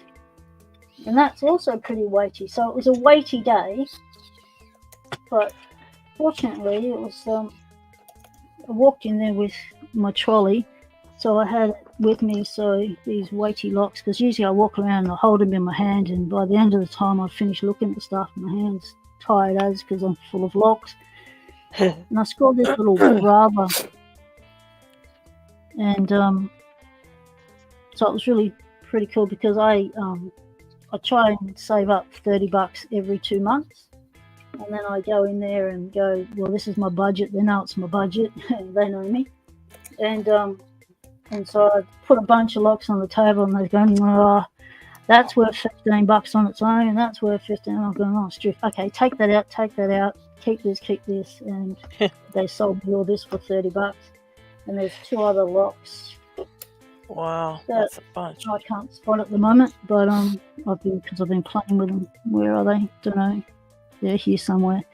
But yeah, I haven't seen inside a Brava one of these. I've only had a Brava padlock, which is a brass one that I can't see inside. That's really neat lock. Be interested to see the pins in here. But normally the Brava keyway is really narky and deadly and very paracentric, which you just will find out when you get the little Brava locks that I've sent you in the parcel for the mini lock madness. Have a shot at it if you're game. Sort of.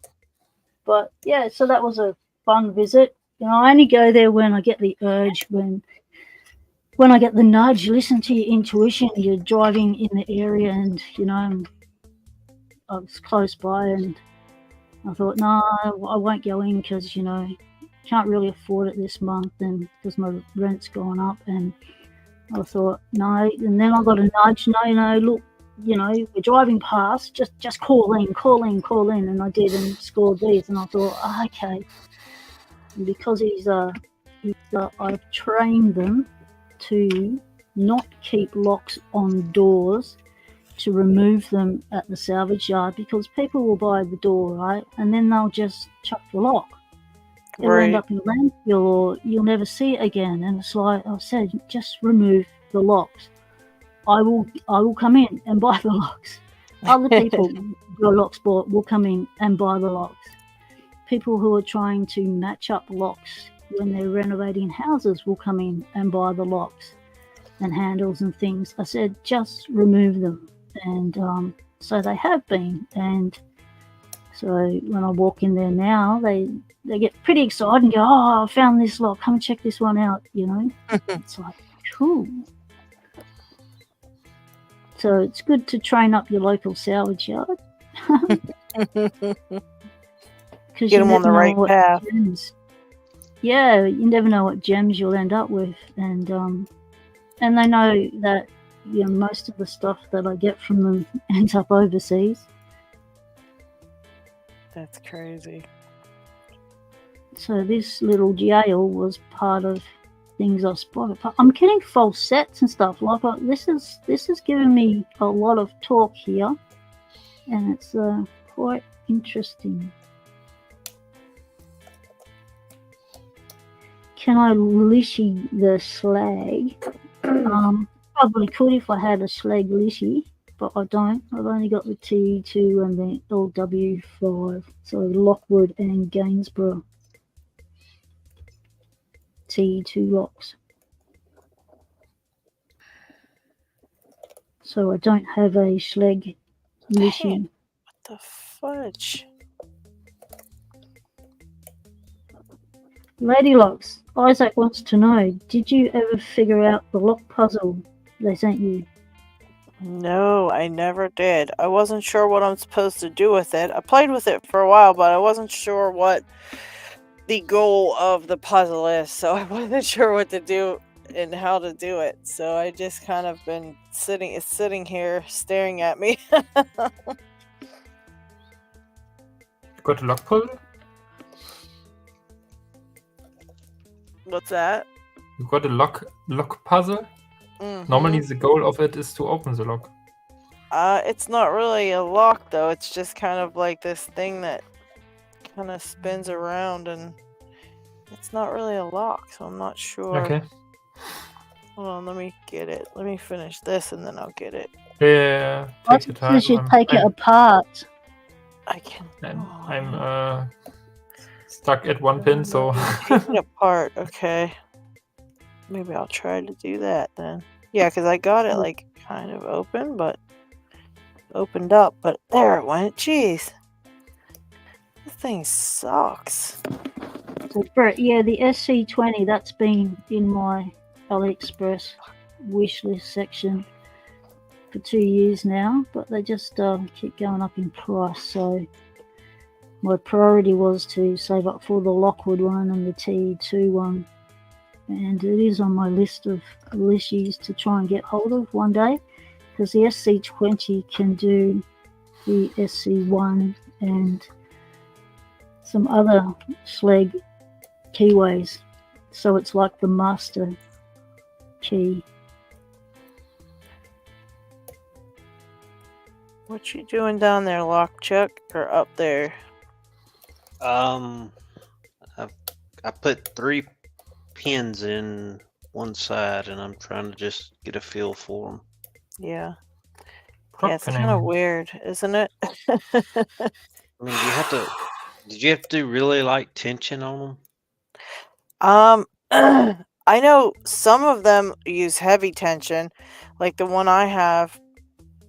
The one I have before Squiggledork sent me that one he had was really heavy tension. I didn't ask him about this one, about the tension, but it seems like it can be light tension because it's just real easily, everything easily clicks. So I'm not real sure on the tension. I've heard, though, heavy tension on those, but I just don't know. Like I said, I worked Similar on when I do heavy tension, I can't get the pin to move. Yeah, then I would lighten it up like a lot then and see how it goes. Or maybe just go a little at a time and see how it's going. Now I had this only pinned with one side, and then I just went to go put all the pins back in. I thought I'll just put all the pins and feel the differences between this one and the one that Squiggle sent me. And the spring was in the wrong side. There was a pin in one side and a spring in the other side, and I do not know why it would be like that, because why in the heck would I put a spring in there where there's no pin? So I just don't know. No wonder I haven't been able to get it right. What the heck is that about? Because I don't remember ever doing that. I don't know why that would happen. Unless it just like bounced over there when I was putting it back together one time or something. I don't know. And maybe when you were putting a Bible cover over it, somehow it got pushed over. Yeah, it's just so wild that it went over there. I mean, I don't think I would have did that, but you know how sometimes you do some weird stuff when you're tired, but still, that's really wild. That would be on there. I don't get that. And this one, I don't even need the key to get apart, so I don't care if the key even works. I'm just putting it back together. Oh my god, I got it open. You did. Good job, Well Dick. Oh done. my god. Sounds like you're holding your breath. Okay, this one isn't green. Oh man. That was a tough one, huh? Yeah, probably blue. Wow. I totally underestimated those pins. Oh my gosh, these are annoying for sure. Definitely have to do a faster pick of it. Where in the hell? I heard I could do a public first on that one, as somehow never someone picked it, as it seems. Someone did pick it. No, yeah, me. Oh, I thought you said what? Someone picked And it. I recorded it like no idea, half a year ago or something. Wow. But only the green one. And as everyone said, like, oh no, that doesn't count. I want to pick the better one. But oh man, this is a tough job. Good job, Dag. Yes, Xander, we are still live. Alright, that's how it works. Just we have no other life. It's, well, I'm it's not- supposed to be cleaning the house for the landlord to arrive tomorrow, and I am delaying, procrastinating, and going, my lock mental health comes first. And so priorities. That's why I'm here. And I was awake. Priorities. Yep. You're right, Dig. Priorities. Yeah, so definitely this lock is It has Christmas trees inside and so on. I think it's really cool that I got it in that pristine condition. Very cool one. Good job picking that and everything, Dig. Great work. Yeah, thanks. It has Christmas trees, but it isn't anywhere at level of a 700 or 600 as it has. No milling. Milling. It has an overmilled core, which I think is interesting because I don't think any other ESSA has an overmilled core. And I heard overmilling is also a thing which is done to prevent picking. Even if in my mind overmilling causes more that it will be easier, but I heard it isn't. I don't know how it should work that overmilling makes something more difficult. But I heard it should, but no idea how. Did you have to float pick those trees? What? No float picking. Okay. Not at all, because you don't have milling. Right. I just wondered if the overmilling made you have to kind of do anything weird, but I guess not. Yeah, it gets just a little bit stuck. You have to kind of counter-rotate without really feedback of it. That was my problem right now. I don't have any feedback which pin is the pin I need to set. And yeah, I dropped some pins again and picked again the same pins, and then I tried just to push these pins deeper to feel whether they get in an in kind of an overset state, or if they feel still free after the next click. And I felt like it got free, and then I tried it for the other ones, and then it opens. That's great work. Yeah. It's really a shame that it's also like a 6-pin ASA 700 without milling. Wow. Which is pretty cool. It's also very funny sometimes to see lock classifications, because there's a thing between how difficult is a lock and how annoying is a lock to pick. And for example, all these taper pins get rated so low because they say like, you don't need any skill for that, and I would rate them all higher. Yeah, because they're super annoying. Yeah, and GG, and for example, the Stajo I showed you, which I got from Jigias, I got it open one time, not open more. And for example, this year,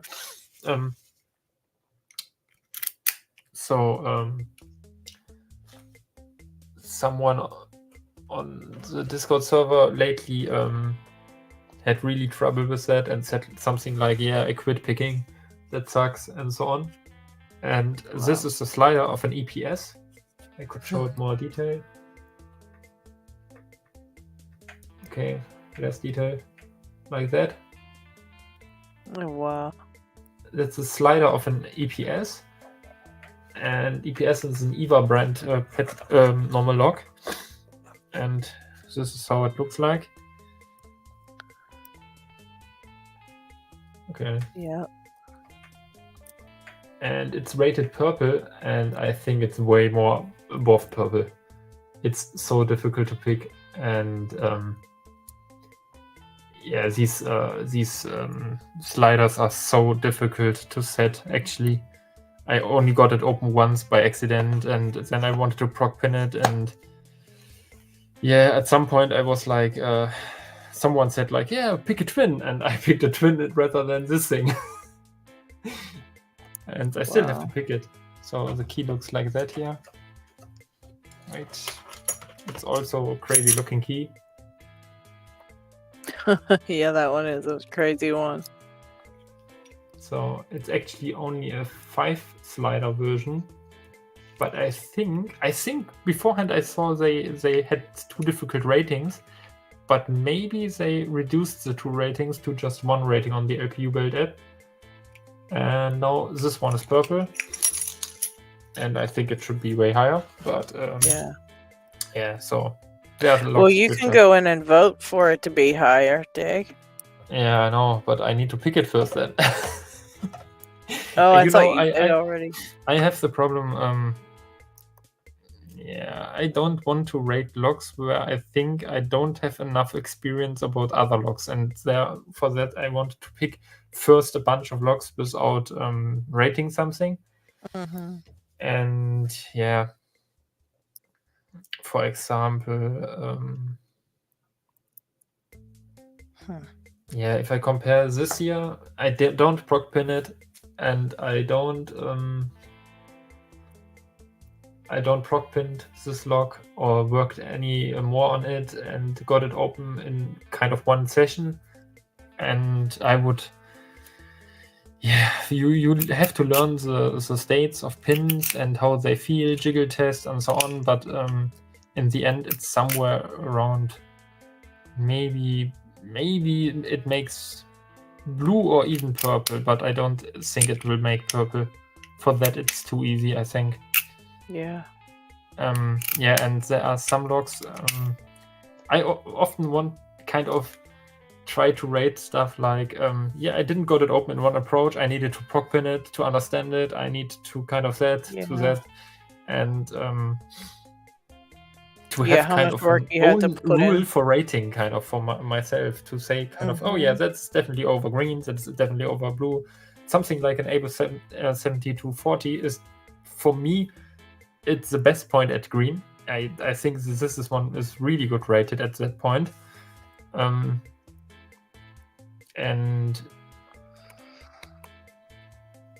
at the beginning, I was annoyed that the American got deranked kind of from blue to green. But yeah, if you pick the sum of them here, then you think like, yeah, it's just different, but it's not more difficult. And I think the idea of rating locks and how the community do it is pretty awesome. And they do a really good job at rating those locks. Yeah, for sure. And I kind of always use this Able 7240 or the American locks as kind of yeah, it's not the middle exactly, but as kind of a base to vote something. And if I have a lock which is easier, then it's definitely under it, like orange or yellow, and then I make sure that the pins inside fit to this. Like if it is standards, then it can't be go to green because it doesn't have any security pins. Right. As the greens say, kind of, yeah, you dive into security pins, and yeah, voting everything in between there is so difficult, up from green to black. I really don't want to rate a black belt lock. Yeah, I guess. I I completely have no understand that. But I think still, when you get to black belt, you see like black belt 1 to black belt 5. It's most likely like someone picked it and say, it's an easier black belt, so it's black belt 1. And then there are some of the crazy ones which are like directly yeah, it's a black belt 5. No. There are so less locks in between these black 1 and black belt 5 that I think there is almost like only 2 or 3 locks, which is black belt 2. Oh wow! Really not many, but a bit more than that, sure. But I would also go then by maybe look like, okay, this lock is black belt 1, then this is more difficult, then this is supposed to be black belt 2 at least. And with that, kind of the whole ranking builds up slowly. Yeah. Yeah, you're right though. They do a good job at it themselves, like getting them all ranked, and that's a tough job. Yeah. And I really like the library, and that was something I definitely wanted to get when I started, because when I started I was like, I think all beginners are like that. Padlocks are for some reason more interesting than normal locks. At least for me, it was like that. And I wanted to get everything in a padlock. And at some point, it's not possible to get something in a padlock, for example, because here is a size icon. and this has an exchangeable core, and the core of that is a VSV core on this particular one. So I could show it without dropping everything, hopefully, like that. Dick moving his pins around again. That is the key from this thing. That's crazy. And yeah, this is the sidebars on the left and right, and yeah, this at that point you don't find locks only in padlocks and so on. And yeah, I kind of went through the whole Reddit LPU ranking, one lock by one lock, and searched it on the internet whether it's a padlock or not. Oh, wow. And then I found out at the higher grades it's different. It's the lock model.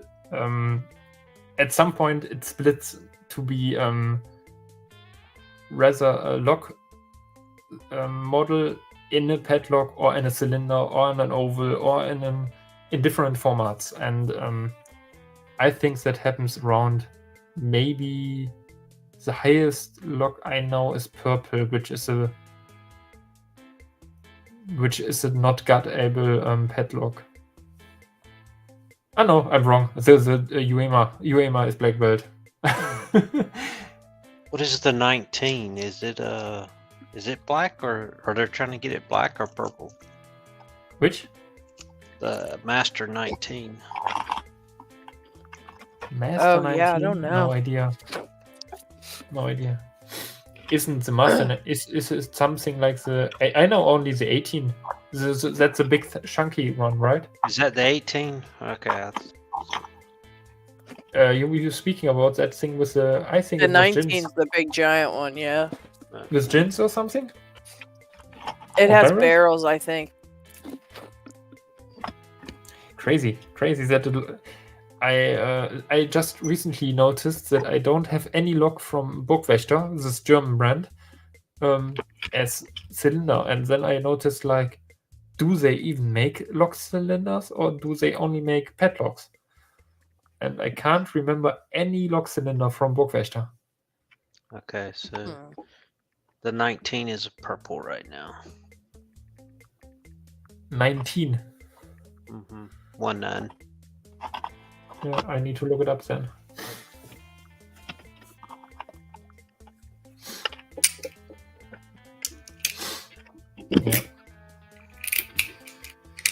Yeah, so ranking is a really difficult job, I think, and this has to be, like, it is done by, I think Peace Weapon is a moderator of it, and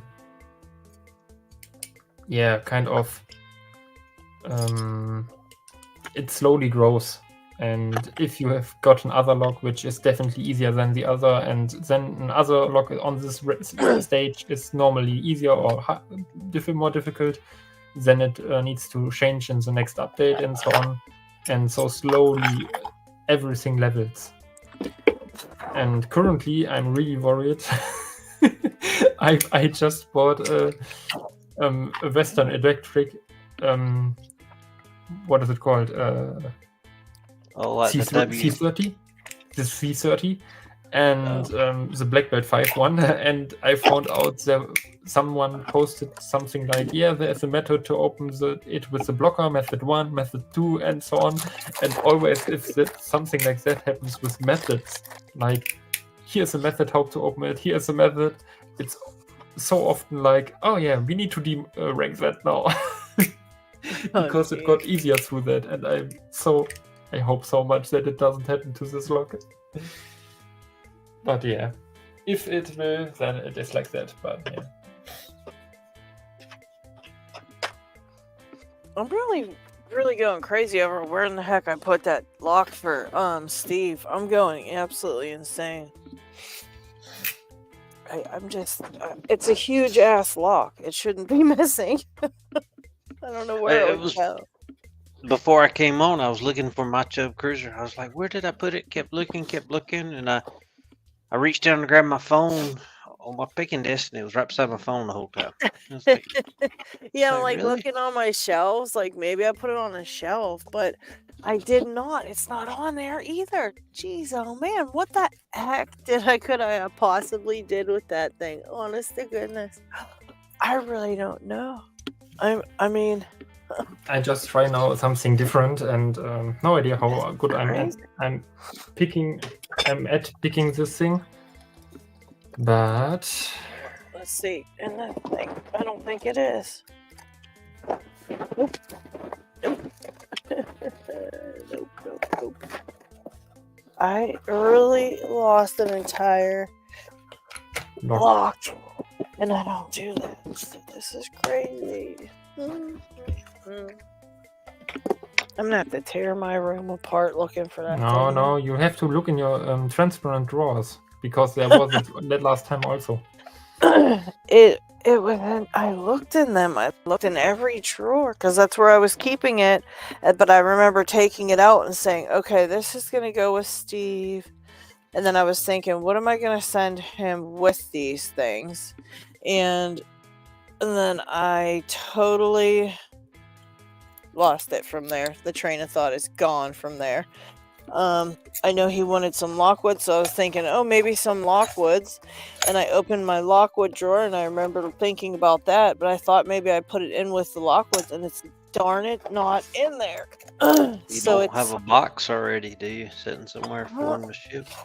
Yeah, I'm gonna have to check through Dig's box, but I don't know. Dig's box only has boxes in it, so that's not in there. And Pocket Woman's only has her locks and stuff, and then a couple boxes, and obviously LockHeat, got the locks and whatever, but nope, they're gone. It's gone. Totally gone. No idea what I'm picking now, but yeah, just for the fun. There is something, but that's not it either. It's crazy because that's a big ass lock. I mean, that's not like a small thing. No. What the?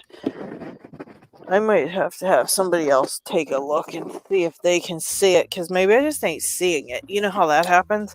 Where you look right at something, don't see it. Looking right over it. It's like, oh. Yeah. Like, right over my head.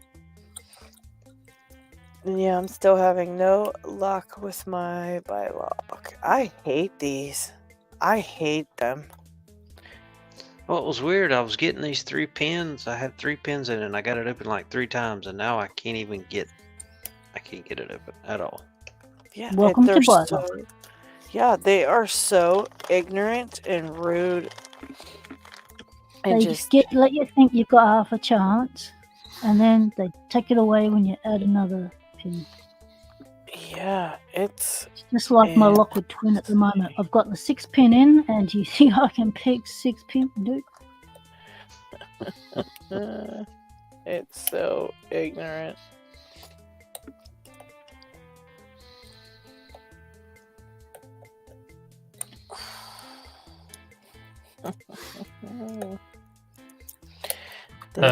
I think we missed something in the chat earlier. Oh, what did we miss? Wasn't there someone donating $20? Oh, no, that was Ryan. I thanked him. Yeah, I thanked him. Yeah. Yeah. I didn't hear it. Oh, I have a thank you on here too for everybody. Sweet. Here's a thank you. Looking back. Oh, which one did you ask Britt if I picked? The battleship I have not picked. If that's the one you were asking. These buy locks are just terrible freaking jerks. I couldn't hate them. No, I've only gotten that chub that you made that tool for. I gotta get some bent nails and work on my tools, because I still hadn't even made the tips for the anchor last, and that's what I wanted to pick so bad.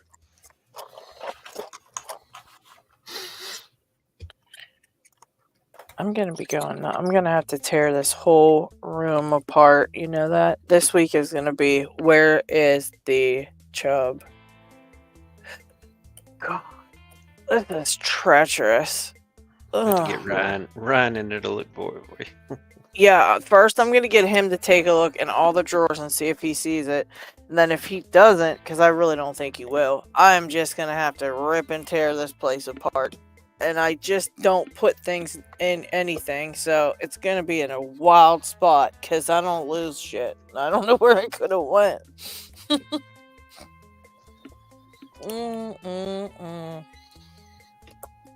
This is Correction, you don't lose shit.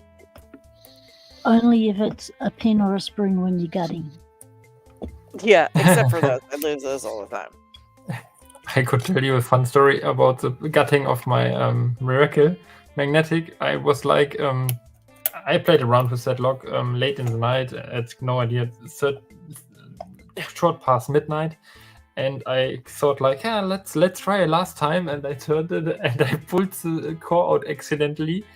And with that, if you don't have your fingers, I think I pulled out also the key a little bit, and the magnet, if they get kind of if the polarity is reversed off to the pin, they shoot out, and 2 pins were still on inside the core. 1 pin dropped on my table, and 1 pin shoot through my against my body and dropped on the floor. And I was like, oh, it dropped first on the on my foot, luckily, because magnets can get destroyed by dropping, and it dropped slowly, so that was good. I heard it rolling, and I was like, okay, let's search it.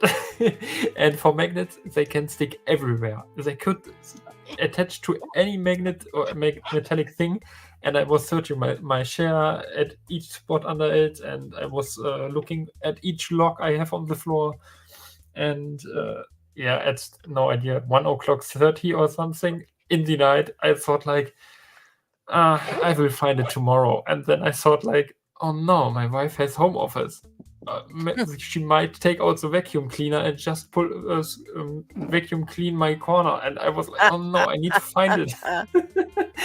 And then I took this thing, my ruler from iFixit, and went through every kind of gap under my furniture, and at some point I heard a click, and I pulled it out, and it was on there.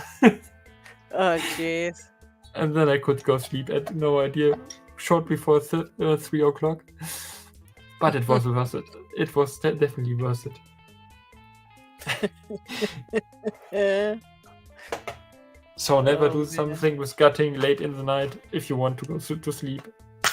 Yeah, I'm pretty sure this is what must have happened to my to that one pin that was in the springs or whatever, because I mean that's the only thing I could think of that is why it was in the wrong spot. You know what I mean? Because I must have did that late at night and put it in the wrong spot, I guess. I just am not sure what the heck I was thinking. Yeah, I know that. Okay, now I'm at a premiere for me. I never ever have picked an interactive pin or an interactive element, and now I have to ask, do they pick differently to normal pins? Doesn't seem like it to me. What is it inside of? A dome? It's just a dome. Oh KG. no, it's just gonna be a little click it in. Okay. And, yeah, it shouldn't be bad. Okay. Which one is that? The Saturn? I have no idea. No. It's just, I hope not. It's just something like a 5 kg or something. I just pulled it out for just fun. Yeah, it'll just be normal, like a normal pin. It's just in a weird spot is usually what it is, you know? Yeah.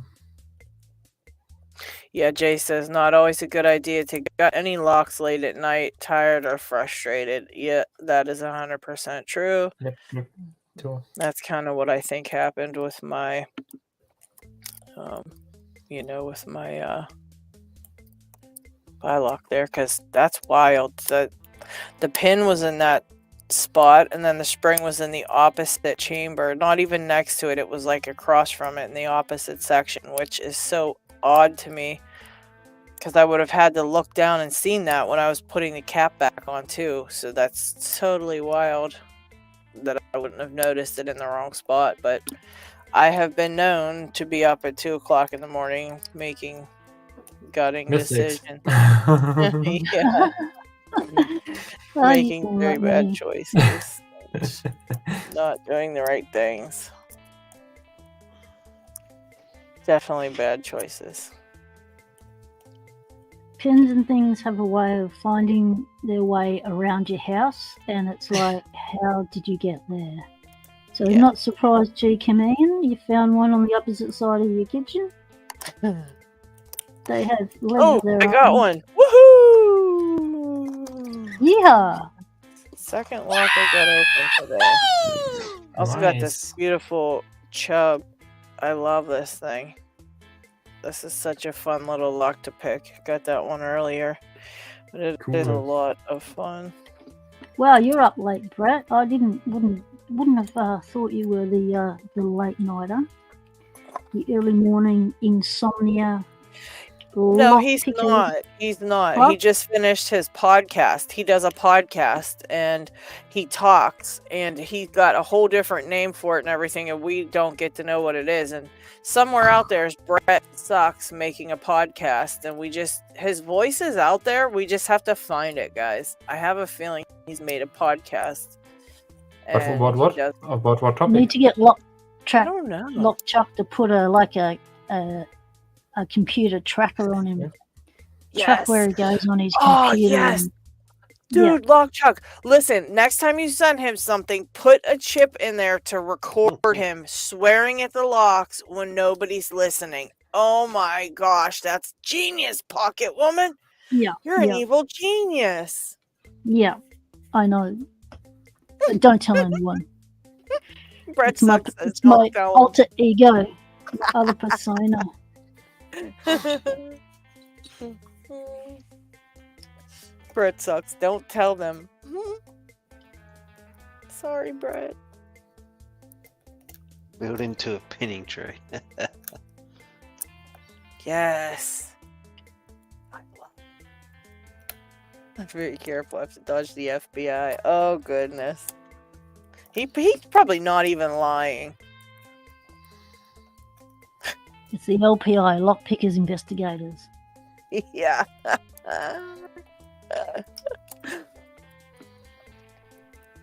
That's how Tinny gets all his little tools to go investigate Chris. Mm-hmm. Yeah.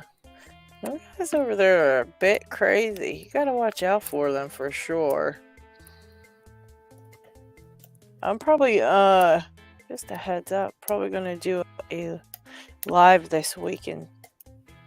I was thinking of maybe doing one, instead of doing like just regular old picking videos of the locks I'm picking, to do it on a live to where I can tell people this is the lock I'm going to pick. If you need help picking it or have questions about it, join the live stream and just, put your questions in there and stuff like that. I think that might be pretty cool. I think if you did one on something like the American 1100. Yeah, I was thinking the 1100, because a lot of people have tons of questions on that stupid lock, and it's such a jerk that, it's one that I'm sure I could answer at least a couple questions about. I had to battle One them thing enough. about the American lock that people don't, just locks in general, that really got me at the start. And I didn't know it was a thing, and I didn't know how much, I had no idea how much it really impacted your ability to pick open a lock, and that is compressed springs. You get compressed springs in an American lock, 1100, you got a hell time trying to pick that thing open, because you're getting no feedback, you get nothing, and it's just... They're very compressed. Yeah. I've had them where they don't even, when I go to gut them, I have to literally like tip the core, because the pin doesn't even want to come out. Like normally when you slide the follower back, the pin goes shooting across the room. So you have to be careful. On those, you can slide the follower back and there's nothing there, and you've got to like dig the pin out of the core. It's crazy. Yeah. Or dig it out of the Bible, I mean, because it just gets so smushed in there.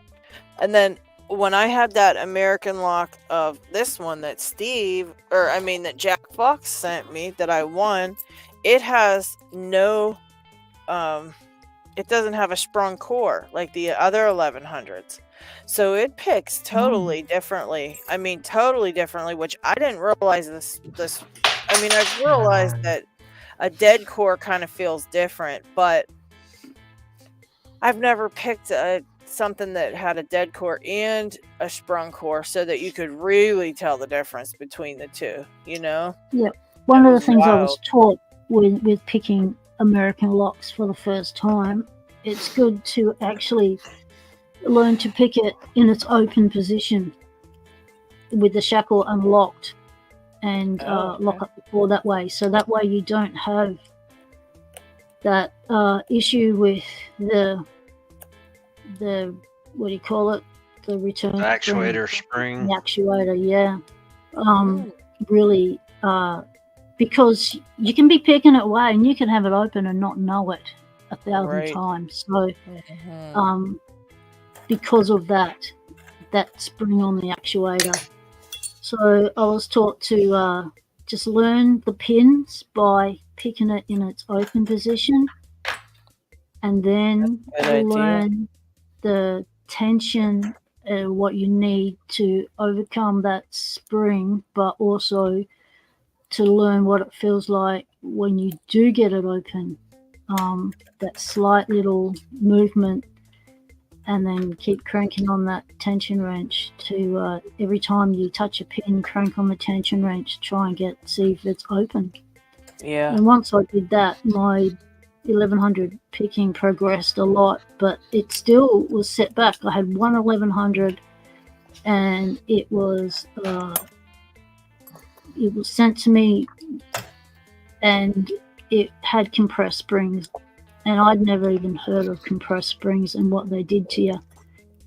So when I finally got it open after a year of trying this lock, like I was in the middle of I was picking on the kitchen table in the lock pond at that stage, and I was in the middle of it, and I felt like I was really close to getting it open. Like I'd been picking it for like half an hour, and I was filming it, and then my cat, she wanted out.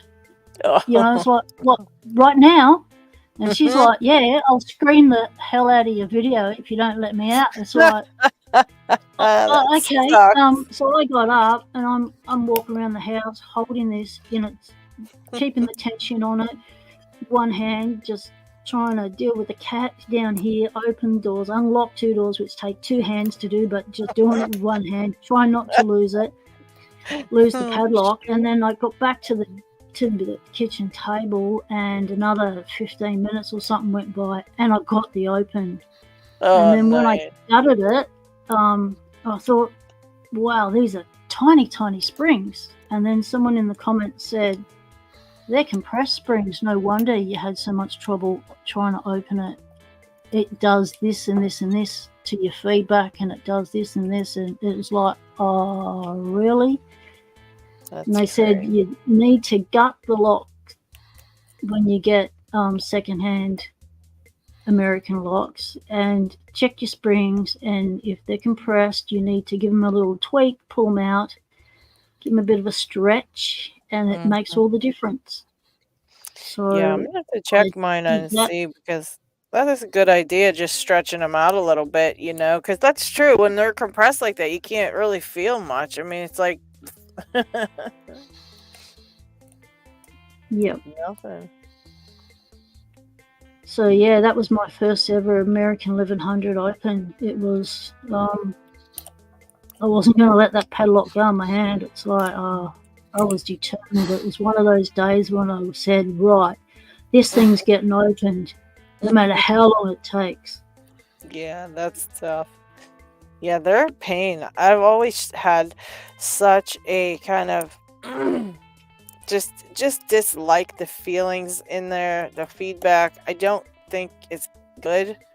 I don't know how anybody thinks that they're fun to pick. And that baby Tell picks on Instagram, boy, he picks American after American after American. I mean, that's all he picks, and he absolutely loves it. and I just wonder, like, why they're so yucky. I've picked so many other locks that were so much more fun, and I You just probably don't never know. touched a goal. Yeah. Goals are by far the most impressive feeling locks, I think. Yeah, they're a lot of fun. DQ's actually sending back mine, so I'll be able to pick my Goal Z now. I think I you can have your pick Asa it back. now. You have your Asa back from gym. Which Yeah, DQ yeah, had. my cursed 600. I think I'll be able to pick that one now. I mean, when I sent them out, that was like 4 months ago, and 4 months of learning stuff is so much things that you learn that you really don't realize that you've learned. Like, you know what I mean? Yeah, sure. So 4 months is a pretty lengthy amount of time, and I've picked 6 black belt locks now. So if I can't pick a Goal Z, I mean, I don't know. I think I should be able to pick it though. I'm excited. And I float picked side pins, so I should be able to get my 600 with gins open as well. Yeah, for sure. I mean, the float picking of the side pins is like a quarter of what you have to do to float pick gins. So if I can't float pick gins after that, I mean, I don't know what to say. Although the ones in that one were really, they were crappy. That setup was crappy, but we'll see. I hate it. I overset something. Uh-oh. Yeah, there's the pin. Pin 1 isn't supposed to be picked, okay. I need to drink something.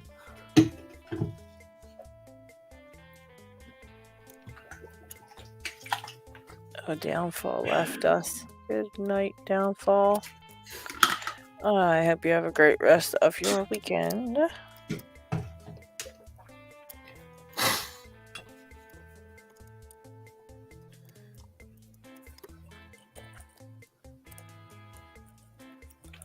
This is pretty fun. Okay. I like picking these gold locks. They're kind of fun and very awesome. feedbacky, and the feedback is awesome. This is really awesome. Okay, I got another question. What is it? What's going on? I got another question about interactive pins. At which point they normally need to be picked? Normally the last, right? Yeah, I think it depends on but I think it's last. Yeah, I know with the yeah, it's probably last, because that's just a regular old dimple lock. That's not a No, it's nothing special. Which direction are you picking it? Clockwise or counterclockwise? Clockwise. Clockwise, then maybe last, yeah. I think it's depending on the on the tolerance, on the hole, how big they make it. Yeah, it just on those it just really depends. I know on the Saturn, I think I was supposed to be last, but mine ended up being picked, like, I think just right in the middle. But on the Twin Star, if I did it clockwise, it was first, and if I did it counterclockwise, it was last. So I'm not really sure. And I know what on those what do you call it, interactives, you don't even really need to do anything on the multi-lock interactives. They just get whatever, you know, you just pick them. It just makes it move up or down a little bit more. You don't even really do anything with those. They're just in there to kind of bump the pin up higher. So when you pick the pin, it just goes to the shear line where it goes. It's really nothing that you have to do for that. Yeah. But those need picked in that one, I think.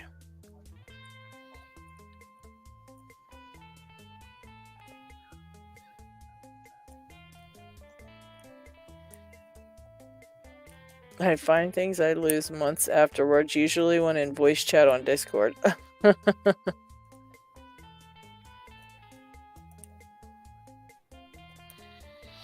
Yeah, I'm in a default set, kind of in default set, because it doesn't want to go deeper, and I think it's time for the interactive. Now, how to reach it, actually. Brett sucks. It's funny. Goof. Yeah, it's somewhere in the middle or something, isn't it? Yeah, exactly. But now I need to find a way how to reach this thing in the middle. I just go with the flag kind of twisted around it. Yeah.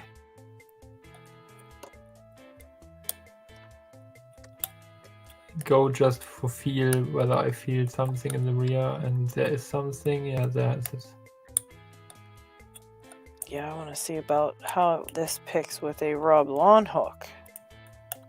I love these things. I think I found it.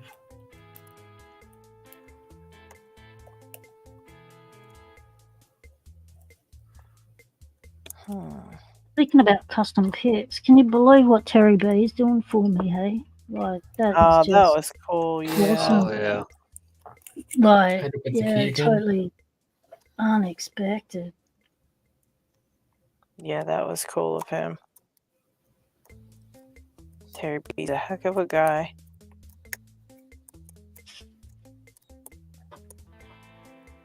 Well, that twin's not getting picked. You can just sit back up there with the frogs and behave yourself. So I was searching everywhere for it and went, just follow your own advice. Look in front of you. And I went, oh, right, it's just there. Okay. It's crazy when you lose stuff right in front of you. I do that a lot. I would prefer not to do it. But it's happening more and more these days. It's because I've been doing a cleanup, a tidy up. Like I did a, what do you call it? A lock purge. Let's call it a purge. I purged my locks and sent 8 kilos of locks overseas. So I went through everything and to see in my mind what I thought people would like and what I had, multiples of and stuff. And then in the process of going through everything, you think, well, I might as well, find a home for this, tidy this bit up, see if I can get this a little bit more organised. And then it turned into a whole new refit of the lock lab with everything getting little containers and homes and I'm organised, but do you think I can find anything now? I hate tidying up. I can't find stuff. I tidied up some of my wife's stuff the other day and it went missing for a week. Mm-hmm. Yeah, I'm good for that. I'm good to clean and then lose 50 things. No, so I put it in its home. Well, where's its home? Somewhere safe. No, not the safe place. Exactly. Oh no. I'm just so concerned with where I put that thing now. And it's so big. There's no way it should have gone missing. I just don't get it.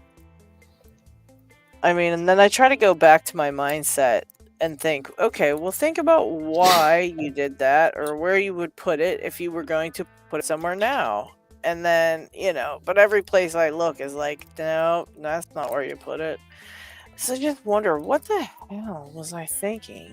Because why would I put it somewhere like that? I don't understand. It'd drive me bonkers. And it's so big. I mean, come on. It's huge. What the I'm missing 2 locks from that collection of locks I just showed you that I scored from the salvage yard. And it's like, well, where is it? I've been picking them. They were just here. How could they have disappeared? They should be right on my desk. Yes, I moved some things either side to create a space to do this. But it can't have gone very far. It's like, where are you? Where are you, little ones? Come home. Insane. It's completely insane. And then I have a little mini drawer set next to me, and I put my little itty bitty bits and bobs in there. Like, I've got my cool little shavings from Down Under Monkey that he sent me from shaving up that the giveaway lock with that was made. I've got like my little lock that Isaac sent me right there on my desk, but it's, you know, it's in the drawer. So that's in there. Just little pieces. I've got an extra tensioner set, like little things I got in this little drawer set. Okay. Extra screws and things, those little plastic clamps that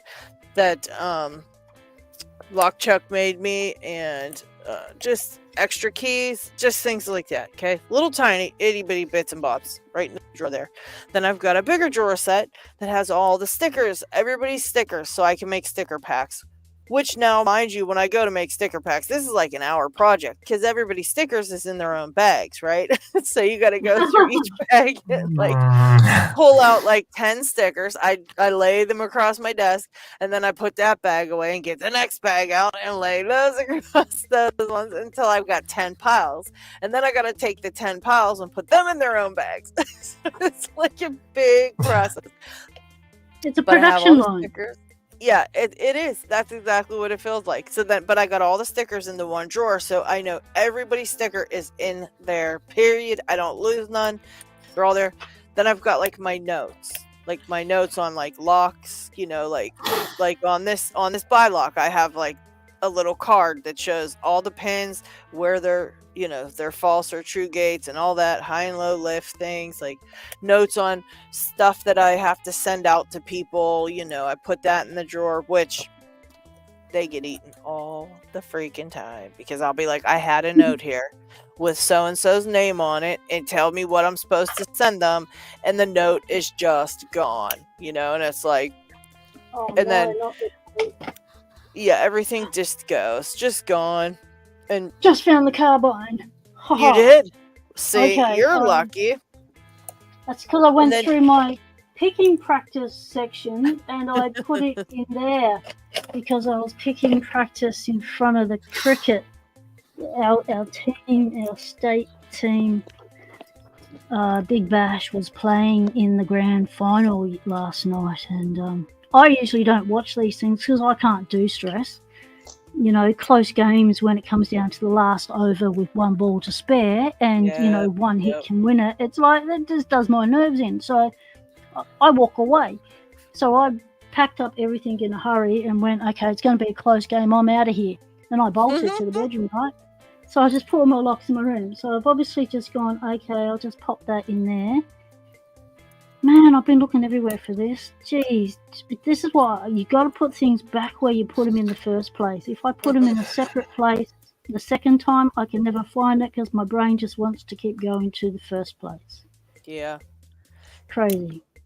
Sometimes, like, if I was going to do something, like, I'll sit here and go, oh, that's a great idea. I'll do that. And then I'll get up to go do it, and something will stop me in my tracks, and I'll have to do something else. And then I'll totally forget what it was I was looking for or going to go do or whatever. And I'll be like, oh, my gosh. But if I come back and sit down to where I was when I thought of it, sometimes I can think of it again. But losing things, it's just a lost battle because I just am ridiculous with that. I'm ridiculous. Someone once said to me, here's something. What's that? I like it.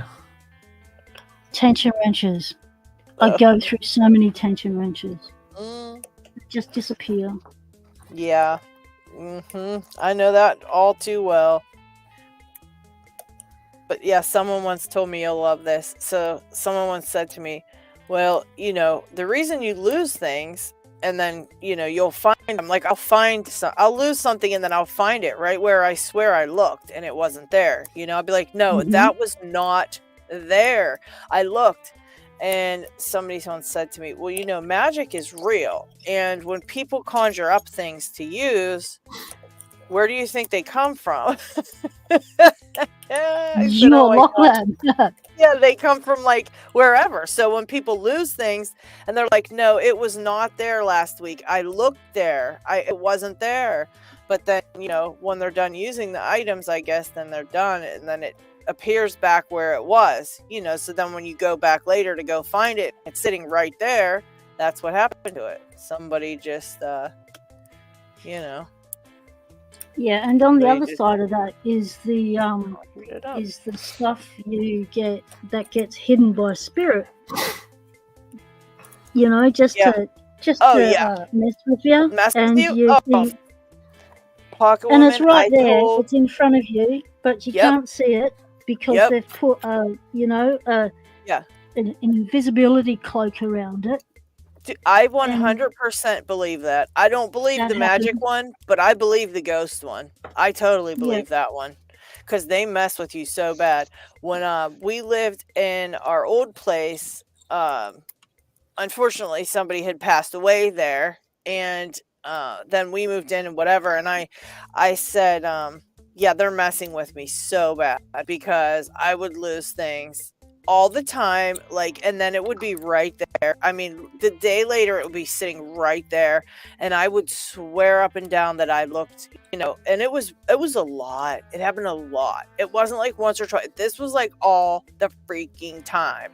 And I was like, that's just proof that this ghost is messing with me so bad. And my husband would be like, you are a total nut. I'm like, it's true. I do paranormal investigations on my other channel. Oh, I gotta check some of those out. And yeah, I know quite a lot about what some trickster spirits like to do to people. It's gotta be one of them. And the energy that we give off when we are frustrated, when we are trying to look for stuff, they can actually absorb and feed on like a battery. So the more they do these little things that mess with our heads and annoy us and make us, tear the house apart to try and find when it's right there actually, but we can't see it, it's being cloaked, is they get to absorb that energy. And it's like, can you not? So I'll often ask my guides and I'll say, look, I'm looking for this. I need to find this. Can you please help me find them? Because your guides won't step in unless you ask for help, right? So I forgot about that. I need to find this. I need to say, can you help me find this? I've got to leave the house in 20 minutes. I need the car keys. So, they will help me find it, and I will usually come across it within a timely manner.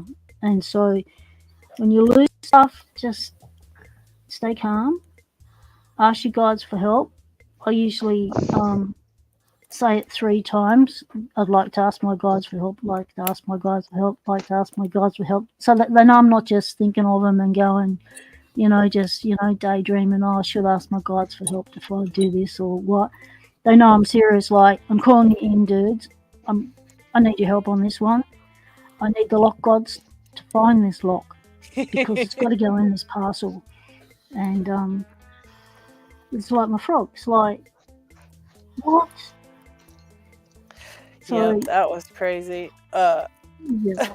John Cooper said the dryer always eats one sock. That is true. The dryer does always freaking eat socks. How do you explain that then, Brett? Sucks? How about the dryer eating socks? There's probably a paranormal explanation, such as a monster in there that is very hungry and eats the socks. So there. Sock monsters. Yep, yes, they are true. Yeah, they're just like, and then they get bigger as they get the socks. They stick the socks onto themselves, and then wherever they live, they just get bigger and bigger, and they're just full of all these socks. At my mother-in-law's house, the sock monster is also a shoe monster, and it's in the form of a golden retriever dog who steals just one shoe of yours and will put it in his bed, and he will keep it.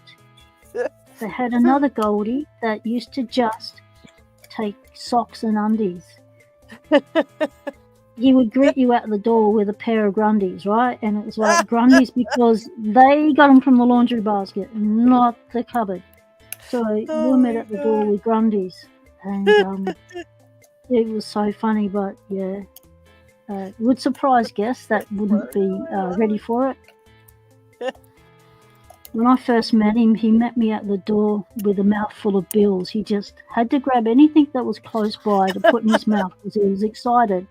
And they had this shelf where they put all their bills. And so I opened the door and there was this dog standing there with his mouth full of paperwork going, here, take this, I've given you a present. It's like, oh, yeah, okay, thanks for that. And I asked my girlfriend, who's now my wife at the time, what's he doing? Because I'd never been around a Goldie before. I didn't know they had, yes, they are retrievers, but they do like to retrieve. They do like to have things in their mouths when they're excited. That's funny. Mr. Inferno said it's a time machine. One sock was sent to the future. Exactly. But where do they go? Because when I do my washing, when I hang it out, there's always a couple of socks that are missing. It's like, I'm sure I put them in there when I gathered them up. I would love to do like a worldwide. I wish they would ask this on the census. Like, have you ever lost a sock in the dryer? Because I want to know if there's a human being alive that has every sock. I don't think it can. I don't think it's possible. I think every single person on earth has lost a sock in the dryer. I really think that is true.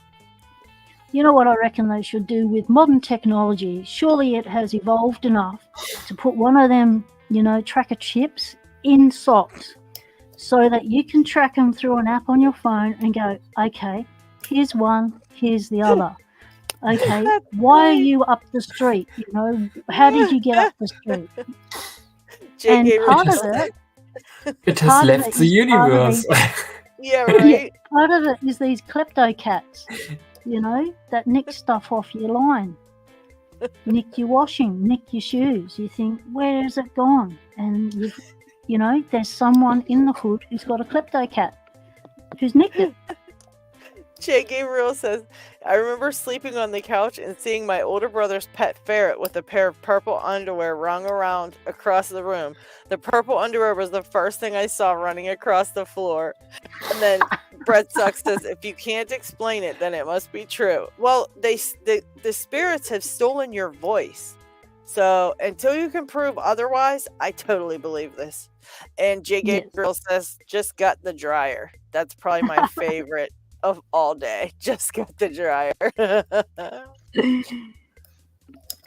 I might have to start like getting a prize for my favorite comment of the day, because some of these are just amazing. You guys make this so much fun, honestly.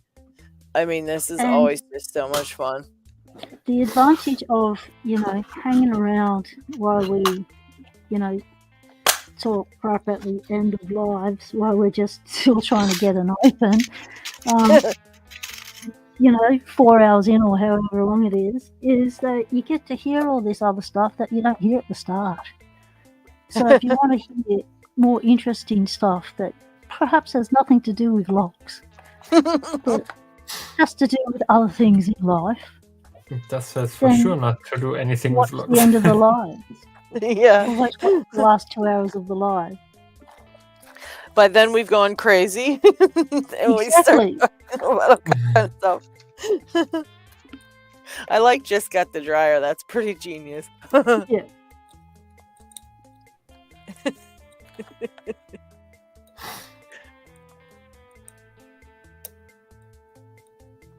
That's true, Bert. That's because they're fake, mate. Oh, man. And if they do find one and carry on, it's fake, mate. If you want to watch a real paranormal channel, check out mine, because I don't fake shit. So if there's nothing there, there's nothing there. There you go. If I talk to someone, I'm actually talking to someone, and I have physical proof of it. You can see things actually move and stuff. I'll be checking it out because I'm so interested in all that stuff. Entertainment purposes only.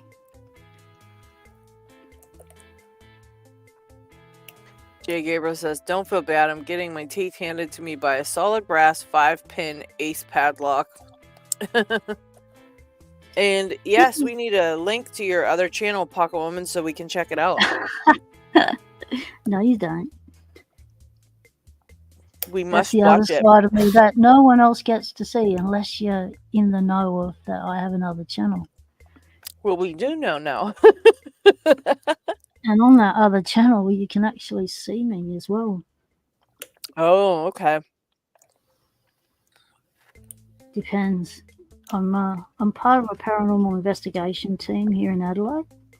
That is and so we'll cool. often go out together, and we all have our own channels. And that was the first time I was ever filmed, and I've gone, oh no, you can't film me. Like, I'm not used to being filmed. Like, just my hands. Like, oh no.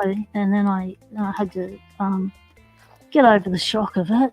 And so occasionally I will put my mug in front of the camera to make some statement or something on my other channel.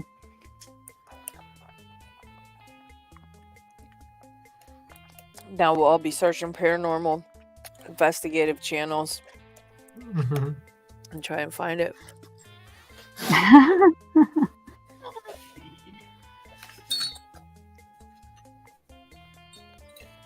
Jay said he's had a paranormal experiences, so he's definitely a believer. Yep. So if they can mess with things in your house, they can certainly pick up a lock and cloak it, or nick pins, or move your favourite pick so you can't find it because it's not where you left it. And then they just stand back and watch you just manically tear the house apart searching for it. It's all in good fun. It gives them something to do. They get a laugh out of it, and they score some energy from it as well. Jay said he's already stalking the channels looking for it.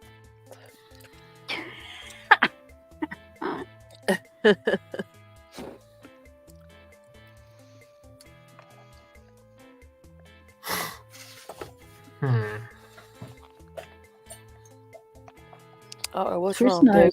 Chris knows my other channel. Rook Knight knows my other channel. So this I'm pretty interested because are those active pins on the top of the keyblade, or are those passive pins? No, those are just those, what do you call it? Key controls? Key something pins. Key controls.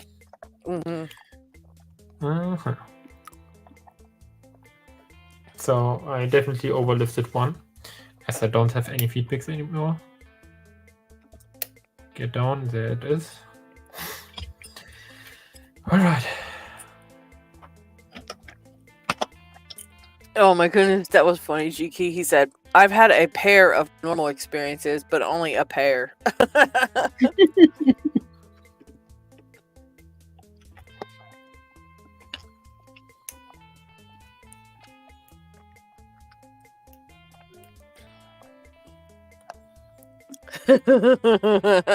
Oh, what? Who did that? Who did that? Who did that? Cough up. That was not me. I'm eating French fries right now. It's not me. I just saw my happy plant and went, I recognise that thumbnail. I didn't give the name, I just showed a preview. So you know my alter ego.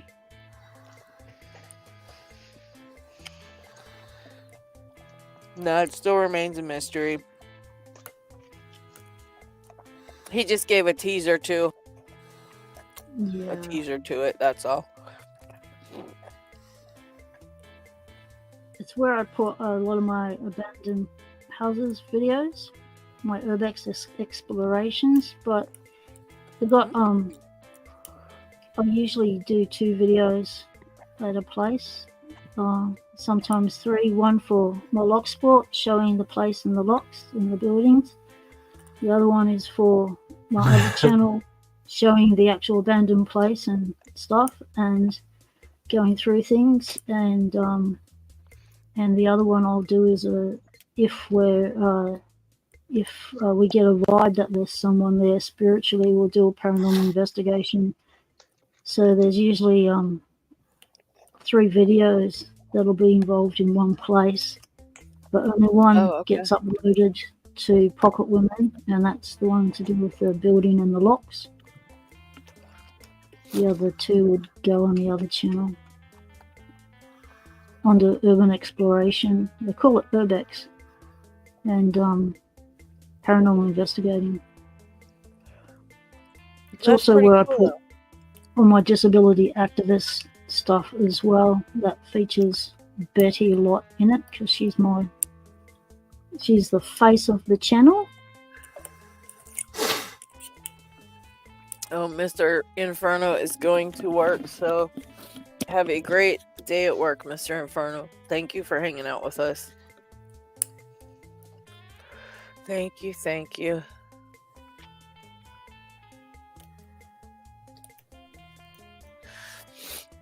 Brett Sox is very, very against ghostly stuff.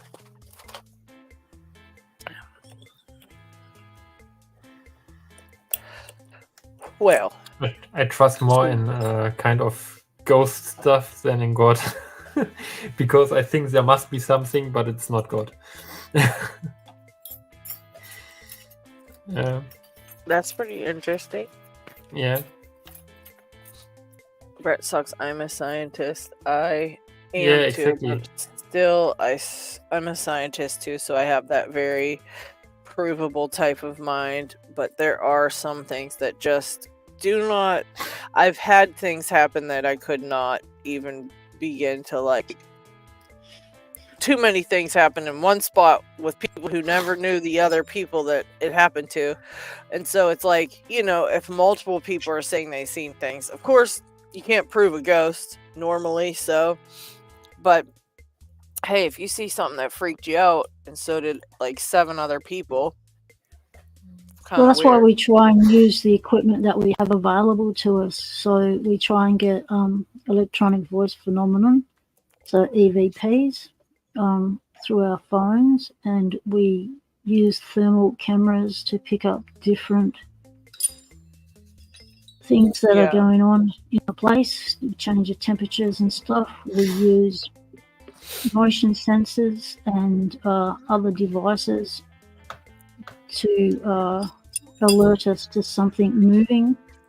Whoever played Phasmophobia, that is exactly the equipment you need. Yep, exactly. And it's almost like I like using the old school stuff, so not so much the electronic stuff like the modern apps and things like that. I prefer, because a lot of them have been debunked as, can be manipulated and faked. So I like to use the old style, what I feel, hear and see, and what communication I get through the dowsing rods. That's pretty so cool. It's pretty low tech. But other members of the team, they use the technology and stuff. The motion sensors are pretty good because no one's moving in the room and the motion sensor goes off. It's like, okay. So we like to take a bit of a scientific approach, and we don't do it for entertainment purposes. So we don't scream and carry on and call everything a demon and run out of the place when something moves. That's exactly what we're there for. We stay and communicate nicely with it. And I always take offerings with me, and they can help themselves to those. And it helps just to formulate a relationship. If you treat spirits as you would people, because they are people, they were in human form once, you treat them with respect and dignity, then chances are they will communicate with you. If not, they will just mess with you, and they will not interact at all. In those bigger YouTube channels that carry on like crooks with their heads cut off. I'm part of the paranormal community and the debunking community, and what I've learnt by being part of the debunking community is how they're using technology to fake stuff like video editing and stuff like that. So one thing I don't do is I don't do editing. Everything is raw on my channel. What Oh my happens God. right there is what happens. Oh my god, what is that? Is it open? Did you get it? I have no idea. My pick got stuck. Am I allowed to turn it more than that? I so. think you can turn Yeah. it a little more. Yeah, it's open. Oh, Nice job. Well done. that was my first It lock with wasn't as interactive. hard as you thought.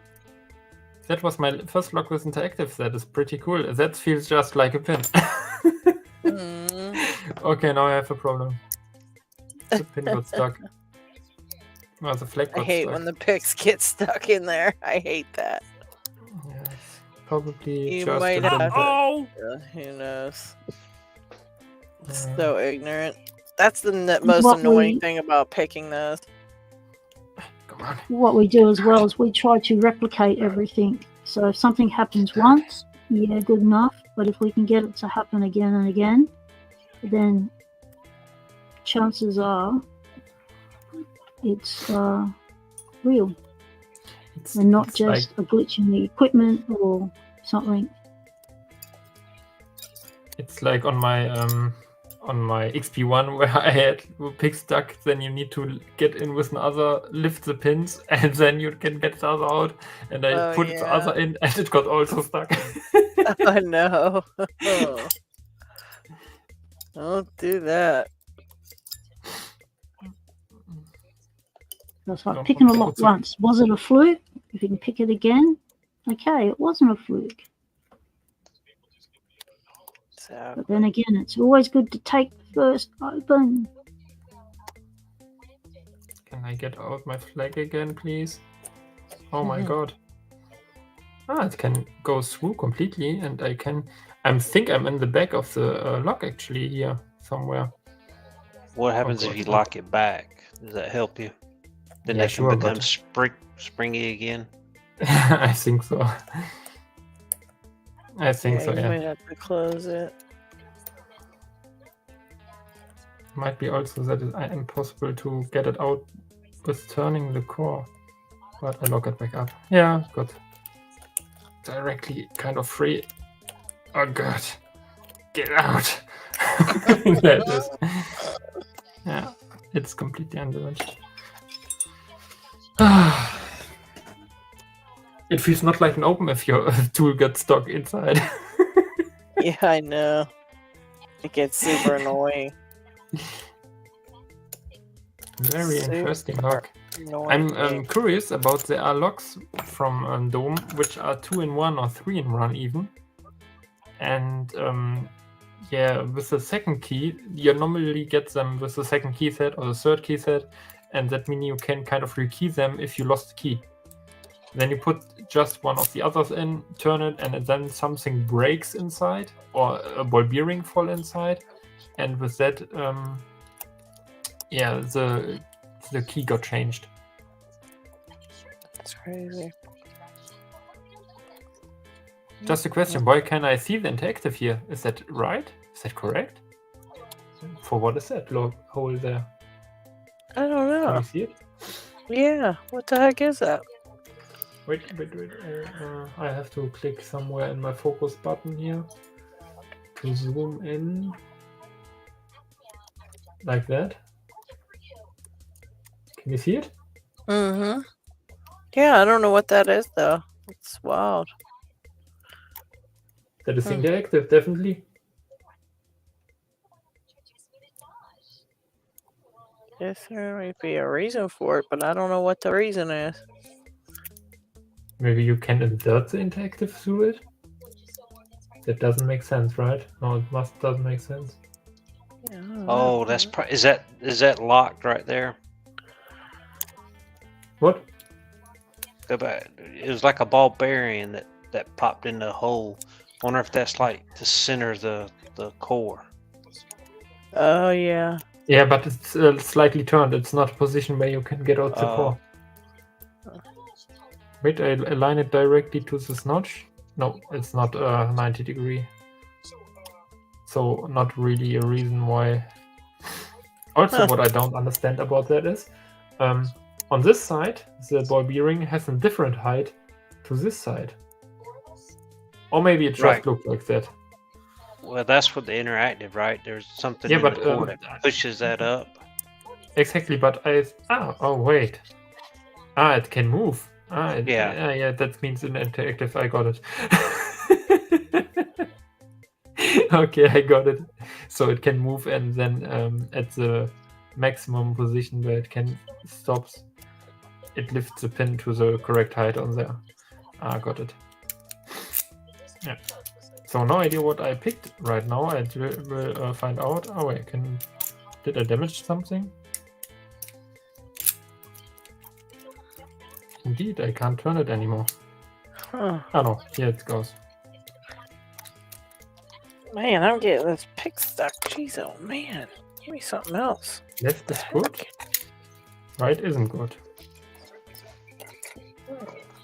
Did I damage something? I think. Okay, in this direction it works.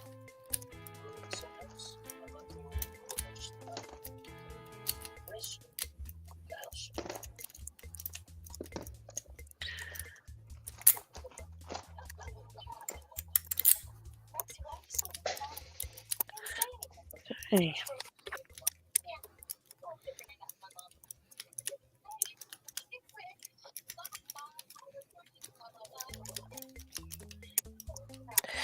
Well, guys, I am getting very tired, and I think that I am gonna have to call it a night. Lockchuck, That's interesting. are you? What are you doing, Lockchuck? Are you hanging out, or are you want to keep it running, or do you gotta go? No, I'm the same as well. I've been up since early this morning. Yeah, I think we gotta call it a night. Another day, another lock that I haven't got open on picking time. Why does it not surprise me? I'm gonna start wanting to call this practicing time instead. Play with locks time. Don't expect an open. Yeah, it's like all about locks time. Have to do like what Jack Fox said the other day. This is not a picking video. Yeah. Locks really don't like to open on live, and you know what else? It's really hard to talk and pick, and when you're not fully focused on what you're doing, and you're chatting and listening to people talk about stuff, and it's hard to concentrate on what you're doing. And some locks need your undivided attention. True. I really wonder why I can't turn anymore, right? What can happen that you can turn only your core in one direction? I'm pretty sure it worked beforehand. Is it something to do with that actuator and that little button back there? I don't know. No. I think it's more the interactive, because it gets stuck at a little bit of turn. John, we started at 4 p.m. Eastern Standard Time. So we've been going 5 hours and 40 minutes right now. You're kidding me. Nope. I'm just wondering if you can give it a big hit, Diggs, and see if you can, maybe that interactive is stuck somehow in the core when that pick got stuck. Oh, yeah. Yeah, in this direction it works. You mean what's this pick? Well, yeah, I'm just saying maybe that got something jammed up in there, a little burr or something in that interact or one of the pin stacks or something. It just goes through them and let them jump. Yeah, we go hard on picking time. We do long live streams on picking time. And we just have a pretty diehard bunch of lock pickers that hang out, to be honest. Even our audience is like, they pick for super long periods of times, and we do, so it kind of just works out that we all kind of like to do this, and we all just hang out the whole time. It's just more fun just to hang out. Yeah, to be honest, like picking by yourself is sometimes like, yeah. Yeah. It's something like you just want to show your lock, or just whatever. You just want to talk about things, or you want to ask other people's opinions, and I mean, we help each other a ton, and it is nice just to have somebody to chat with sometimes when you want to sit on a pick and hang out. I think that's mostly why people do live streams, because a lot of times, it's just fun to have other people to talk to when they're talking through the comments, and on the lives. It's like, even when you guys did that pinning tray, man, that was the funnest live for a while. That was so much fun. Yeah, that was fun with Chris. Yep, and Brett Sucks was cracking me up the whole time. Like, I was laughing out loud so much on that live. It was so funny. Oh yeah, he was getting on Chris. Chris come back. I'm not taking a dump. I do not dump in the kitchen. That was my favorite line of all time.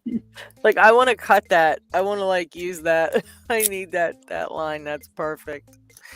I was like, this is just the best live stream lock picking live line I've heard in a long time. When Chris yelled it, I was dying. Oh man, he's so funny. Yeah, John, just it's every Saturday at 4 p.m. Eastern Standard Time. We get on, and toward the beginning we're more lock talk, and we're talk about all the stuff going on in the community and everything like that. Sometimes we talk about if somebody picked a certain lock, or they got their black belt, or if they got their green belt, or whatever, we talk about lock related stuff. But towards the end we get a little tired and a little goofy, and we kind of just run out of things to say about locks, and it feels more like you're just hanging out with your buddies. You're just talking about everything, and sometimes we it go off doesn't on have some to do tangents. with Lots of tangents happen towards the end of lives. When you come up to the 4.5 hour mark, tangents start to happen.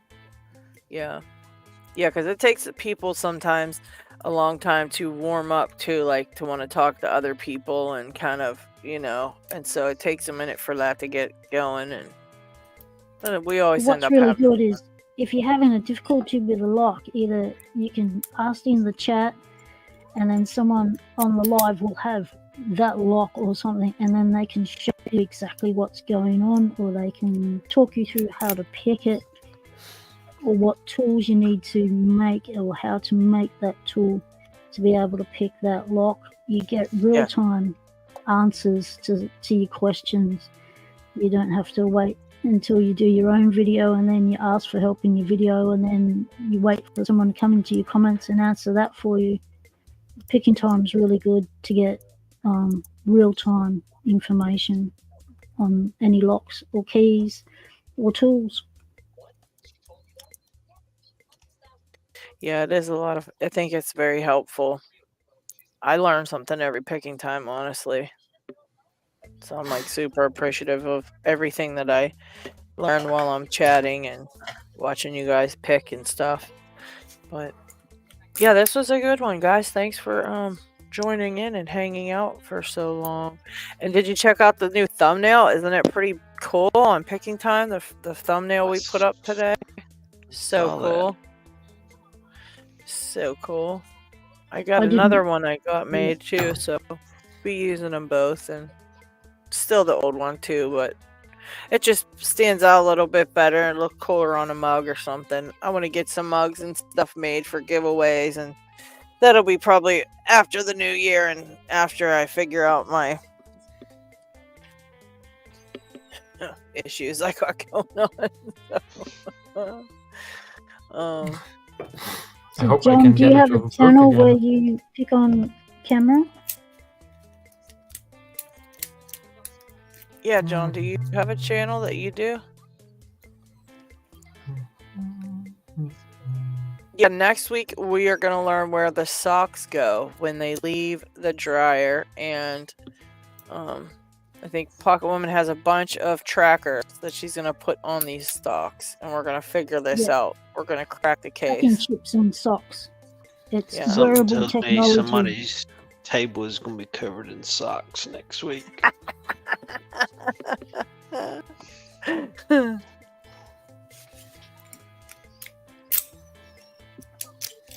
I don't see anything in there, but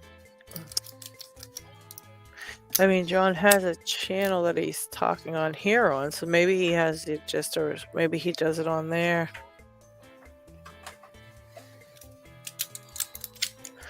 Let's see. That is why you don't picklock in the news. Oh, is it still not working right? No chance. It doesn't work on the right side, and I'm sure that it worked beforehand. But I definitely didn't pull it hard, so it was just stuck, and I turned it kind of, and yeah, may just have to gut it and maybe see if there was something hung up somewhere. Yeah.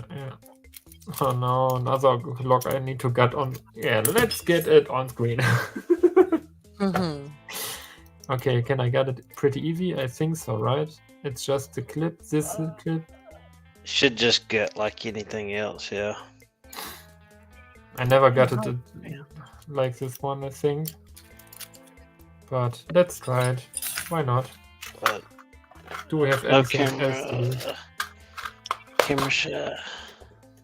John, that's how we all started. We all started camera shy. You should see some of my first 100 videos. Oh my god. Like, I actually didn't want to gut it, but no. Well, it need to be repaired, I kind of think. And now I can kind of pick it also for video. Oh man. Yeah, we definitely were all camera shy. Yeah, you just gotta start. Everywhere I've heard this, you just gotta start, and then you figure it out. And once you get it figured out, you're proud of your start. You know, you're proud of all the stuff you did when you started, because you were definitely camera shy, and you did really, stink at talking about things or whatever, and it gets to be so much easier. As we go along. Focus on the locks. Focus on what you discover about them. Focus on what you want to talk about them. I used to have a whole series of notes to remember what the lock was called, to remember all the terminology, what a Bible was called, and so that I could semi-explain myself in a manner that could be understood until I learnt exactly what I was doing. And I used to have a heap of notes. Yeah, that's another good thing, to make notes and stuff, like you said. That's a good idea. I sometimes do that when I have a bigger one that I'm doing and things that I'm working on, and but early into my channel, we started picking time, and that was super hard to do because I don't like talking, and you wouldn't know it because I got to keep talking when we're on picking time. Like, I don't like to, I don't know. I kind of like it when other people talk amongst themselves and, talk to the thing. But a lot of people don't do that. Then when that happens, I got to figure out stuff to say. And so that was very hard for me when I started out that too. I was just sitting there like, oh my gosh, what do I say next? And then nobody would want to talk. So eventually I figured it out that you have to kind of get everybody talking and get people warmed up to the fact that they're talking, and talk to, then hope they talk to each other, because that's nice. And then yeah. Otherwise you're like, yeah. Poor Chris hated it. He was like, oh, what am I gonna do? Lockchuck disappeared. He did not like it. Yeah, when I said, hey, I gotta log off for a second, he's like, I don't even know what he talked about. I hadn't even gone back to see what he talked about. He showed his custom pics. He was able to show his custom pics, but he was like, what do I do? Yeah, so you muddle your way out of situations like that, so you don't have dead air time. He was like, oh, maybe I'll dance or something. It was so funny. It was such a good one. And you could hear Slinky complaining in the background because she wanted her dinner. And every time Quist went, "Ring," Slinky went, "Ring," and it was so funny. It was so funny. Okay, I have no clue. I have really no clue. Do I need to take it out directly? All right. So now that you got those off, would the back piece come off? Come out the back? Don't want to get it out without shimming. Okay, now I can at least get this clamp out, maybe. You should have to be able to push those buttons in, and you take that back piece out, right? There is no. Yeah, exactly. But I think I put there is no button. There's no button. The adjustment. So. You're right. Oh, I'm stupid. Yeah, I'm stupid. Yeah, you got to put, and there's two, so be careful. It comes out both sides. But oh, Brett, that was so funny, Brett. I was dying. It's only a spring in there. It's different. Oh, it's not like the 83s. No, here's a spring inside. Right. Okay. So you just push that down, and the spring. The pin. There's not a pin in there. No, it's the spring. The pin might have shot across the room. Yeah, exactly. If I shoot the spring around the room, is that the one you can adjust the angle on it? I'm pretty sure it is possible, yeah, but it's kind of the wrong side. Normally, those are different. I need to look at my light here. That is a spring. That is definitely a spring, what I see here. Maybe I can grab the top of the pin there and get it down. Nope. I want to go see if I can look in this other box. I'll be right back. What I can do is pull the cord slightly out and just hope that none of the springs get catched somewhere. And then normally this part should get separated. Yeah, and it'll come out the back, and then you can pull the core forward and pull the actuator out, right? Yeah, I can't turn it separately. There it's... Okay, my dog's asking for something, so I'm going to have to call it and say, catch us all later. Thanks for participating. Thanks for watching. Thanks for chatting. G'day. Welcome, mate. I'll catch you next time. Bye, everyone. No, I am so mad. I just looked in the other room where I thought I might have had that lock, and it is not in there. Man, this is a mystery. Dang. Okay, actually, I can lift this thing up and turn it maybe. I might record a whole video on where the hell that thing is. I might record a whole ass video about me looking for that lock. Man. I think I got it incopied. I think I got it. Get it? Good job, Dig. And now soon something will fly around. I push it now through with the core maybe. That's my gift. If that is working. You see? It's separated. Come out back. Oh man, that will shoot everything around the room. I swear, I'm stuck in a cross. I can't see the spring anymore. Is that a good sign? I was trying to see if I had one I could get with you. Yeah, I got it out. See it? Oh man, do you see that? I will never get it back together. Do you see that many holes there? Oh man. Okay, I activate the automatic zoom, and possibly I can show it then.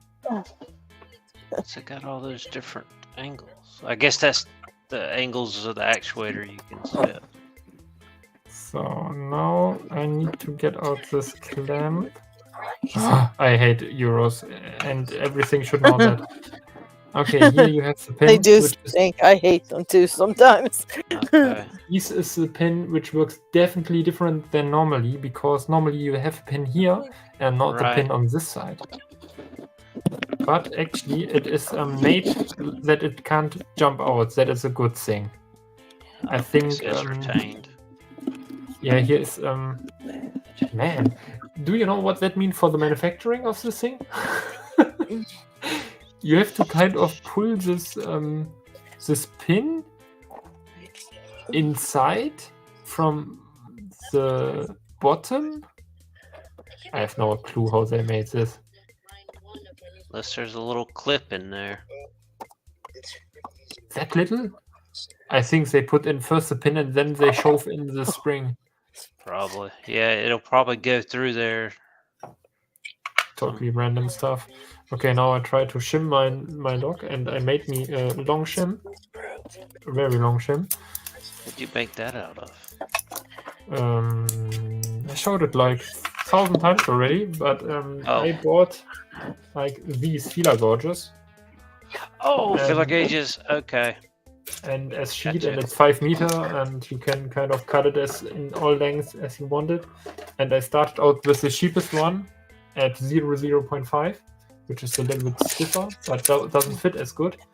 Then I bought a 0.41, and it turned out, okay, it's better. And then I thought, okay, let's go for the 0.3. And yeah, they are way cheaper than any follower you can buy. Not follower, shim you can buy, and it will last forever, I think. Yeah, 5 meters. If you get there 5 meters of shims. Yeah. So I can make just long ones, exchange them when they don't work anymore. Stuff like that. Okay, let's turn it like that. Get the shim inside, which is also not easy on this lock. Okay, got it. And I can say you, what is also cool is it's wider than the normal, which is pretty cool. Okay, now I could use my cool lighted follower if you want to make little advertisement for Pocket woman left. Fabiano. Yeah, while you were off, she said she had to call it. Okay, I hope that works because there is no gap, I think. And now I need to turn it like that, that the pin's facing up. And now I go slowly get it out. First need to get it in a position. I think this here is the... Let's test which is the position where the key gets out. Oh no, the pins are blocking it. I think this is the position, right? Yeah, I think so. So the pins are facing down right now. Lady Locks, I think you're just tired and that's why you can't find it. I hope so, man. Okay, let's turn it a little bit to the right. And hopefully get everything. I'm nervous about cutting this thing. Maybe I should turn it a little bit more like that. But as I have it trimmed, it shouldn't be any problem. Okay, there it comes. Can something jump out here? Oh my god, jump something fall out. Oh no. Probably a ball bearing that centers it, spring loaded on the bottom. Yeah, something here. You see it dropping. It's more a pin. Is it jumpy on the top? No. And it also may be some passive key retention. You remember those grooves at the top of the key? Thousands pins jumped out right now. Let's get it on the side. 1, 2, 3, 4, 5, and 3 pins fall out. Oh no, where are they from? What are those from? For what are those things? Are they the anti-drill pins? No, no, never. I show them to you, wait. Are those active pins actually? I think so. A little like their key retention. So let's get me the There's no pin pressure or something, so I get the key out. Let's dump those pins. Never got it. Oh, Yeah, there should be pin and pin. really? No, Yeah. no. It came from the left side. It might be. Oh, is it? It might be drill protection. I have no clue. You have to tell me. So that is the core. Come on.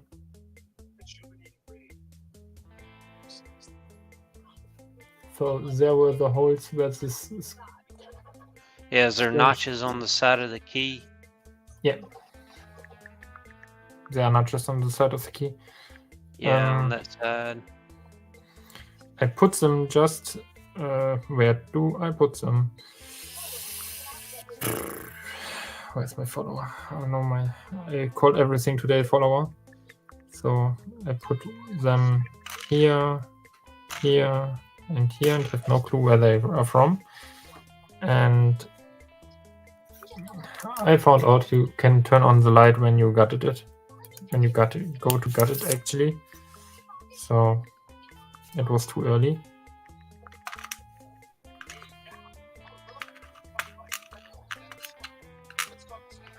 There are cool pins inside actually for that old lock.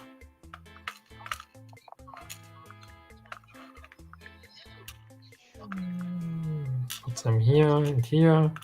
Have no clue what it is. Okay, let's go. So, can you see something? I hope. First pin. Standard. Yeah, with some Oh, like an anti-bump. mini barrels or something. Yeah. There's a ledge on top of this.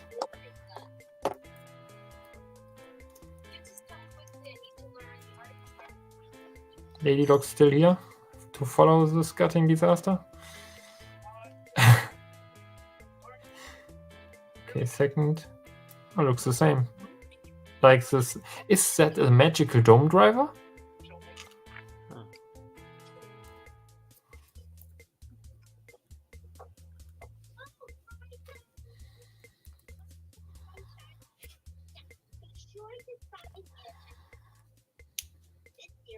Oh my god, what is that? Is that a rattlesnake pin? It is a rattlesnake pin. Yeah, those dawns are crazy. Wow. Crazy. I didn't know that I have a lock with a rattlesnake. Actually. Come on.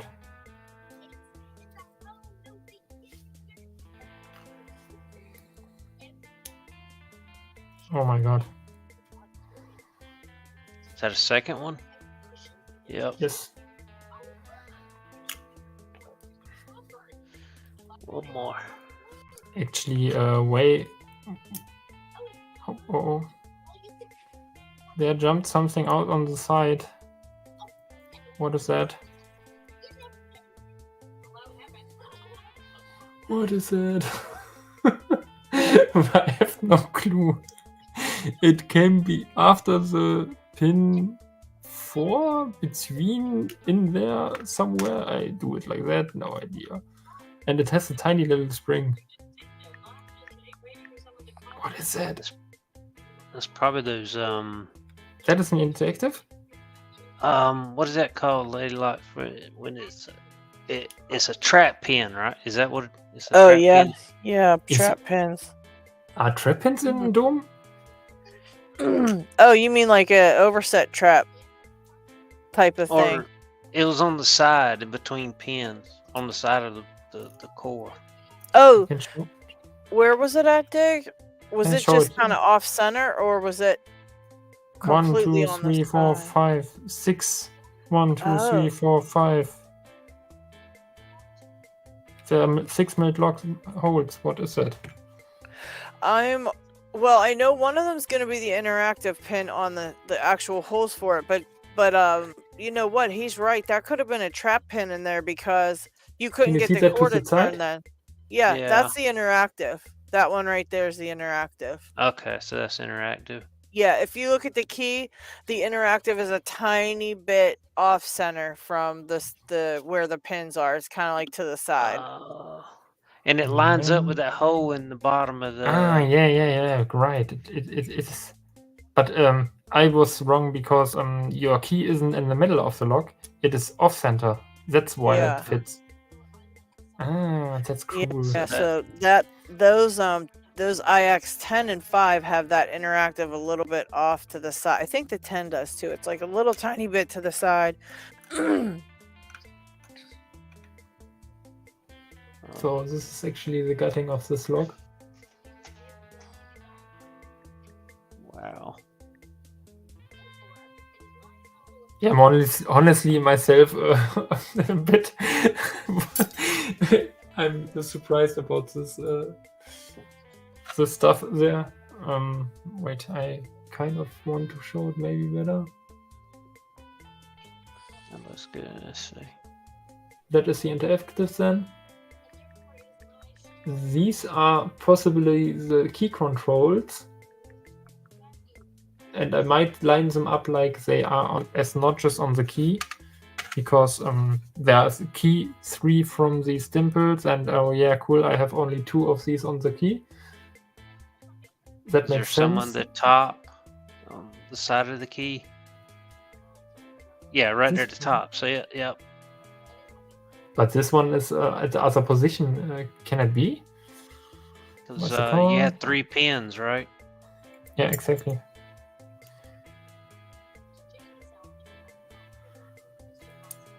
And I have absolutely no clue. I can see. Okay, let's get. Unfortunately, we probably get ready to call it. Okay. So yeah, this we're getting ready to. We are getting ready to all go to bed and get ready for the night. Get ready for bed for the night. It's just 4 o'clock. Dig is up in the middle in the morning. I'm just killing the bacon. It's the next day for Dig. Yeah. I'm just Is that beating the the snake bacon. lock, Xander? Yeah, it is. Have you got it yet? Oh, did you get it? No, I didn't put the beginning. Oh, yeah, that one's going to take some practice. Haven't got it at all. Ah, you think one could be on this point? Because that is aligning. So it could be that the second one actually None of us have that. goes from there. I have absolutely no clue. And it doesn't fit. So I think it is wrong, right? I just got something. All right, Dig, what you got going on over there? We are falling asleep. Okay, so y'all know on the first day, right? Turn on your follower. Okay, you already did. That was GQ, man. Okay, now it's You know the deeper very inside. first day, right? There you go. Second half, I got Yeah, the those legendary stuff. little things are like key control things on the. They should be like on the side. They should go in when you push them in And and it all that. goes They might like fall out. I don't know. There's a lot of stuff going on in those locks. Yeah, They're tough hey, to figure out. Oh, You got a lot of parts. That doesn't even move. The farmer destroyed Yeah, I don't know. Well, as long as it's not obstructing Upside your- down? I have different length of them. Maybe it's the longer one. Oh yeah. So they can lose instantly. Those little tiny baby ones, Dig. Yeah, this one. Oh yeah, those are all key controls right there. Wait, let me see that. That looks like an interactive one from the. No, that's a key control thing. I think. Try it in that hole that you just did and see if. But I think goes... the longer one, right? It has to move if there is no key inside. Yeah, So, it should like- go up, and then when you push the key in, it should go right level with the Look thing. behind them. I Oh, always I put think- the key this in hole? and then insert them. You see that Yeah, hole? that there? hole. I'm Yeah. at second this one? time next to the chest. Dump that This out and might put be the there. other one in.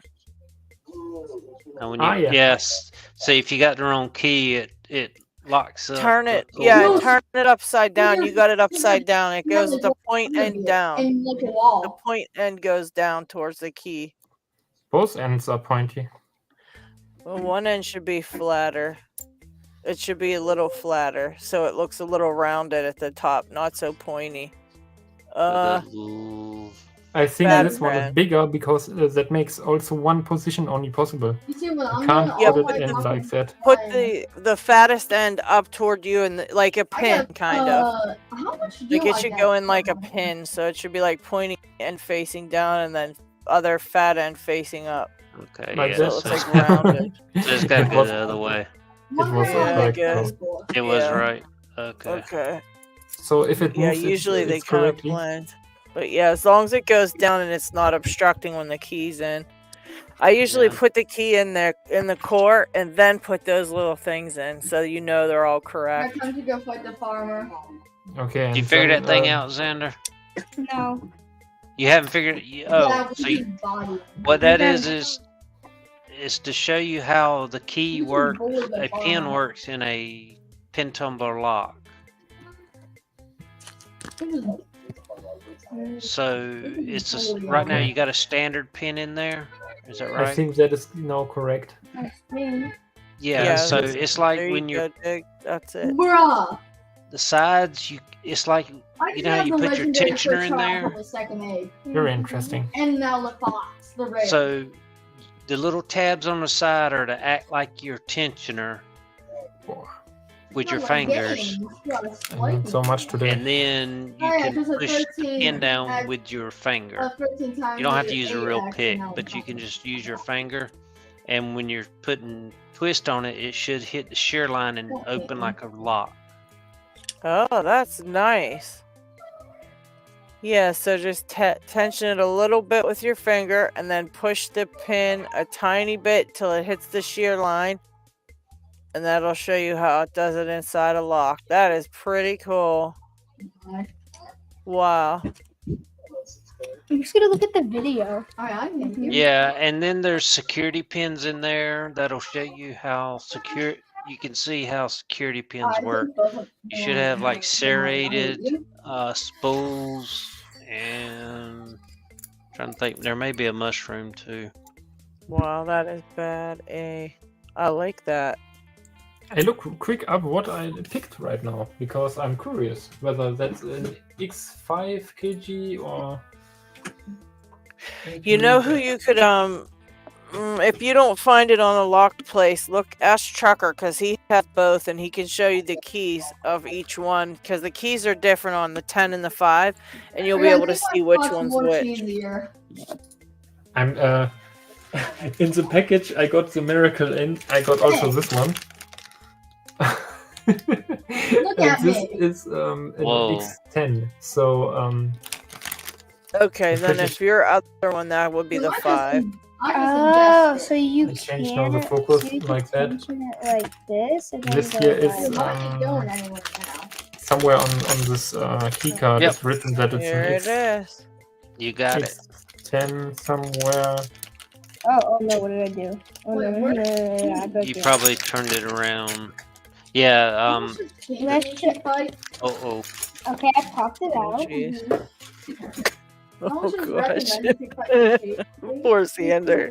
This wasn't a good item for me. I've done It's that first 5 batting times. disaster. Mike, Don't worry, done that Xander. That 5 happens times. in real life all the time, Hey bro. Xander, the pointy end. Make sure you put the pointy end towards where it stopped. like everything close. Flat end should go up. I can't tell. Let me see. I just y'all are Like gonna have that? a Yeah, bad like that. time. That's correct. So, I've done this 5 Honestly- times, okay. and I Yeah. always. It's just... That is pretty interesting because mine looks different from peace weapons. It is actually pinned like an 5 kg, but I have these strange what is it? The steps from look like barrels on these pins. Hmm. Mhm. That's wild. So Hey, there y'all is want an Pretty 5 Bird Boys? kg. Yeah, so like I think it's probably a 6 kg then. No, you listen to Pretty Bird. yeah, did it again. And then it should have come, Xander. It should have come with some different pins. This Like, somewhere. I found them. Yep. So there should be some spools. One looks kind of like a dumbbell is called a spool, and those are security pins, and it'll kind of demonstrate like what we talk about sometimes, a false set, and how you have to counter rotate it and everything. It kind of demonstrates what you have to do to pick security pins. So Where did you get that? That thing is so cool. this? I don't know. Yeah. Mossy know. Oaks. Mossy Oak sent it to him. It's from So you put Green. the green part down here. yeah, so change out the solid one, yep. And then use And your then put same the- key pin and put that back in. I don't know what y'all are I don't know. saying, I but just got this in don't- my package that I opened. Yeah, I at think the Mossy beginning. Oak sent it to you. Where was from it from? Snake. 3D, is it 3D Lock Sport? That's weird. Alright, what y'all want to play on? I think that's what it says in the bag. It says Is it 3D the instruction 3D locks. Lock Sport? Yep. So you do that, and then with the how do you push down and then you? See how I mean, did, how I'm in the next world. did you put a spool in there? I think I Is it look like a little dumbbell? yeah. I so- didn't get 5 reavers. When you get into the thin part, it's what we call false set. So So- When I this, reavers, see if See I how can- it, yeah, see that's a false set right there. And what we talk about in lock sport is to get that open, is it you have to you'll do a counter rotate. The spool Yeah, will actually like, look. push the lock backwards. So you go. So it goes like do that. Yep. And as you push down on that pin, I don't it'll have any turn the of core those. backwards for you. And you go. And then when you hit the shear Hey, line, boys. it'll open. There you go. Yeah. That's don't the look at my security pin. strength, my And then you thing. have to push this back after you do it. Okay, I did that pin. Let's not lose Just this. don't look. I should back up. What? There should be What? serrated. There's Just- T pins.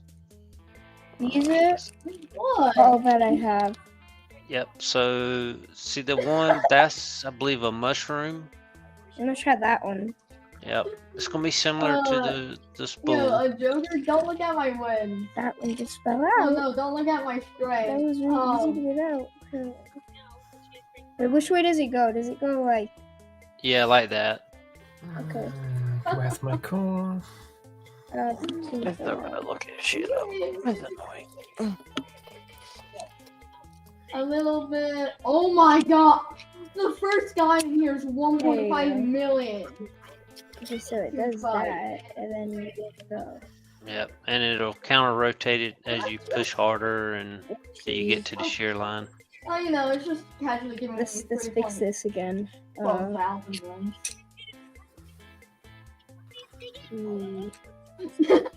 That one was just like the Oh spool pin. yeah. Yeah, it does. It as you press up on it, you get more of a false set the 3,100. further you press it up. Now what's this one? That is a serrated, so that's you'll get funny. several clicks out of it as you push up. It goes this way. Yep. Mhm. Okay. Why?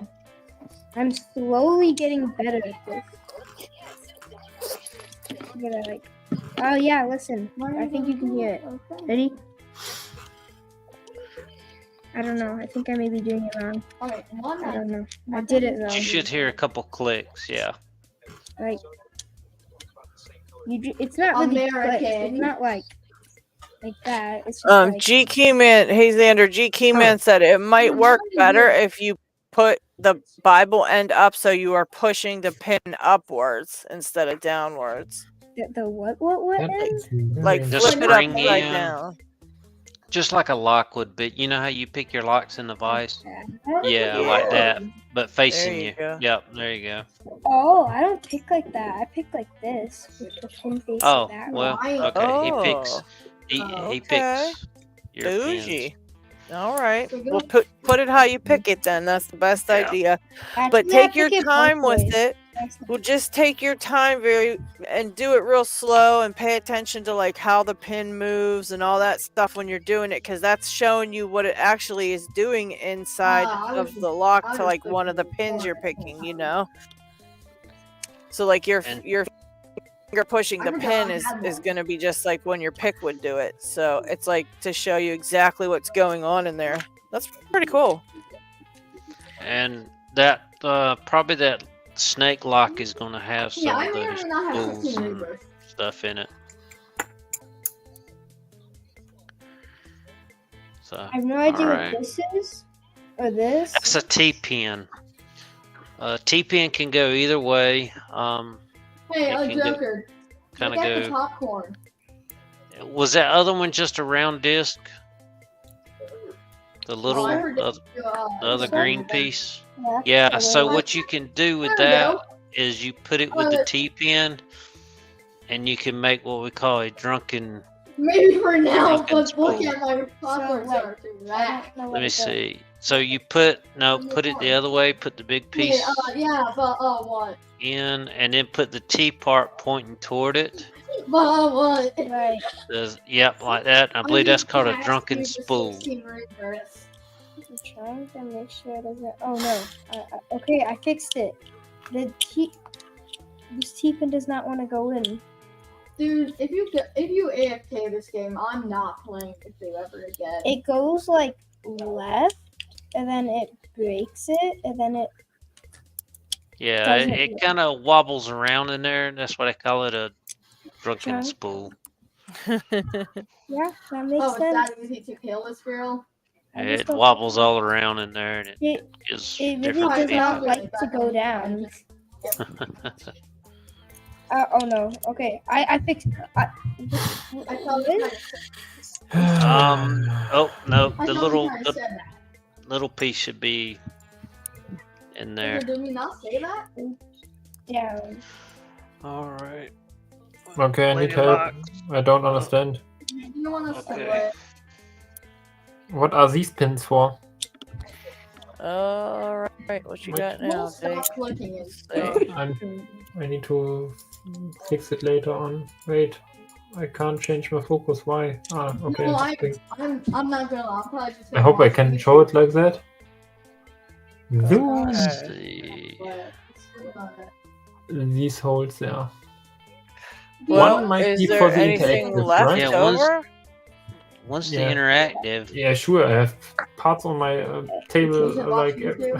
Well, put in what you know goes in the right places. Like put in all the stuff that goes somewhere that you already know about. So put in all your drivers and put in all your stuff. I thought that I know it, but I don't know because I have these pins. Wait.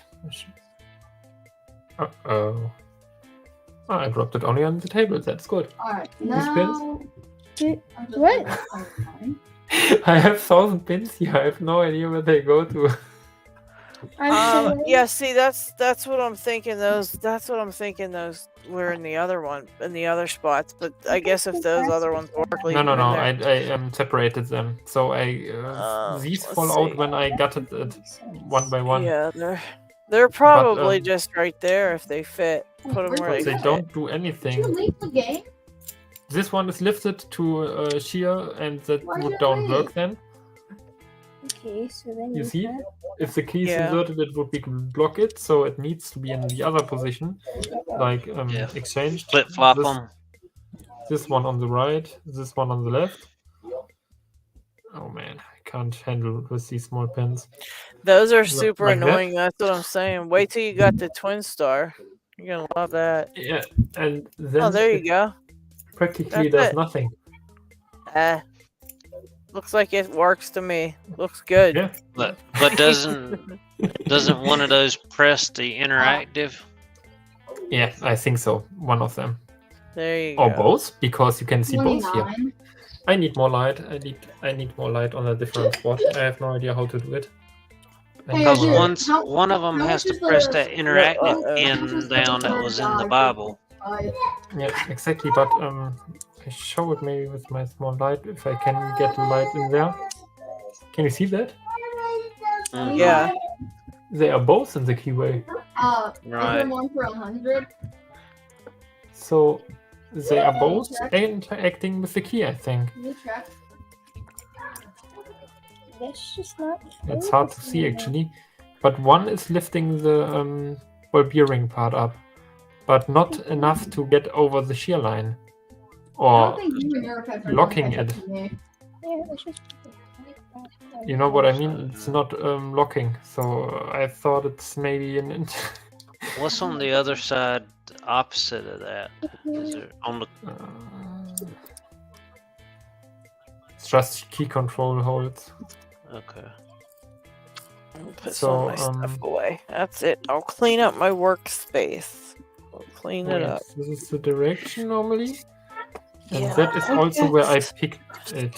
So I had the flag inside like that. And I went here and picked one of them out of the way. I can't find it. Where is it?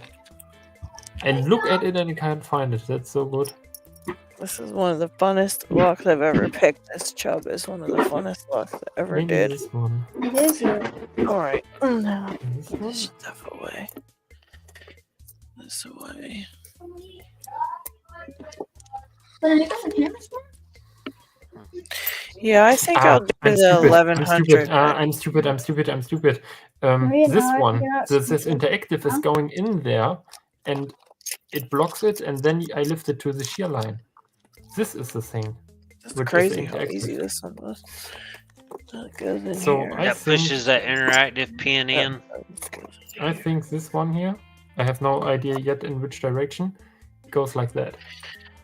Right, and And then if- once you put the key in, the interactive bit pushes it out of the shear line. Exactly, and then it can turn. It's not on this position. It's on this Wow. position. Mm-hmm. You said you were Maybe ahead of this me, is a drill pin so then. reverse. Do you know in which direction this goes onto this? Like that, maybe? What the heck? Isn't that what That you were is- saying? Not sure. Because Wasn't this thing what has you kind said of something a- about being ahead of me in reverse? Oh, the Forming- hole is probably for the spring.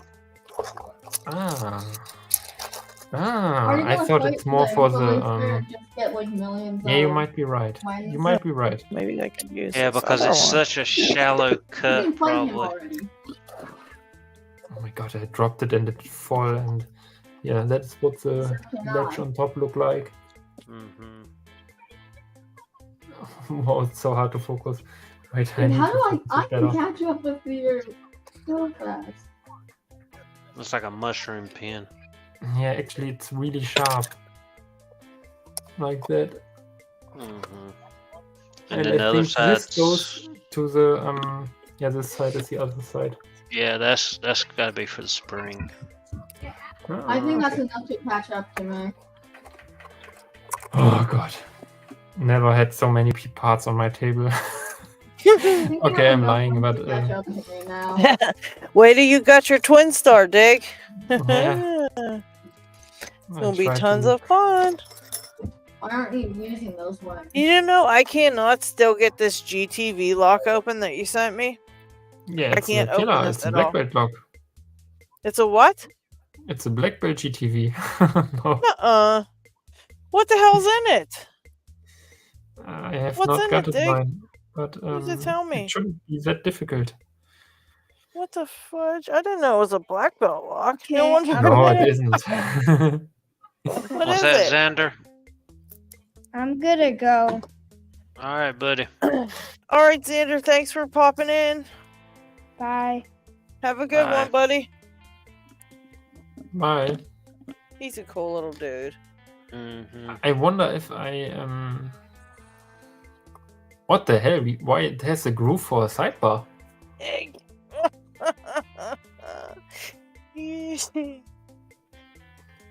Oh god. Well, I Or don't is that know. is that the slot so the key retention pins can move in and out? Key retention pins can move and out. But it would block the lock, right? Correct. So if it's wrong, because it has to have room to go up and down, so it has to have a slot there. Oh, you're right. You're right. It will block it. Exactly. That is the room where these pins go in. Yeah. But I had also some on the top. Then there's also a groove. Yeah, there is also a groove. Man, I learned so much today. So, still no idea what this hole is for. But which one? This one on the top. Oh yeah, I mean, remember we could see the interactive through that. Yeah, but does it get you something that you can see it? I don't know why, unless that's... I'm not sure what that would hold. Ah, I found it out. Oh.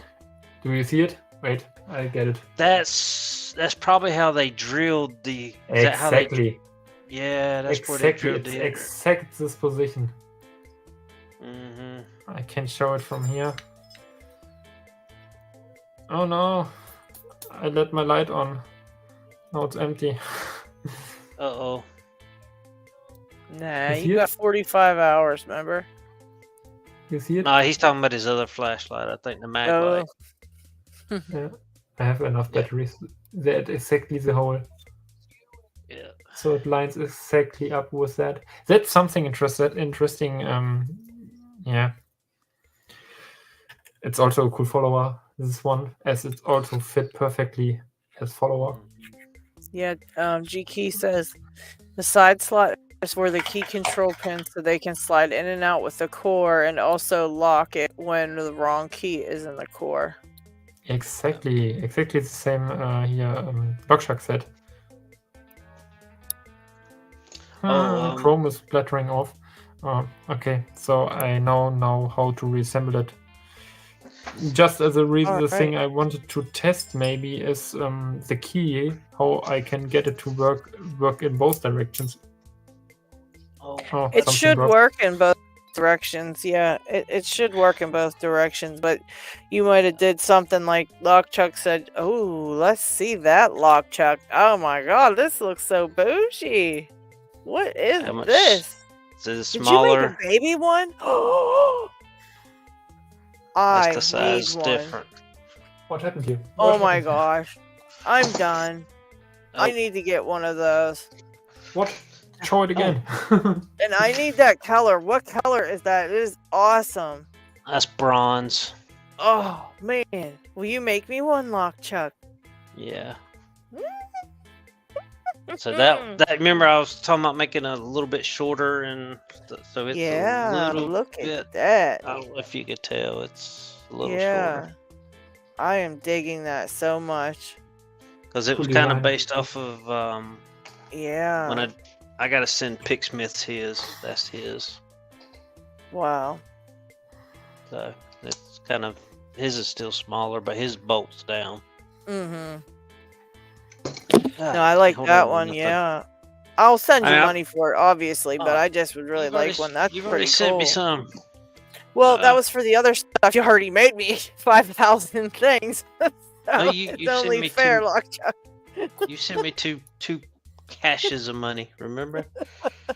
Well, you sent a lot of stuff, and then you did a lot of stuff for the giveaways, which I still need to give you the money for the shipping for your giveaway stuff.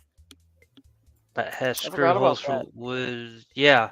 So G came in. Yeah, that's the one. That's supposed to be the same hole pattern as the Panavice. That so is like cool. I think Picksmith has a Panavice base that's just screwed onto a piece of wood. That's pretty nice. Yeah, Picksmith has a cool little setup there, but that one you made, I like the shape of it, and it's the perfect size. I mean, I love the size of this because it was so small and lightweight. That thing's gonna be like the king of all freaking things. Yeah, I mean it can't take like this one. I don't know if you noticed when I put it on this one, I had that Chubb Cruiser on this one, and it didn't budge. It doesn't. No, they don't. Them things are so nice. But I this loved one. it.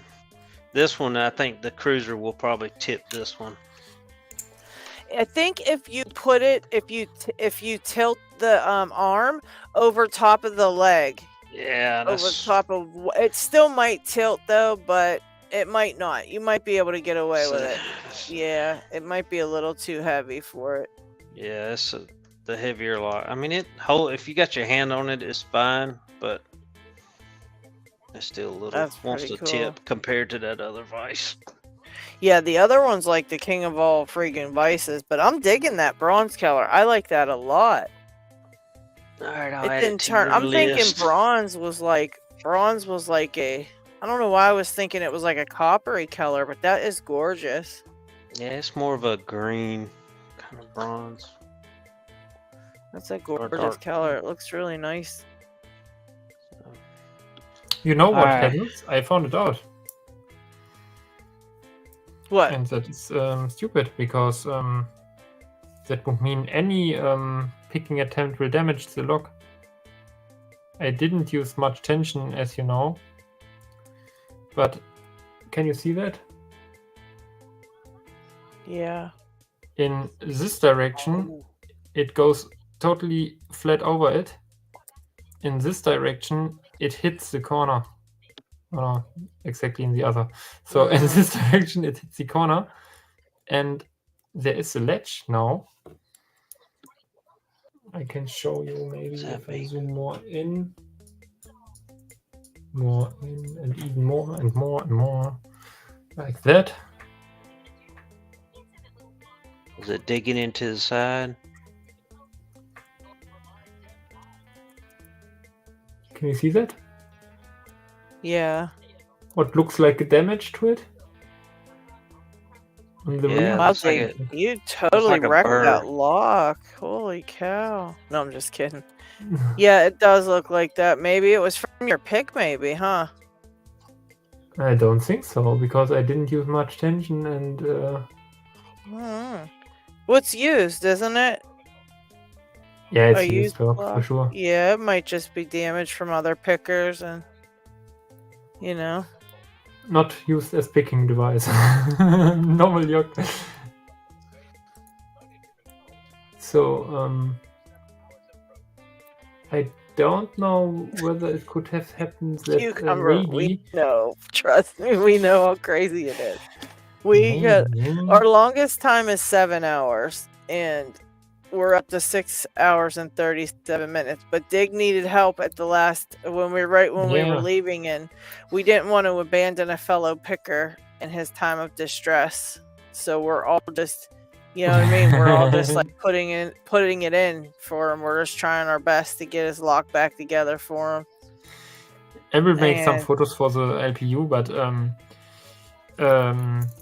do you? I don't know whether you guys also do it, but I do it always. Like, okay, I want just test, or I want just test the interactive, and then I go like and I get to auto zoom, and then I go just put the interactive in, put everything together, and then most likely I brick it.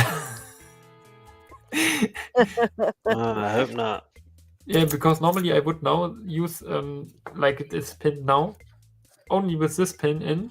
Maybe also this might be only in drill protection. Maybe I would not populate any of the other pins and then put everything back together, and then most likely will break it because the holes are empty, and then you can break it easy. I maybe shouldn't do that this time. So I got a question. Well, when you stick the key in, does that second one stick out at all at any part when the key's going in? No. The second thing here? Yeah, because there's no groove for it to be able to move. Let me look at the key. It's exactly the position of the interactive. So yeah, let's look together. So if I insert it, I can't insert the key. Okay. Well, we can't see it. There you go. Come But on. that second one doesn't ever come above, does it? No, I don't. Not the think so, interactive, but the other one. I take to a better zoom point like that maybe, and then we can look at it. Okay, it doesn't ever get lifted. No, there it lifts. There. Short before it's the interactive which lifted. But if you keep your finger over it, will it still stay flushed? Will it push that ball bearing in so it doesn't raise up? Is that some reset system? Because it does only work on pushing it in. So if I put the finger on top, It's clearly moving. Is it? Because I don't know where it would allow it to move in the Bible because there's no slot there for it if it sticks out at all. Yeah, exactly. But it, okay, then it's maybe. Could it be that it prepares the ball to be down? Could. That it pushes the ball bearing down in the first place? Because at this position, the ball bearing will be pressed down by the spring. And if I turn it now back, it doesn't make sense. Okay. Oh, is Deadeye back in Germany? Is he? I don't know. He says it's 4:41 Oh, thank you, a.m. Kiwanaka Metal. Thank you, thank you. I have absolutely no clue. Thank you, thank you. It's 4:41 a.m. Is it 4:40? Oh, he might just know that it's 4:41 in Germany. Okay. Yeah, it's 4:40. Where are you, Deadeye? Where are you tuning into us from? Oh, wait. Give me a second. Hold on. Let me do this. Hold on. Yeah, Cucumber said I should let all guys sleep. Do you have your core holder? Yeah, sure. Do you think I can test something with that? Yeah, I would put that in the core holder and make sure that it will allow the key to go in and out with that. Let's look at one. I need the bigger one. That he has the bigger one. I Oh, think. so he is back in Germany. He had to go back to see his wife. Cool. So that is a core holder.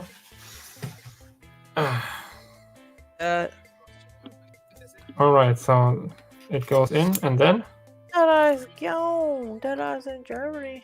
Okay, so make sure. Yeah, now with it in, turn it to the right. Yeah, now will the key go in and out? Yeah.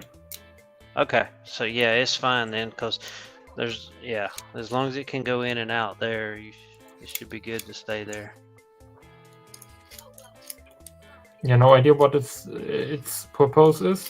No, I don't know what it does.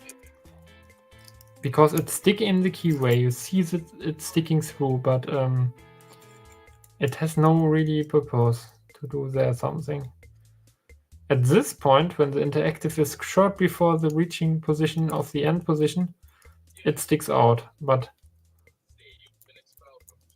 it's not enough to bind up the key. Actually, I think it can be pulled back with the finger. Yeah. You see that? Nah, you're off camera. Ow. Tell me. I say, next you better pop open that twin star. You're ready.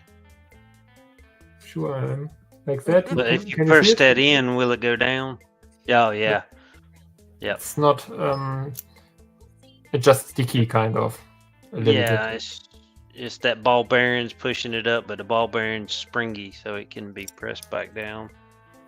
Yeah, that is also not really springy now, right? Well, it just can move in and out, so. So I can just, if I really have problems that the key don't work anymore in any direction, no, I don't file around. But I could in the end file here a little bit away, but that might be a taper act. I will do it maybe later. Boy, yeah. Can you see how damaged it is? It is really damaged. Yeah, I saw you showed it earlier. It looked like it had dug into the side there. But that much? I didn't use much tension. It may have been when you were trying to turn the key the other, but I don't know why it didn't. And the flag was definitely not at this position. I was more like in. I was more like here in the rear, like here. I was stuck. I couldn't get it out at the rear point, and it's far beyond the interactive. So I don't think I damaged it with that. And you see, like it was. Where is it? like this thing pressing against it. Now the correct question, is it the correct position where I put it? Wait, I turned the core like that. No, it's not even the right position I picked. I turned the core in this direction, so this edge should be damaged, not this one.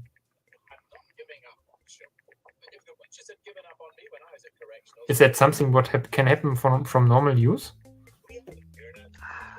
I don't have. Because I definitely picked the other side. Because I picked it clockwise. Oh no, pins fall out. I picked it clockwise, and I should never pick a HPC. I will drop every pin. I picked it clockwise, and that means the interactive was pressing against this ledge, not the other one. Right. So pretty interesting. Maybe I'm wrong and it worked not beforehand, but I'm pretty sure it worked in both directions before. Maybe it's just that I touched the interactive and it got with the spring. No idea. It got positioned differently and kind of it twisted in the core like that, and that's why it didn't work anymore. Maybe is it it's not beveled or anything, is it? Like an angle? I would show you, but I lost the pen. Oh no. No, it's there it is. I dropped it on my table. There it is. What do you mean with beveled? Yeah, there is beveling. Well, I mean, like it's 90 degrees. Well, focus. Yeah, I'm focusing. I need to touch the button first. There's so much beveling in all directions. Well, look on the camera. It looks like one side is rolled up. It doesn't look like it's flat on the right side. Looks like where it got pressed real hard, it may have rolled the metal up. You mean the pin is deformed? Yes. Does it look like that? Don't have a gauge for that. No, it looks normal. So if okay. Maybe it was just a shadow. Yeah, if I show it just with the tweezer in hand made, I can use my other tweezers because they will hold it always. I know it's too strong. I might damage it with that. I'm sure I will drop it now. Don't drop it.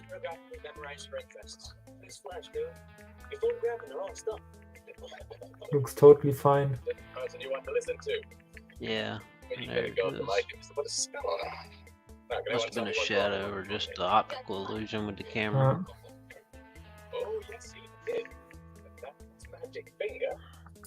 I think it's ledge which does that, but then it has to be kind of always there. I try to reassemble that. Okay, let us know how it goes. I said, let us know how if it goes back and works. Yeah, we're gonna work end only up. in one direction then, right? Do what? So, We gotta end the stream because I got stuff I gotta get done tonight. Want to eat some dinner, clean up, and that. But priorities. I go to sleep too. Yeah. you're gonna be exhausted and sleep all day. Your wife's gonna kick your butt. We fall asleep on the couch, or me at least. She watched maybe TV or something. No idea. She was shopping on the phone, and I couldn't. I was watching a little bit on the phone, and then I fall asleep after no idea, few seconds. All right, so at least I picked a little bit this weekend. Yeah, you can pick tomorrow too, can't you? Or no? I think so. Yeah, should be possible. So Well, I need to fix now. If you end up getting want to get on a Discord server tomorrow, if you're going back to it and want to figure the rest of that out, just let me know, and we can try to call Lockchuck too and see about getting on the Discord video chat and figuring it out. That'd be great. Yeah, I look whether when I have time for it. Do you think more in the evening for me or around your noon? Let's see. What will it be? If it's noon here, it'll be like 6 p.m. for you. So yeah, that'd be cool. Like, yeah, I should be around all day tomorrow. So if you want to just text me and we can hop on a video, because I'm sure I can help you get that figured out. I took apart the Twin Star and the Saturn, which is similar to that. So just more pins, right? Yeah, they just have tons of pins in every little place, and you kind of just we can also watch a couple videos just to brush up. Artichoke might have one on that that tells you exactly where every single thing goes.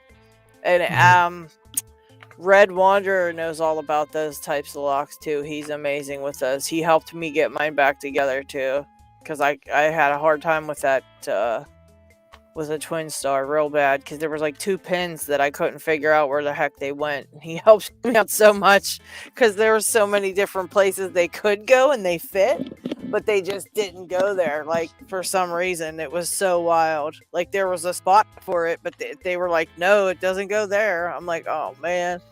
So it was pretty crazy, but we'll figure it out. We're not gonna leave you high and dry there, Dick. But let us know if you can't get it, and just text on the Discord and we'll get it figured out. That would be great. I just noticed something. I don't know whether the pin is correctly in there. Yeah, whatever you do, don't put it all back together until you know for sure. So get it together, put it in your core holder. Yeah, Test everything out with the key and then without the key and all that, and make sure it's right. But don't want to focus, I think. Like that, Red maybe? knows all kind of locks. But anyways, that one can go either way, right? Yeah, exactly. But this one here is troubling me, because this one is kind of that. That is a key pin. That's probably the interactive key pin, maybe. No, that is normal the key pin. That's the key pin on pin 2. Well, that's going to go toward the key right there. But this one here is the one from underneath, and I'm pretty sure I put it correctly out, and this one is facing into the spring, and this one was facing onto the key pin. And I had thought these ball bearings would touch each other. Like that, or that, or that, or that, no idea. I have it on video. Yeah, you can tell the other one was at the shear line, just the way the edges are on it. It's been kind of boogered up. Yeah, but you saw the difference on the sides? So this one has kind of a closed top, and the bottom of the thing, which supposed to is like that. And I'm sure I gutted it correctly and slowly, and then this side was facing against the springs. Yeah, that looks like it should go, because the other side looks like it was at the shear line just from that burr on it, where it's been right there. See where it's been catching? These pins are damaged like everywhere. It must be a very old lock. Yeah, see how that could be in your one not letting you rotate that direction. And it could be. That looks crazy. Yeah, because that looks like that's got kind of pinched at the shear line. You see that? Yeah. So if it would have turned the pin, just the pin, like that it is down the key, it would work in both directions. It would be like that. It would stop in that one direction, and if it turned to the other side, it'd stop in the other direction. Yeah, but it would let it go in one, but stop in the other. But so if it would be aligned, if it would align to the rear of the lock, both directions would work.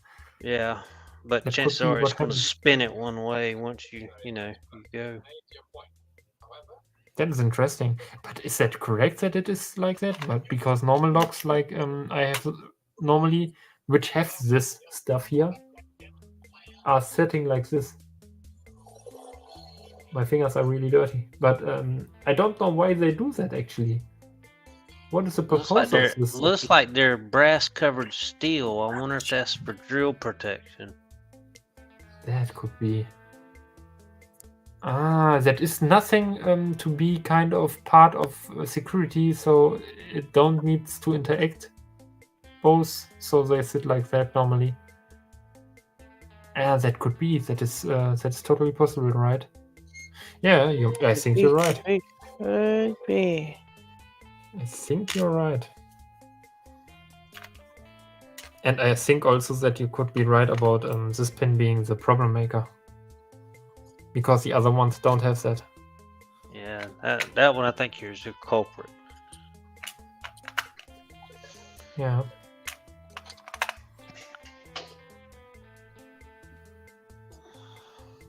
Interesting.